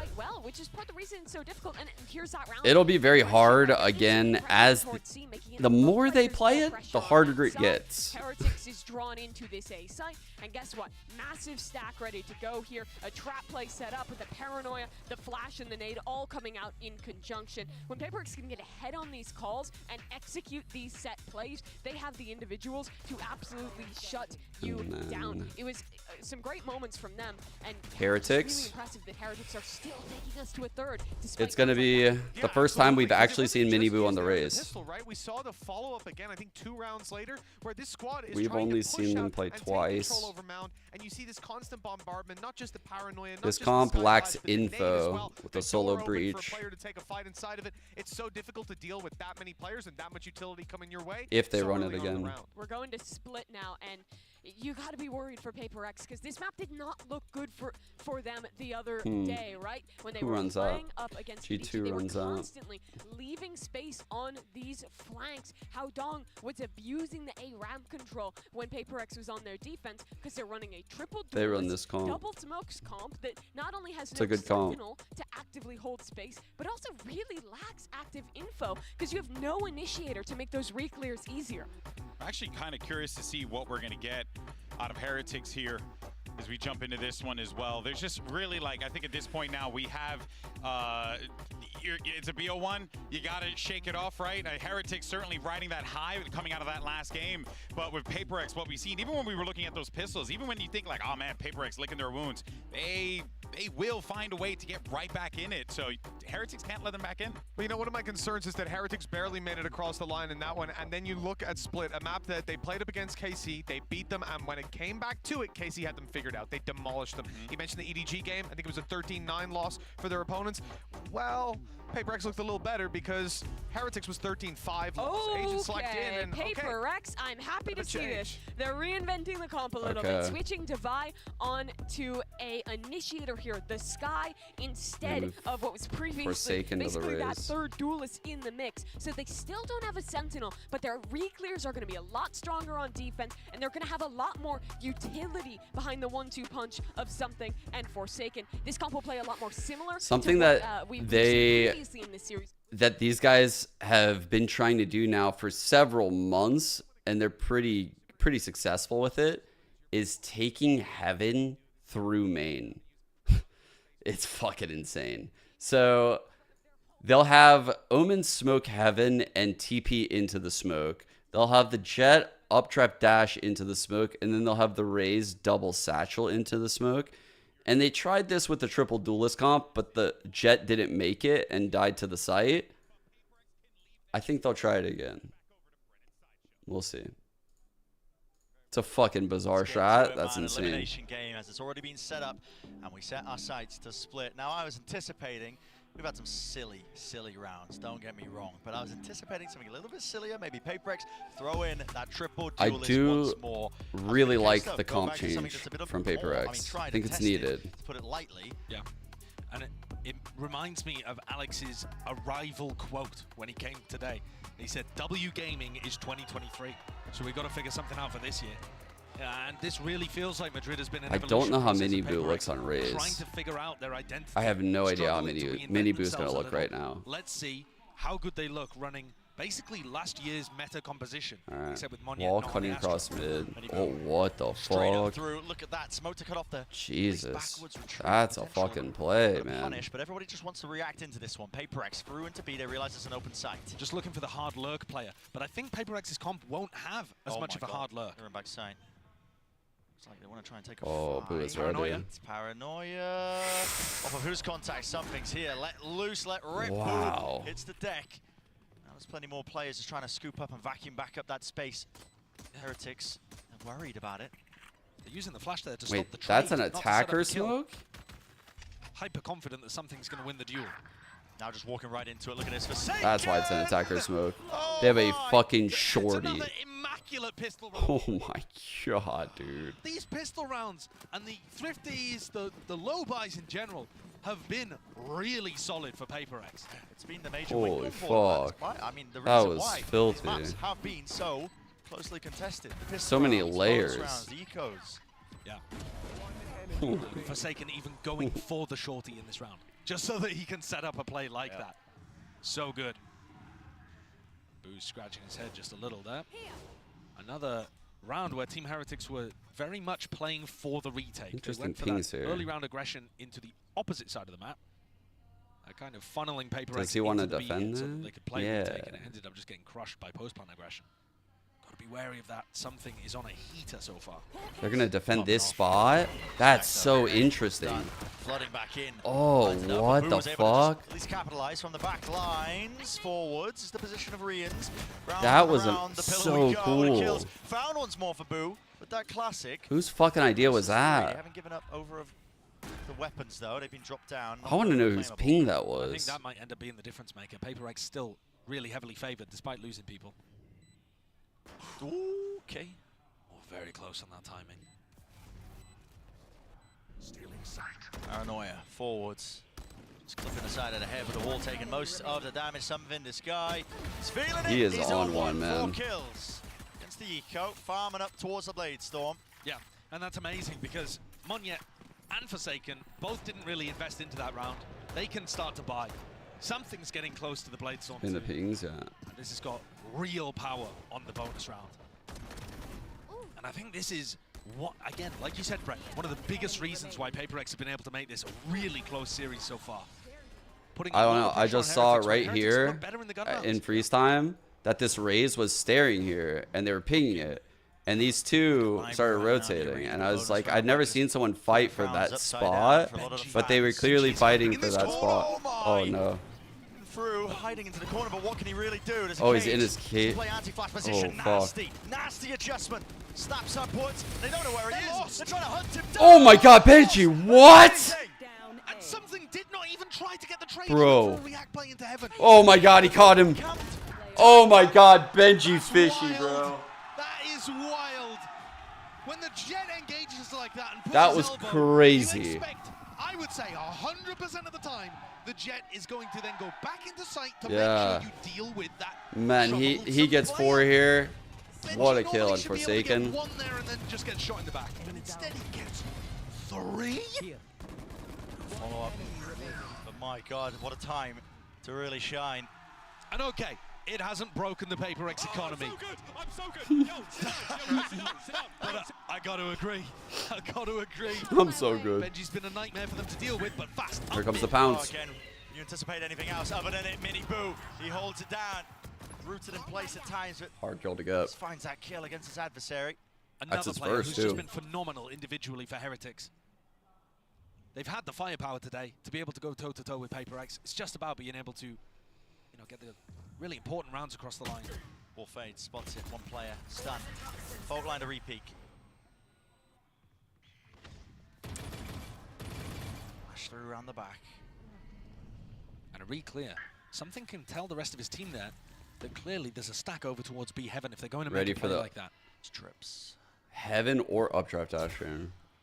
Disgusting one out towards Heaven. That's the Punisher player. That's a really cool Might be trip. just trying to updraft, satchel their way up through main into that spot. And that's a classic play that something will go for. What a re-clear. Beautiful read. Timing could not have Trying to been get better. the corpse. I don't think he got it. He was looking for it though. It's left up to just a few stragglers, Paper X players. This movement at least the tip. Dude. Benji. Precision 30 seconds left. on display, fully in control.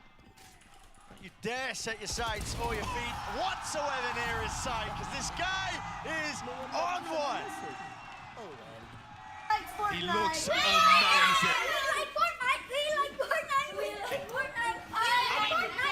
He must have gone for the pop-off after that round too. If he's already calling himself... Bro, he is owning them. Did he use great coded? I don't care. Throw all the superlatives out there. Holy shit, he's He clean. is giving it. Fuel to the fire here for Heretics. It wasn't already there. That's disrespectful. Look at that. Cheeky with it. But he is looking monstrous. Dude, he's over clean. there. I'm making... I mean, the trip the I'm not making fun of him. I'm not making fun of him. He set the crowd I'm off. trying to give him props, bro.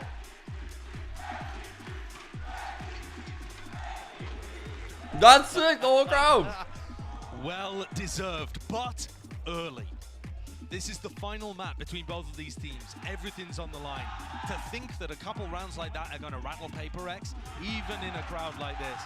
That's what I'm You saying. would be sorely mistaken. That's the only skill you get from landing tilted tower. These are tried and tested players who've been able to get it done before with everything against them. And sure, there are other reasons why you might want to doubt them over here on Split. Their first time picking up this composition after a while playing the triple duelist. But still, Heretics are showcasing they have a system that works. One of the downsides, actually, of Team Heretics' composition is that they don't have an info initiator. But if they can find good timings to flash re-clear areas, and Paper X fall Where's into the it trip? like they did Where's in the the previous trip, round, Benji? well, What that's you not a doing? weakness What you anymore. going Suddenly with? it's a strength. What are you going with? Just the normal one? All right. Back at a timeout. Looks like the call's been made. Guess what? This is a nice cam because he's over this I wanted wall. to send it, but no, just pausing here in the cam. Ooh. Up above. Oh my. Just some well-timed spam there based on the wall going up. Camera taken out. Benji's in the same spot again. Doesn't care. By all metrics, I mean, that should be just a one and done. But the man's been making it a 3 and done. It's also really good because it pulls So if people this up trip is really broken, he deep, can fault line for the committed angles Viper. So the rest of your team can play off. Here we go. Nade. Fault line. Viper's down. not This really is doing dangerous anything actually with for it. Paddy. Yeah. Having control Benji though, still this one, same spot here. Oh my god, dude. His aim is so good right now. He maintains his composure. Holy fuck. And through with the riflesman. Yet, too much more you can do. Benji's on a heater. Even with re-ends, blinding the bejesus out of Benji there, he still manages to deliver in that He's position. 10-3. He's so comfortable playing from there. Seen him play that spot so many times in EMEA throughout the kickoff. But you see, even when Moniak goes for that elbow push, it doesn't pull his crosshair. He waits for the next player through. And Rienz is sending those flashes so that he can play off the back of it too, right? He's playing himself into the spot. I'm so sad here. But yeah, something to clean up slightly. Early ramp at the beginning of this round. All This is right. the first time where we've seen Paper X, from what I can remember, play very spread across the map. They're fighting for both sides of the map at the same time. Like this is the fight over at B. That's where it's gonna happen soon. Oh nope, they're falling off of it. Both of them. I can't believe. They just wanted to make sure that there was no push here. But they also just keep wanting to go, despite the fact that Benji's been doing this one, and they're walking out, out. way. Again, they don't expect They're not clearing it. Are you Again, a trolling me? 90-degree snap to the side for Forsaken as a wrist breaker, but he doesn't Are you land any shots in trolling the me with process. And they're left stunned Why are we almost, so reeling. fucking blurry? What's The going on fact here? that Forsaken, who is now playing the Rays, is not clearing that position because he's like, right, guys, Benji cannot be there 3 rounds in a row. Bro, Alex has to be losing his mind. But sometimes silly's what it takes. Because a team like Paper X, something in the attack side up, reveals his hand. Everybody backing away though. What you were talking about earlier, Josh, you know, that prior map control, they were gaining B main, A main at the same time. They're leaving something really to his own He's devices. not There's there. So much danger. He's not there. This corner. No. He has to come out so wide. Look at this. I mean, even with it, the movement, it's nice. No way. Committal timing. There's no way. Boo! Oh, boo! What? Oh my God! No one spotted him. No one pinged him. Mindfreak eventually cleans him up, but listen, reinforcements are a while away, and with the spike drop down, it's a save. Paper Rex is on that we can't see them, they can't see us type beat right now. And it ain't working. It is not working. And I'm wondering, was he just looking in the wrong direction at the end of the ultimate? Could he not see Boo? What the fuck? Why are they not clearing shit? Because often you will try to set up high-low peaks with the Omenal. Surely we clear that, right? Let's see it from his POV. Oh, wait. He sees Oh, it, last second. it doesn't feel like he reacts quick enough. Oh, last second. Comes it either. Cleared too late. Cleared way too late. That is a Oh, weird this one. desk. Wow. Wow. Paper X are He's actually genuinely disappointed in the rattled desk. Here. Not something that I was expecting to say right at the beginning of Split. B pounce. Boo is so... Boo one-ways this so fast, by the way. Timeout's being taken by Paper. I highly doubt he does this against normal teams. A few rounds ago. He's missed the feet. He's missed Wait. it. Can't quite see it now. He sees it though. Spotted. Exchange of the fire. The flash, no connection. Everybody grouped up towards B main. Our strat this round is literally something go kill, by the way, on Paper X. Never know when we're going to hit some shots off, but really, I mean, Heretics. Here's that unbreakable trip. Full display, I think, with a lot of their defensive setups. It goes stairs. They're going to stun re-clear mid. You gotta do it after barrier. Leave anything to chance. Trailblazer. Forwards, mini boot. Just peeking out wide. Look at this trip. This trip is insane. Bullets. They're trying to just retreat. They stopped them before they even got to the trip. Yeah. Haven't even cleared it. Bro. So I was wondering how to break this one. Guess what? You can't. Really, you have to swing into it. No, it's horrible. It's a really horrible trip to deal with. Very powerful. Crossing back through main, running out of really opportunities. Jumping peak by something, back through, in and out. Drifting with the movement. Did he know the device pushed up onto the tangle? It seems like Boo has that awareness. Okay, 3 on 3. Through mid, there's a rocket. It's sent loose and flying again. Where's Oh it? my god. What? He had 2 bullets. That was 1. Here's the second. Holy fuck. Has Forsaken's name on it. Oh shit! Oh shit! Yo! Oh! Oh god! That is so cold! We're fucking IGL big bro hitting that. He kept 1. He kept 1. 2. 1. Instead of letting the showstopper Bruh. and at least figuring out you know, Two? forcing some kind of play out of it. Oh, shit. Benji predicting the fact that Alex is going to be smacking his desk. Yep. I swear that's what he's going for there. Oh my God. That's insane. I'm going to be honest, I thought there was going to be more there. I thought so too. Yeah, I was waiting for a better pop-off. Timeout, the second one. Surely we had a better one. Short succession here for PaperX, and you can feel it, the necessity. That of was it. disgusting. Am I overreacting here to say this just looks cooked? We I are. think so. I mean, we're only 7 rounds in. A team like PaperX can still come back, but the manner in which these rounds are going down. Benji's in the same corner of A. I mean, people are going to be calling that the Benji fishing spot. Yeah, we're gonna need some fishy These kind of things emotes. emerge within the game. And then also Boo just holding down B on his own against 3 players and a showstopper. These rounds are not looking good. Not looking clean for PaperX. I mean, sometimes when you mix up the comp last minute, you're playing something like this away from what you've just been screwing with, playing with an officials. You like Harold. Things go amiss. You run out of the right ideas, especially if you haven't put it into practice. Fine, you can take It really Harold. puts demand on everybody to just try and cook up something to get through this. But the trouble is when you're running against such a well-drilled setup like Heretics, when they have these retake protocols, when they have all these ideas, it's just inevitable that you're going to be failing. If you are improving, Double walk up mid on ramp contact. A Google Doc 20 steps ahead, you're not going to have it. Okay, but Patty's position right now Sucks getting for the live. squeezed. Yep, stun, lay down. Yeah, Patty's been the weak spot, I think. I think they could do this. They could have done this a lot. Sideshow did a good job pointing that out earlier, actually. Towards Heaven, Benji forced away from the precious corner that he's been loving to play in. Back Oh, towards the ult's in from Boo. Screens, one-way smokes. At least the cages set up for him. Gives him that cover in fire, and yet finally puts him down. Blinded. Oh! Oh! You absolute beast! Oh my God! Oh, dude! Target practice. It's inevitable at this point. Holy shit! If it's not one of them, it's the other. These guys are fucking on it now. Again from his position, holds them back with the double cage. Oh my God. Bro. Another part of the setup, right? Holy fuck. He just like fucking hit escape because he's just slamming keys. Such a short space of time. Filthy stuff. Cutting it into the round. Nade to break the trips. Running out. Paranoia finally clears into the corner, but a cage to play into it. It splits it up entirely. Benji, Fishy, take your time. Take your pick, son. Wow, he still got that. With a shotgun to the face and a vulnerability there with a snake bite. Can't really follow through with the stingers. Hello. And open it. Found and claimed. The site is theirs. PRX keeping this pace up.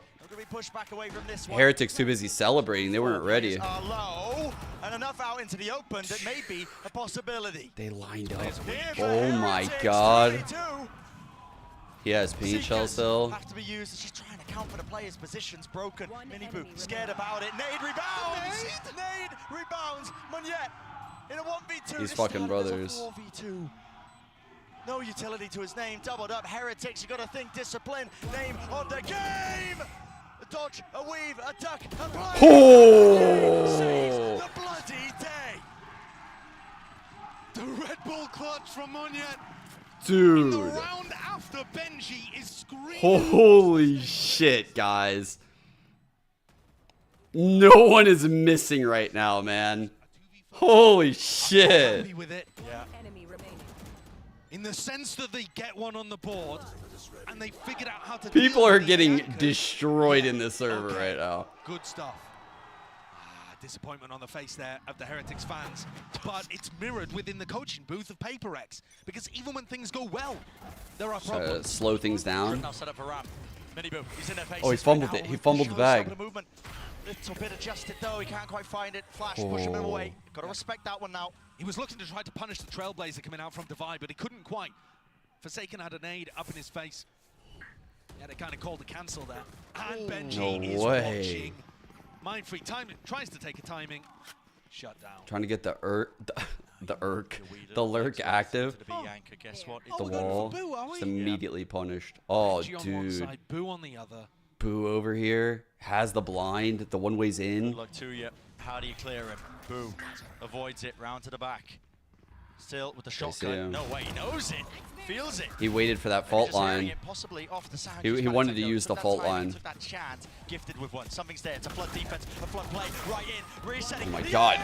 Oh, Jesus Christ.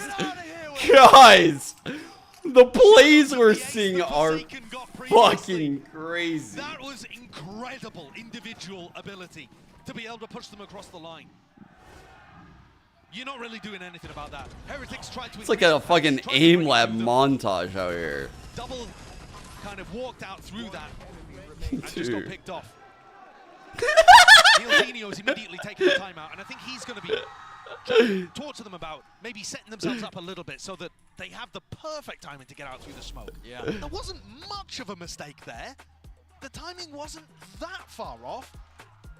It's more credit, in my opinion, to how good Forsaken's aim looks. Dude, he literally did the John Travolta meme. What the fuck? Is this?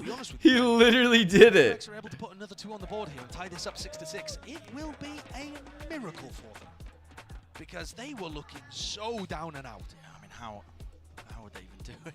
This is insane. I don't want to throw questions into the mix anymore. They've been proven. I'm still looking at fishing. They have the showstopper to work with here as well, right? Yeah. And also, they've shown that they actually are starting to come up with some really good ideas of how to deal with these site anchors. When they went for the A hit, they had a paranoia towards where Benji plays. They waited to force him inside of his cage and then double cleared it. You know, they're really thinking and trying to adapt on the fly.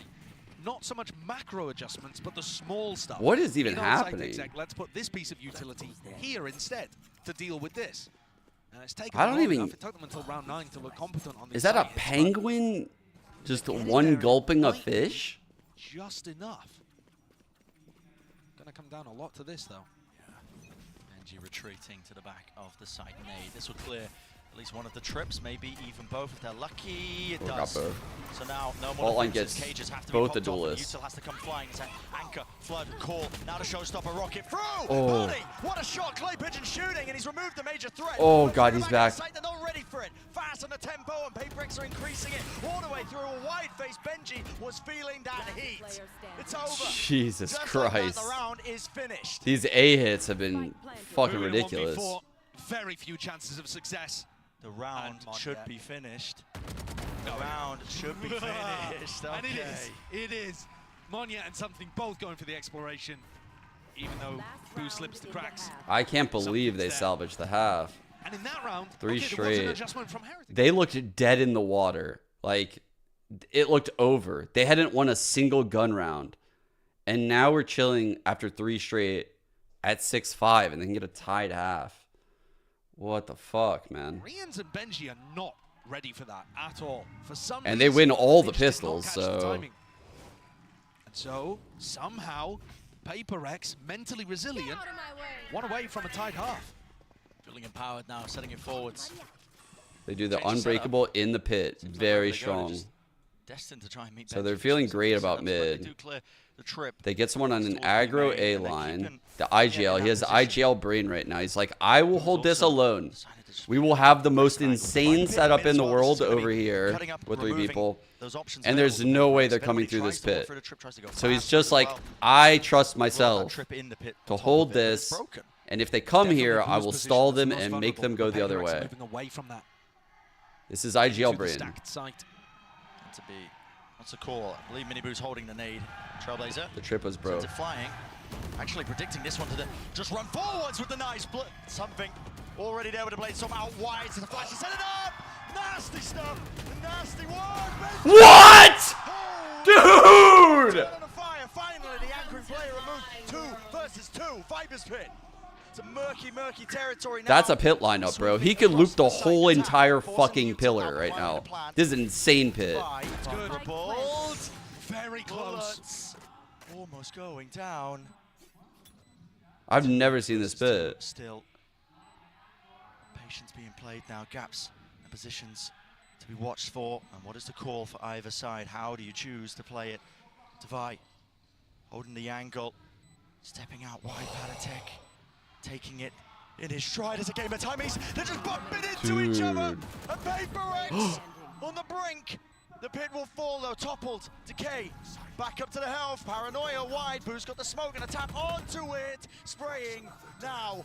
Boo, sticking, halves, but not enough. Defy finds the perfect timing, picture perfect. How are we at That's 6-2-6. They've even How are we at 6-6, man? With 4 rounds in a row.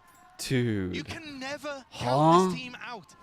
It looked so over by the This time it got 3 to kill round 8. was And fucking even here, crazy. Benji putting on absolute heroics, but the problem being they needed to get the flood defend going so that Mindfreak couldn't pit. Once the pit I was can't down, even believe one of these pretty teams is much out of the game over tournament. for Heretics. They That tried shit's their not best, fair. But we're heading into a tied half to decide this. It's not You've been even doing, one anymore. dude. Anyone's game at The this comment is, point. I've been doing Anyone's school game assignments, and every time I look up, it's Final the map best in clip this I've series. ever Earlier seen. We heard from Munyet. Let's hear from him. Bro, doing a school assignment during this game is just literally like nightmare mode. Hello, I'm Monyet. I'm the duelist of Paper Rex. I felt like we're not playing up to our performance yet from what we practice, but I believe that we will overcome this. I would say because this is my first time playing against CDG, and all the boys already played G like twice or 3 times. But Oh, this I was would ahead of the other say game. I think we misread them in the game, and also we have like some like communication problem. Oh, never mind, it's after. Those crucial round, I would say. Not a lot really to play with. They're going to try and just almost run their way through it, but they're slowly being revealed every single time they try and make their way through. Finally, the Reckoning will fade, but Mindfreak now in position. A cove for Forsaken to try and almost fight within, and they are falling like flies. That was some of the most insane individual plays I've seen, like just crammed into a half. Like, it felt like 75% of those rounds were clips, like for a frag movie. That was insane to see. I mean, everyone's just okay, you know, because we're not setting up the high expectation for this tournament. I just like want to go step by step, you know. What were all the rounds? So there was like, I thought the Forsaken shorty thing on pistol was pretty sick, and that kind of made me pog out. There was the something Bladestorm thing into the Benji Fishy. There's the Benji Fishy 4K backside. There's the Rien spray transfer. There's the Boo 1 taps. There was more Paper X rounds that are somehow, I'm not remembering them. It was just play after play after play after play. Myself here, but something at the top of the scoreboard. This guy's been lighting the world on fire. He's been lighting a map. Something had that fucking incredible round where he got a Look at the 4-piece. 2 players at the top of the scoreboard. Benji's done everything he could possibly ask to do on the defense. That was a ridiculous I don't see half. how he's going to be able to influence these Okay. attack rounds in the same kind of way. Retake At least wall not and A for easily. the Viper. Whereas something on Jet in this comp, he can have enormous impact on attack and defense. If he's feeling it, he can force the fight. Line This going pistol across doesn't hell look like and Paper X are in heaven position to for try the to fight split. it, unless something finds a timing up through vent. And the raise is in. Behind them. Where is this control? Yeah, and guess what? Everybody just A lot of people inside. What are we doing here? This retake from coming through. This is a very, very scary post. What's the post plant play? Are they aggressing somewhere? Smoking off the main angle. Look at them. They were trying to refight. It's just walking through these smokes. And That is not a post plant. good luck to you. Paper X still here. Benji Fishy cleaning everybody. That's man. another pistol round for Paper X. So consistent with it to such a high degree now. Yeah. Ooh. And I feel like Paper X mostly have been winning them themselves by virtue of great ideas. Oh man, are Heretics falling apart right now? Really did not like what they were going for in the post plant there. Didn't make any sense to me. They needed to be repositioning to I don't, dude, we haven't. I mean, they got that stretch right there with all those hero plays that I just described. Those have kind of run dry here. I mean, the Benji Fishy 3K back B was pretty insane, but it's been keeping them in this game. If the pistols and the eco rounds and stuff had been more even, Heretics would be out to a massive lead right now, but they're not. that was a weird round from Heretics. Like, normally they're so buttoned up. It was very odd. All right. Just go right by the one way. With the stun. Connection with the dog. Forsaken. He's looking for a little bit more because it will mean his ult will be Very good. Look at that. Satchel off that trade. Flash. Make sure they can't trade it. TP for info. Really dealt with here. Okay. This is, hard eco rounds for Heretics too. They can't afford to buy really anything into them because they're worried being pushed down onto light armor would be devastating against a team that likes to pick the outlaw as much. Theoretically, though, all things considered, this comp should struggle more on the defensive half. Double duelist, no senti. You're almost forced to play this Viper towards mid. You're almost forced to do the wall across right here. There's not much flexibility, and you require a lot on these duelists being active as fuck and getting kills. Stuff from something on Lotus. It's taking an early gander and peek down A main. And yeah, faking like they could be taking the info TP control again. of B main. Which they are, they just disrespect it. I mean, Dogging through to get something aggro. Any sort of trap play, semblance of it, something with a dash. Enabled active. Smells like something is up for him.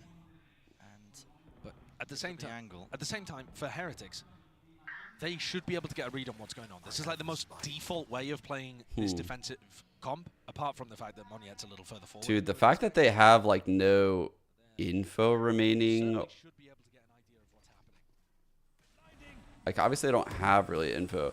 Like, are they just gonna like blind fault line this right now? Whoa, that's a team flash with a paranoid connecting onto Forsaken. Like, yeah, think about how they're gonna clear this ang. They don't have a drone, dart, dog, flash. Try to react off the back of this, but PaperX It has to be a stun. know that was fake B main. Pure pixel angle. All that adjustment there. Just one to Holy the fuck, body. 140. Down and out. Mind Freak. Off angle here. This is scuffed, dude. I don't think Heretics are winning this game based on what I'm seeing. They're all stacked up. Flash rebounded, but he's playing anti inside the smoke. Drops I'm scared for Heretics right now. Will it be clear? Holy fuck. Good adjustment. Snaps to the side, but they're not expecting the back of the site. But yet, still here. The Spectre, a bit of running gun, could do some work. Oh. The bullets just barely tagging. Reclearance. Oh my god. Great work with the composure. Bro, that was a very, very sketchy round from Heretics. Both of these big attack rounds so far, the pistol and this round, I think have had huge flaws in them. And it's just very worrisome. They're going to need to button that up. If they want to win this game, like these hits have to be more pacey in the mid round. It was so obvious. And the way they had to clear this line that something was in, bro, once he has an op, it is fucking over if that's how they're going to clear it. Something to keep our eyes on, especially when Forsaken has a big ult like this. Both anti-flash for a sec. Getting ready at the start of the round to see Vault line into ramp in mid. The Raze gets an event. Oh my, doubled up flash, avoided and dodge Forsaken. Oh, bro. Hopes and dreams, talk about it, dashed away, rocket rebound. Oh, what a play. Forsaken. Relentless, has to spike drop down too. He wants a little bit more. What can this guy not do, man? Sneaking around the sewers, mini Boo. It's your turn. Can you step up to the challenge? You cannot. Zekin less than Forsaken. And that's that early work that Forsaken was putting in, just trying to farm up those old orbs, disrespecting them, making sure that the kills went to him on the eco. Can use it to just set it up like that. Listen, they're probably going to win the round anyway. Probably didn't need the ult on top of it with those opening 2 kills, but he just seals it, doesn't he? He does seal it, and at the same time too, that's an eco swing round for Heretics. So it's an important one to be able to secure. That's such a big round. I think most teams would be happy in the 5v3 to save the ultimate for a better occasion.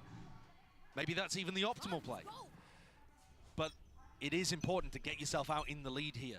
PaperX now favored to go up by 3. Forsaken has just been a monster in these split Contact play here. Form-wise, it's really being decided. That factor at play, he's just so good. Finishes him off. 2-4, reposition a Mind Freak. So back into it. He's so different, bro. What? What is that? Bro! Oh my god! This is relentless. What the fuck was that shot? Was Benji and Boo trying to hold back something? Dude. This time on defense. Yeah, you gotta take this time out, man. This guy is seriously on the biggest heater. What is that?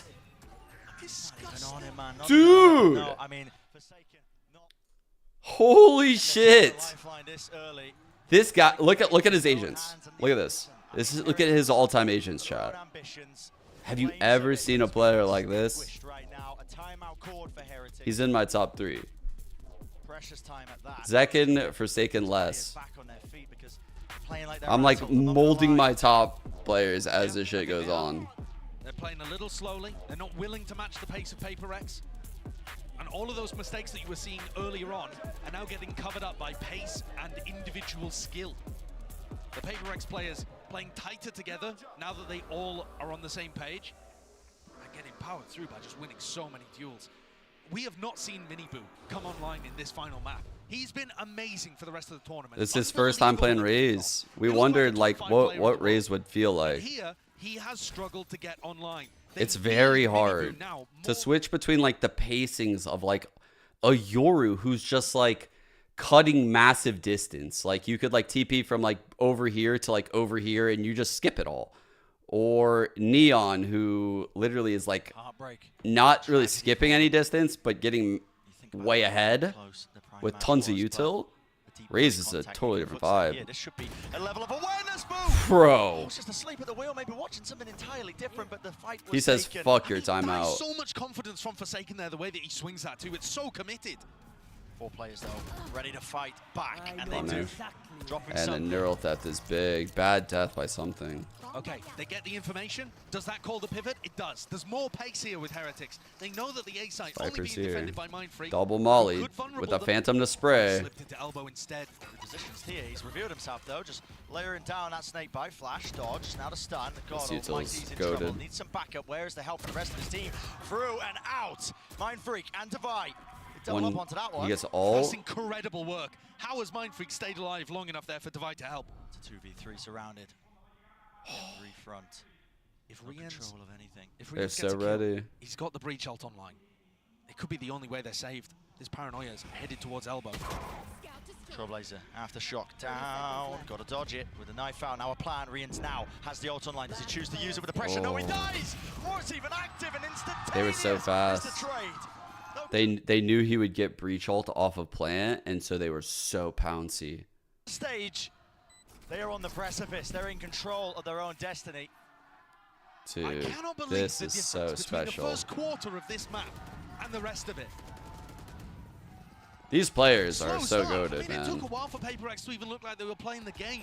The first 8 rounds, they were just out of it. I was ready to call it. Man. It was It's just, they haven't missed a single shot in the last like fucking 15 rounds. They've only dropped 1 round.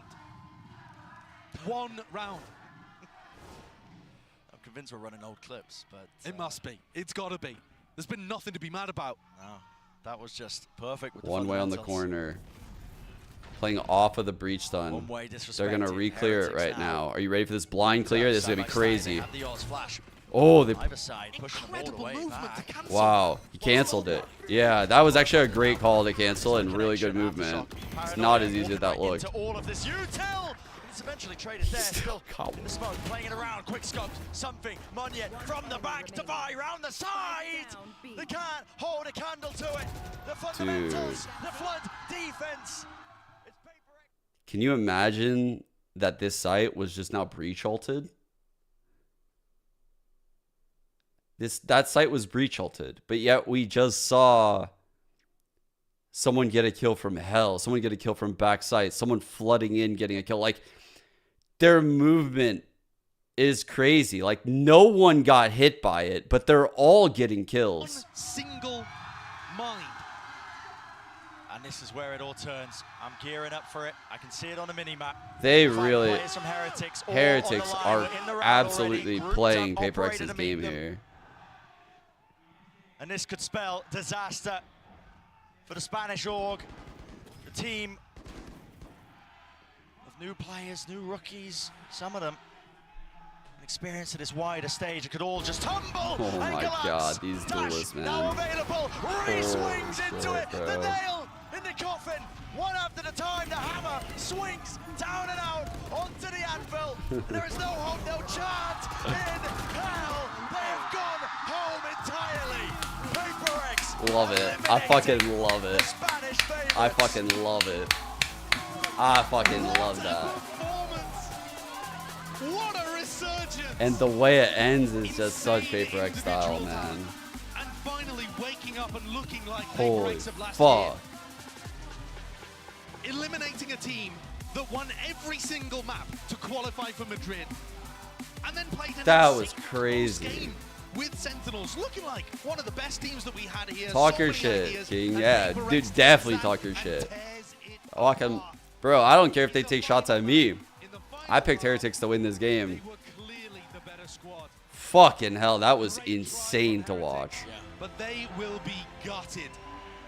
They wanted to go further. They had so much left to show.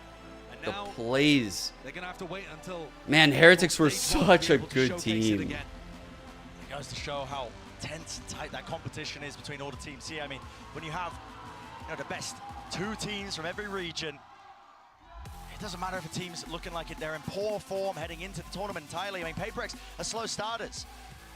They've said this about themselves. They said this about Madrid as a tournament. They weren't really looking forward to really putting on a good performance and making plays. Low key.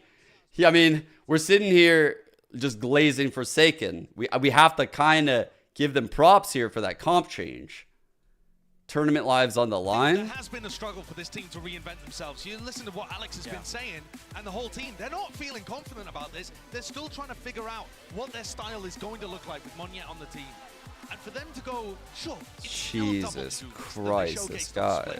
But for them to change things up and still look really solid. He's the one that had the biggest role change, too. I guess Raise to Omen. Marvelous. And all of the Your pace Raise. that they brought knocked Heretics asunder. That was not the same tight God. Heretics team. They looked timid on the attack rounds, slow to try to take advantage of opportunities, still trying to figure out how to deal with a fast-paced team like PaperX, who, Very scary like Mixwell team. said earlier, once you played, they can be very difficult to deal with the first time. Wow, an incredible series. I mean, with that all being said and done, we're going to send it down to the analyst desk to take it all down and away. Break it down, guys. I mean, if you can. I mean, I'm going to try. We're going to try. You know, look, Heretics learned today. Dude, look at the about ages this guy's because playing. PaperX Look at manages this. to close it out in, honestly, In the last 30 days, like he's playing. intense fashion. But also, it felt like That's PaperX were just crazy. so far ahead at a certain point. Like Heretics, they took their foot off the pedal, Mimi. Yeah, I mean, once we got into that second half, it was a complete 180 from the start of that game. Playing this comp, just the utter confidence they're coming out with when they're flooding into these sites, like the casters were talking about. It's not a huge change in the comp, but it's such a 180 from what we saw earlier from PaperX. They are truly awoken right now. Absolutely. I mean, the real danger was... Dude, I felt like it got exciting as fuck because Heretics were kind of like almost baited into playing like PaperX's style. Their attack side wasn't really like, it didn't feel like an EMEA attack side, like where they were getting like map control. It felt like we got to make the play like quicker. We got to be fast. They're making plays across the map. And they were always like kind of panic reacting. Holy fuck. This was just classic PRX. Give a Dryad for the Verizon post-match interview with Forsaken. Es que termina siendo el equipo eliminado, pero los fans de PaperX nunca faltan. Heretics gets eliminated, but PaperX fans are always here. And I want to hear you guys, where are the PaperX fans over here? And I'm here with Forsaken for the post-match interview. Estoy aquí con Forsaken para la entrevista. Mi primera pregunta para Forsaken va a ser justamente lo que acabamos de ver, ese último mapa de Split en el que cambian su composición. Volvimos a ver a Forsaken Benji con really Raze, y impressed quiero me. preguntarle a qué se debía este cambio y qué era lo que cambiaba. That guy porque can estaba shoot. teniendo un desempeño increíble. Forsaken, the first thing I want to ask is what we just got the chance to watch for the last map of Split. You change the composition and you go from the triple duelist to just two duelists and you on the Raze. And that's the main Just show today. In that second half, you were just going up. So tell me how and why you changed the composition and how does it feel to go back to that Raze? I think I realized that maybe these comments only work for Pacific because in this very hard, everyone just so good. And then I just realized that I think we need some info, some like initiator, you know. So I decided to like change to Raze and make Monyet go Omen because I feel like he's really good at Omen, especially surviving skills. I think he's really good Does at it. he decide the comps? I still can't believe that this is my race debut, my first race debut, you know, and I can win against TH. It's like really amazing, you know. So yeah. Sí, lo que nos está diciendo es que se ha dado cuenta de la composición que There's estaba a lot of eyes. duelista, solo ser bien And pacífico. no wees. Cambiaron esa composición, se daban cuenta de que él se daba cuenta de que necesitaban un poco más de información What? y por eso decide hacer el cambio a él jugar con la Race y poner a Moniet a que jugara en ese Omen. Decía que él lo conseguiría un It muy wouldn't buen Omen, surprise y aún así no me. podía creer lo que era este último mapa. But I just didn't Ahora, think they también le operated quiero that preguntar way. lo que ha sido más que nada su flexibilidad a través de lo que ha sido la región de Pacífico y dentro de este torneo. ¿Cómo se siente? Y si podemos seguir esperando, como siempre, esas sorpresas de PaperX. And we just talk about the race, but you've become one of the best flex players, if not the best flex players that we have right now. In this What the tournament. fuck? Can we expect a little bit more surprises coming from you? And what is it like to be that flex player? I literally laughed out loud. Yeah, I what mean, the fuck maybe does I Alex will play even Veto do? or ISO next, who knows? It's so funny. Okay. You know, I believe it. Yeah. He obviously does a the reason lot. He why does a I lot. like become flexible because like I just love how the way I can create like a lot of stuff, strategy, and I just love being creativity. I think that's all. Lo que nos dice es que de pronto, sí, cuando le preguntaba de qué otra composición y si podíamos ver algo más de él, decía, de pronto puedo jugar Deadlock, de pronto puedo jugar ISO, no se sabe, pero después nos dice que lo que más le gusta de ser flexible es poder traer un poco más de creatividad, de ideas, y eso es lo que destaca la creatividad más que nada del equipo. Última pregunta que le tengo, ¿contra quién se quiere enfrentar de este torneo? Who do you want to face in this tournament? I would say if somehow we met EDG again, Okay. you know? The I think- rematch. Rematch, yeah. I think it's gonna be different. Dice que si se tienen que enfrentar con alguien, tiene que ser con EDG. Le gustaría poder tener ese rematch. Eso es He thinks they todo got lo que lucky. tenemos de esta entrevista. This is everything that we have for this interview. But if you're wondering, And I how guarantee these you the next whole matches team are feels gonna that look way. like, we're gonna go right to the draw show. They probably went back and watched the VOD and they were like, bro, that should have never happened. This should have never happened. They got so fucking lucky. But it's just cool to hear that perspective. A la Masters de Madrid. Os presento a todos el sorteo de los próximos partidos que vamos a tener en el día de mañana. Estoy aquí Oh, con Victoria. draw? Are they Victoria, drawing? You're going to tell us how this draw works, right? Yeah, Okay. It's for our so games it's tomorrow. a little complicated, just bear with me. You can kind of shuffle these around while I'm talking. Nice. So basically, during the Swiss stage, there's not going to be any sort of rematches that have already been seen in the Swiss stage. So Oh, what there's that a means question. is that EDG and Someone in PRX chat. will not meet each other again. So what this does for the draw, if they are drawn to be in the same match, then the second team drawn for the match that results in that happening will be redrawn. So we be are it- drawing let's from say we the have 1-1 KC versus pool. Loud, then Right Loud's here. going to be redrawn to be one of the other two teams. These two teams and are then through, if these two EDG teams are versus out. PRX is drawn, we will redraw the second team. Just so you guys know. And that's Loud, kind of how Paper this X, is going. EDG, So, K-Corp. 4 teams, but a little Not many complicated. options, So we can go ahead and basically, get is started. what I'll she's just have saying you pick right a here. box and throw it to me. It's There's a gonna lot be of match limitations one here. Of whenever we decide the schedule is, the draw order is not necessarily the schedule order, but the first match, team 1. Chicos, voy a darle la primera papeleta de lo que va a ser el primer equipo que vamos a sacar aquí. Y se lo voy a dar a ella para conocer que va a ser... We have Carmine Corp. Carmine Corp. Y Carmine Corp se va a enfrentar a... Paper X. A Paper X. Vale, y vamos con el segundo partido. So que ya Loud está claro, versus ¿no? Solo son 4 EDG. equipos. Is that right? Yeah. Well, the first team drawn in each match is the higher seed, so it does matter a little bit. All right, so the first team for the other match is going to be Loud. Loud, los brasileiros. Oh. And then their opponent, by default. It's a little difficult to open these boxes, actually, without It is. knowing where it opens from, you know? All right. Never forget. It's going to be EDG. Never forget, chat. Y se han dado I will never, partidos ever completamente forget. distintos a lo que acabamos de ver hasta el día de hoy. Así que nos espera un día de mañana súper, súper emocionante. Espero veros aquí con la Masters Madrid para otro día más de emoción, frenetismo y partidos increíbles que nos están esperando mañana. Nos vemos mañana, chicos.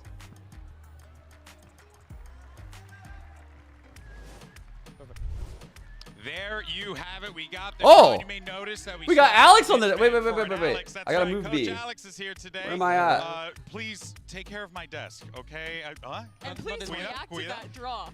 You guys are playing Carmine Core. What do you think? Yeah, it's great. I think we're gonna be a really good game. I think both teams are very, very aggressive. One is a little bit crazier than the other. Yeah. Like coming Corp. Okay. Oh, of course. Yeah, we are the structured team. Have you not seen us play? No, Yeah. I actually haven't. That's crazy. Oh man. Well, look. Firstly, this has been such a wild day for you guys. Oh yeah. We were talking before. There's obviously. Are you serious, Scott? Uncertainty going into this matchup for you guys, but it just felt like once the switch gets turned on, it's impossible to turn it off. You're talking about the champions How do you one, coach though. that? That's I didn't really say much in the second half, Like I just let guys look good. It's the end of the line. You're either going home or we do something special. Yeah, when we watch you on the camera, you are always slamming your desk. It seems like you're getting really emotional. I honestly tried to do it less today.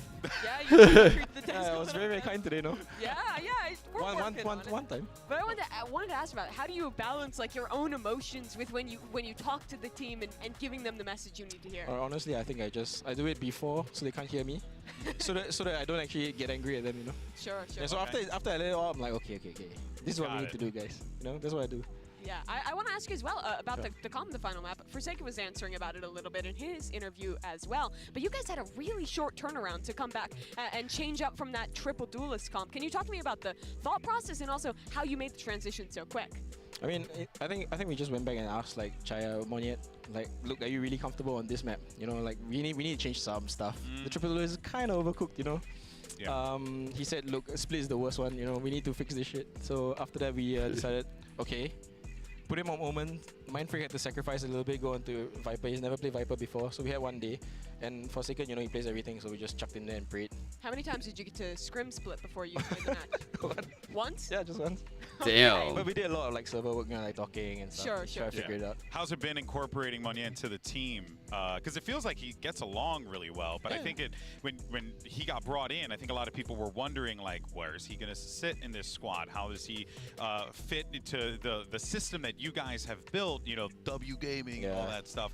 How's it been incorporating him in there? I mean, he actually plays very well in practice. It's just I think he's really nervous sometimes. So if it starts well for him, and a round goes wrong, sometimes he can just like, oh my god, it's good. Are you guys trying to make it more comfortable so we're trying moving forward? Exactly, yeah. Okay. So I mean, like right now he told us like, look, the race is not working for us. We're gonna try and move him away from it.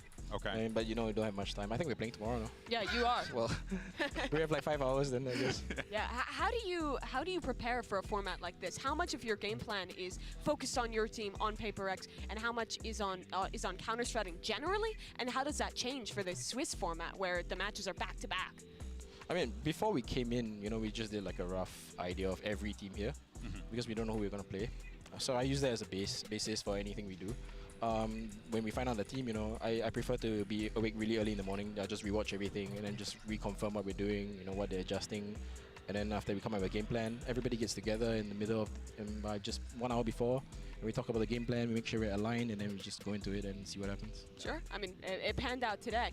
As well as that, you guys playing against a home crowd. You've done that before when you all went on that run all the way back in Copenhagen. It was the same. Yeah, he's very open about these Is the team answers. just used to it at this point, or do you still feel that pressure, especially for Mignette as a new player? I mean, I always tell them that they're cheering for us, Just lie to yourself. And then they laugh and it's okay, I mean, I think we're lucky enough that most people like us. So we don't really get like... Do they get a little flustered if they feel like they're... Have you noticed that before? Never. Yeah? I mean, I think they enjoy that. We really, really don't get like lands like this in Asia. Yeah. For us, it's like really like it's an environment to enjoy, We try to approach it with a positive mindset mostly. He's being very open and honest here. I remember, coming into this, it was Forsaken who had said he felt like he was a 6 out of 10 coming into the event here. Yep. And I have to wonder, like for you got to keep that positivity going. Is that oftentimes very challenging when the players, they're young, they're emotional, all the things that happen with teenagers and young adults and stuff? I mean, in the past, no. I mean, the last 3 years, we never really had to deal with this. But this time we're coming in with less confident than we usually are. So it's actually. Do you feel that was a helpful thing or less confident? Yeah. Terrible. Yeah. Okay. You know, everyone's got a bit of suffering right now. Yeah. Every round is labored. Is You back now. know? After watching that last match. He's so honest. For one half, yeah. Yeah. I mean, Luke Lotus, I feel like we could have done a little bit better. Yeah. We had like 10-6 lead or something, and it suddenly disappeared. You know, confident. Yeah, but So but really in that worked, interview that Alex was mentioning, for a second said you guys are a 6 out of 10. What would you rate your team right now? 6 out of 10. He's so fun. I love you, man. It hasn't changed at all. Just brutally honest. Respected. All right, well, let's go ahead and show what we have coming up tomorrow for you wonderful people at home, and what a treat that we had today here. But of course, playoffs on the line. We have our 1-1 teams that are going to be clashing Holy against shit. each other. You'll get the schedules later on. Yo, these games are so For good. VCT across all the different regions to get updates there, but you can see the matches play out. You guys are playing Carmine Core. Alex, you know, I guess it seems like you were excited about that game just to see like The late game today into the early game tomorrow. You're like, We're on oh the boy, Sentry, they're gonna be a man. problem for us. Narrate, man. Yeah. It's on fire this time, man. Kind of fed that one to you. Is he a top rated player right now? He must be. He might He's up there. I mean, he's been incredible. Yeah. I think he is We were still. scrimming with him when we went champions, you know, and he was trying. He's Like definitely in back the when top. He was on an NA team. Yeah, he was so good. He was like. He was already so good. Yeah, he was already so good. That's wild. Yeah. Wow. Well, hey man, we're excited nonetheless. Best of luck to you guys tomorrow. Take care of the furniture. You're doing a good job. I'm proud of you, buddy. But yeah, that's gonna do it for us today. Big shout out to Mimi, our casters. We also, you know, Mitch, who stepped aside as well. You know, got to go celebrate some St. Patty's Day love. But Alex actually fired him. yes, I'm here forever now. Yeah, it's true.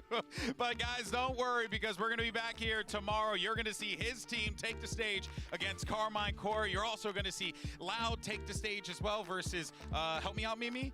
Oh, yeah, that's EDG. There was only one more team. I know, but you know what? I'm old and I'm tired. Dude, I will never forget this. This round. Do you guys remember what this is? Anyone from Tokyo? I'll never forget this shit. When I predicted Loud to win this tournament, and they busted up the Neon, and I was watching them against EDG. Dude, this is literally the type of shit that we can see tomorrow. I'm telling you.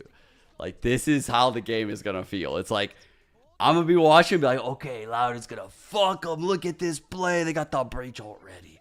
I'm like, oh, Loud, this is where they rally. They're going to win this game 11-13 just like they always do. Oh, they got the Neon Stuns in main. They got the breach ult. There's no way. How the fuck are they going to take this site?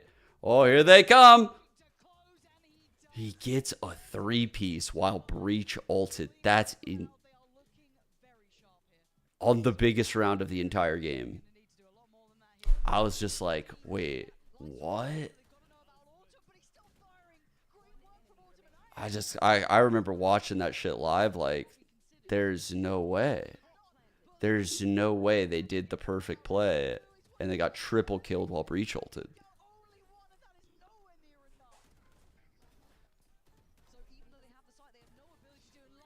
Yeah, Pro Fracture was pretty insane. Especially after EG, like, buffed the entire scene. They, like, taught everyone how to play it at a giga high level. The music just seems so troll. Live to fight another day. Heretics playing in front of the hometown crowd. It's going to be a difficult task for Paper Rex, but this team is no slouch when it comes to fighting in unfamiliar territories. There's Patatek, half on a defuse. The time, he's got it. Or will they check it? Not quite, it's a half clearance. Benji, he's blinded. He does not care. Send tweet? What is it? Mario Kart. That's a pretty good shout, actually. On the follow-up, they only won 2 of the rifle rounds. Ooh! Clean headshots. Clean off. Still watching. One damage. remaining. Low enough. One shot in the chamber. Meunier sends it. Holy. He's 18. Leave him alone, bro. Leave the man alone. I'm on fucking favorite it though. I'm gonna actually retweet that. That's actually. I tip my hat to you. Really waiting it out. Sentinel, Could be a risky play, but no, he just lined it up for the 2. Popped like a balloon straight into the sky. That is so outrageous to cook an 18-year-old like that on your fucking On your fucking account. That is outrageous. Hold up. He is 18, right? He's old enough to receive this hate? Yes. Okay, it's safe. He's 18. We can clown on him. He can handle it. Holy fuck. Just kicking him when he's down. That's just crazy. Would I prefer a role specialist or a jack of all trades like Forsaken for a team? I mean, if I had my choice, just like Forsaken or a one trick, I'm going to pick Forsaken because it seems like he can play those agents at a one tricks level, which is what makes it so crazy, right? Like he plays all of the agents at a very, very high level. So I'd say Forsaken if that were the question that you'd put me in, yeah. But I don't think there's a problem with having one tricks on your team. You just have to be like hedging them out of it. Just because, buffs and nerfs do come in Valorant. There's new agents that will get added. And so you can't truly be a one trick at the pro level unless you just want a very short career. Who will win tomorrow? Yeah, that's right. I gotta do my pick'em, huh? Damn, man, I can't believe Paper X fucked my pick'em right there on that last one. They fucking got me. Still not even here, but damn, only 4% of the people at the top two categories.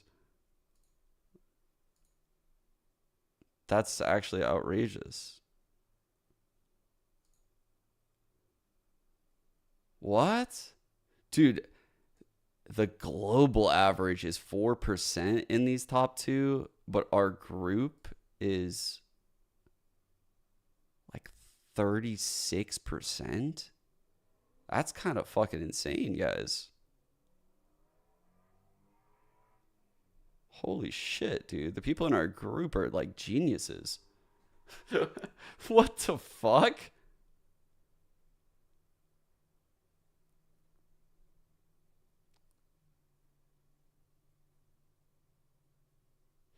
Oh, wait. Oh, because they have 40, huh? That's why. Uh-huh.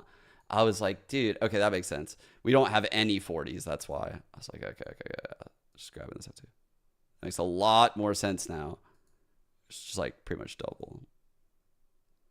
It wouldn't have made any sense if the disparity was that high. I was like, how's that even possible? We'd have to have fucking geniuses in here. But yeah. It's still like a very big difference. If you grab like the first like 3 categories, so it'd be like about 38%.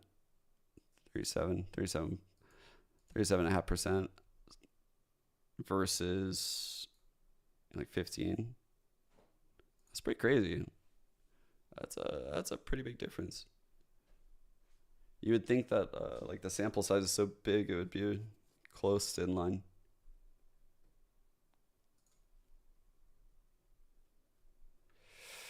But regarding my picks for tomorrow's games, to answer your question, who?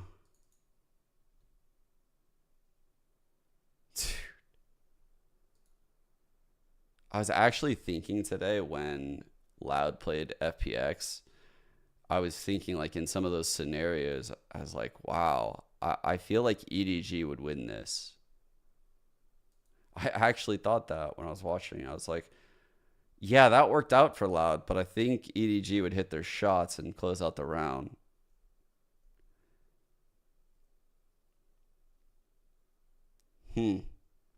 This might be an upset pick for me. I'll have to sleep on it because right now I'm really wanting to pick EDG in that head-to-head. I'm really wanting to. I'm wanting to go with the underdog so bad. In this game, again, it's hard to envision how this would go. I thought Heretics looked better than K-Corp ahead of this game. I thought Heretics were shooting pretty well by the last map. Are Paper X going to be ready for the Yoru comps?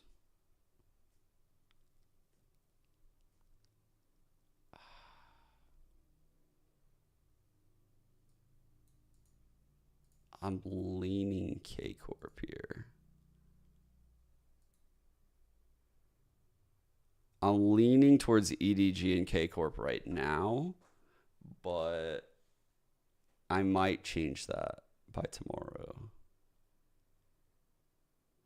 They are so close to 50-50 in my head.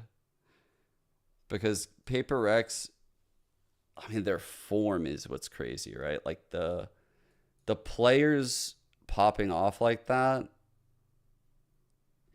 they can really disrupt a lot of this Yoru bullshit. Like, it's a lot of smoke and mirrors. A lot of like, am I here? I don't know. Are you going to peek to find out? You don't have the courage. And most of the time, people don't have the courage to peek to find out. But Paper X will like sniff out all the fake Yoru shit. They'll be peeking all the lines. This is literally... They could fucking just sun K-Corp in this game. But they could also get blown out. Yeah, that's where I'm sitting. I think right now I'm leaning towards upset here, and I'm leaning K-Corp there. And I say this is an upset because I think if Loud were to play like all the teams in the tournament, they would have a better record than EDG. But this matchup, I think, is something special. That's why I'm calling it an upset. It's like something weird happens when these two play each other. And this team is like very util heavy and super focused on like punishing this team. And this team is just winning all the gunfights, playing fearlessly. I think EDG can do it. We'll see. It's one of those matchup things. It would be like watching like FaZe in CSGO versus like fucking like, or like Navi with Simple versus like Astralis. Yeah. It's like one team is clearly going to have way better util, but there are a lot of win conditions for that other team.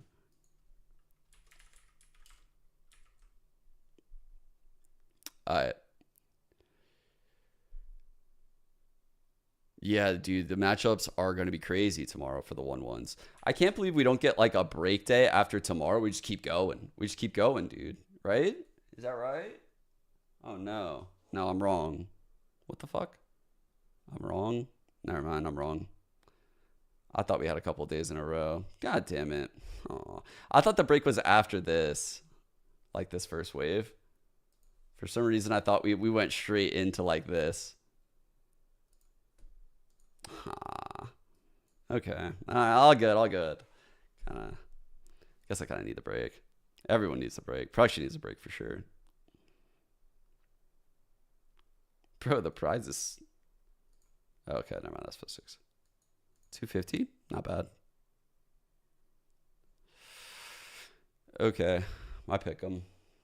I'll do it. I'll put my lack of money where my mouth is. I don't feel great about this EDG pick, by the way.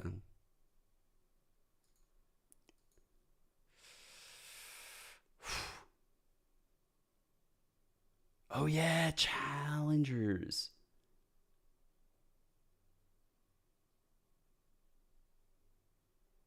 Challenger starts, dude.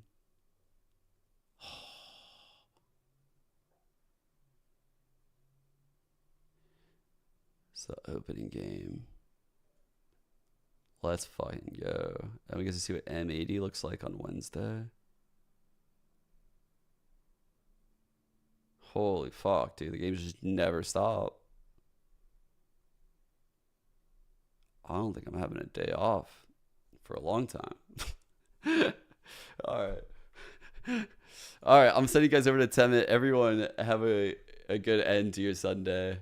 I'm gonna chill. Enjoy the rest of my Sunday. And I'll see you guys tomorrow. I'm going to get some playing streams in. Probably on these Challenger days, I guess. I really miss playing. I'll update my PC. Oh, like down here. You're right. It's probably telling me I need to fucking go to Windows 11. Say no every day. All right. We saw a Neon. I send you guys to a Neon. I don't really know Temet very well, but he seems like a nice dude. He's hosted me, rated me a few times, and I think I played against him in ranked. He's owned me. Tell him I say hi.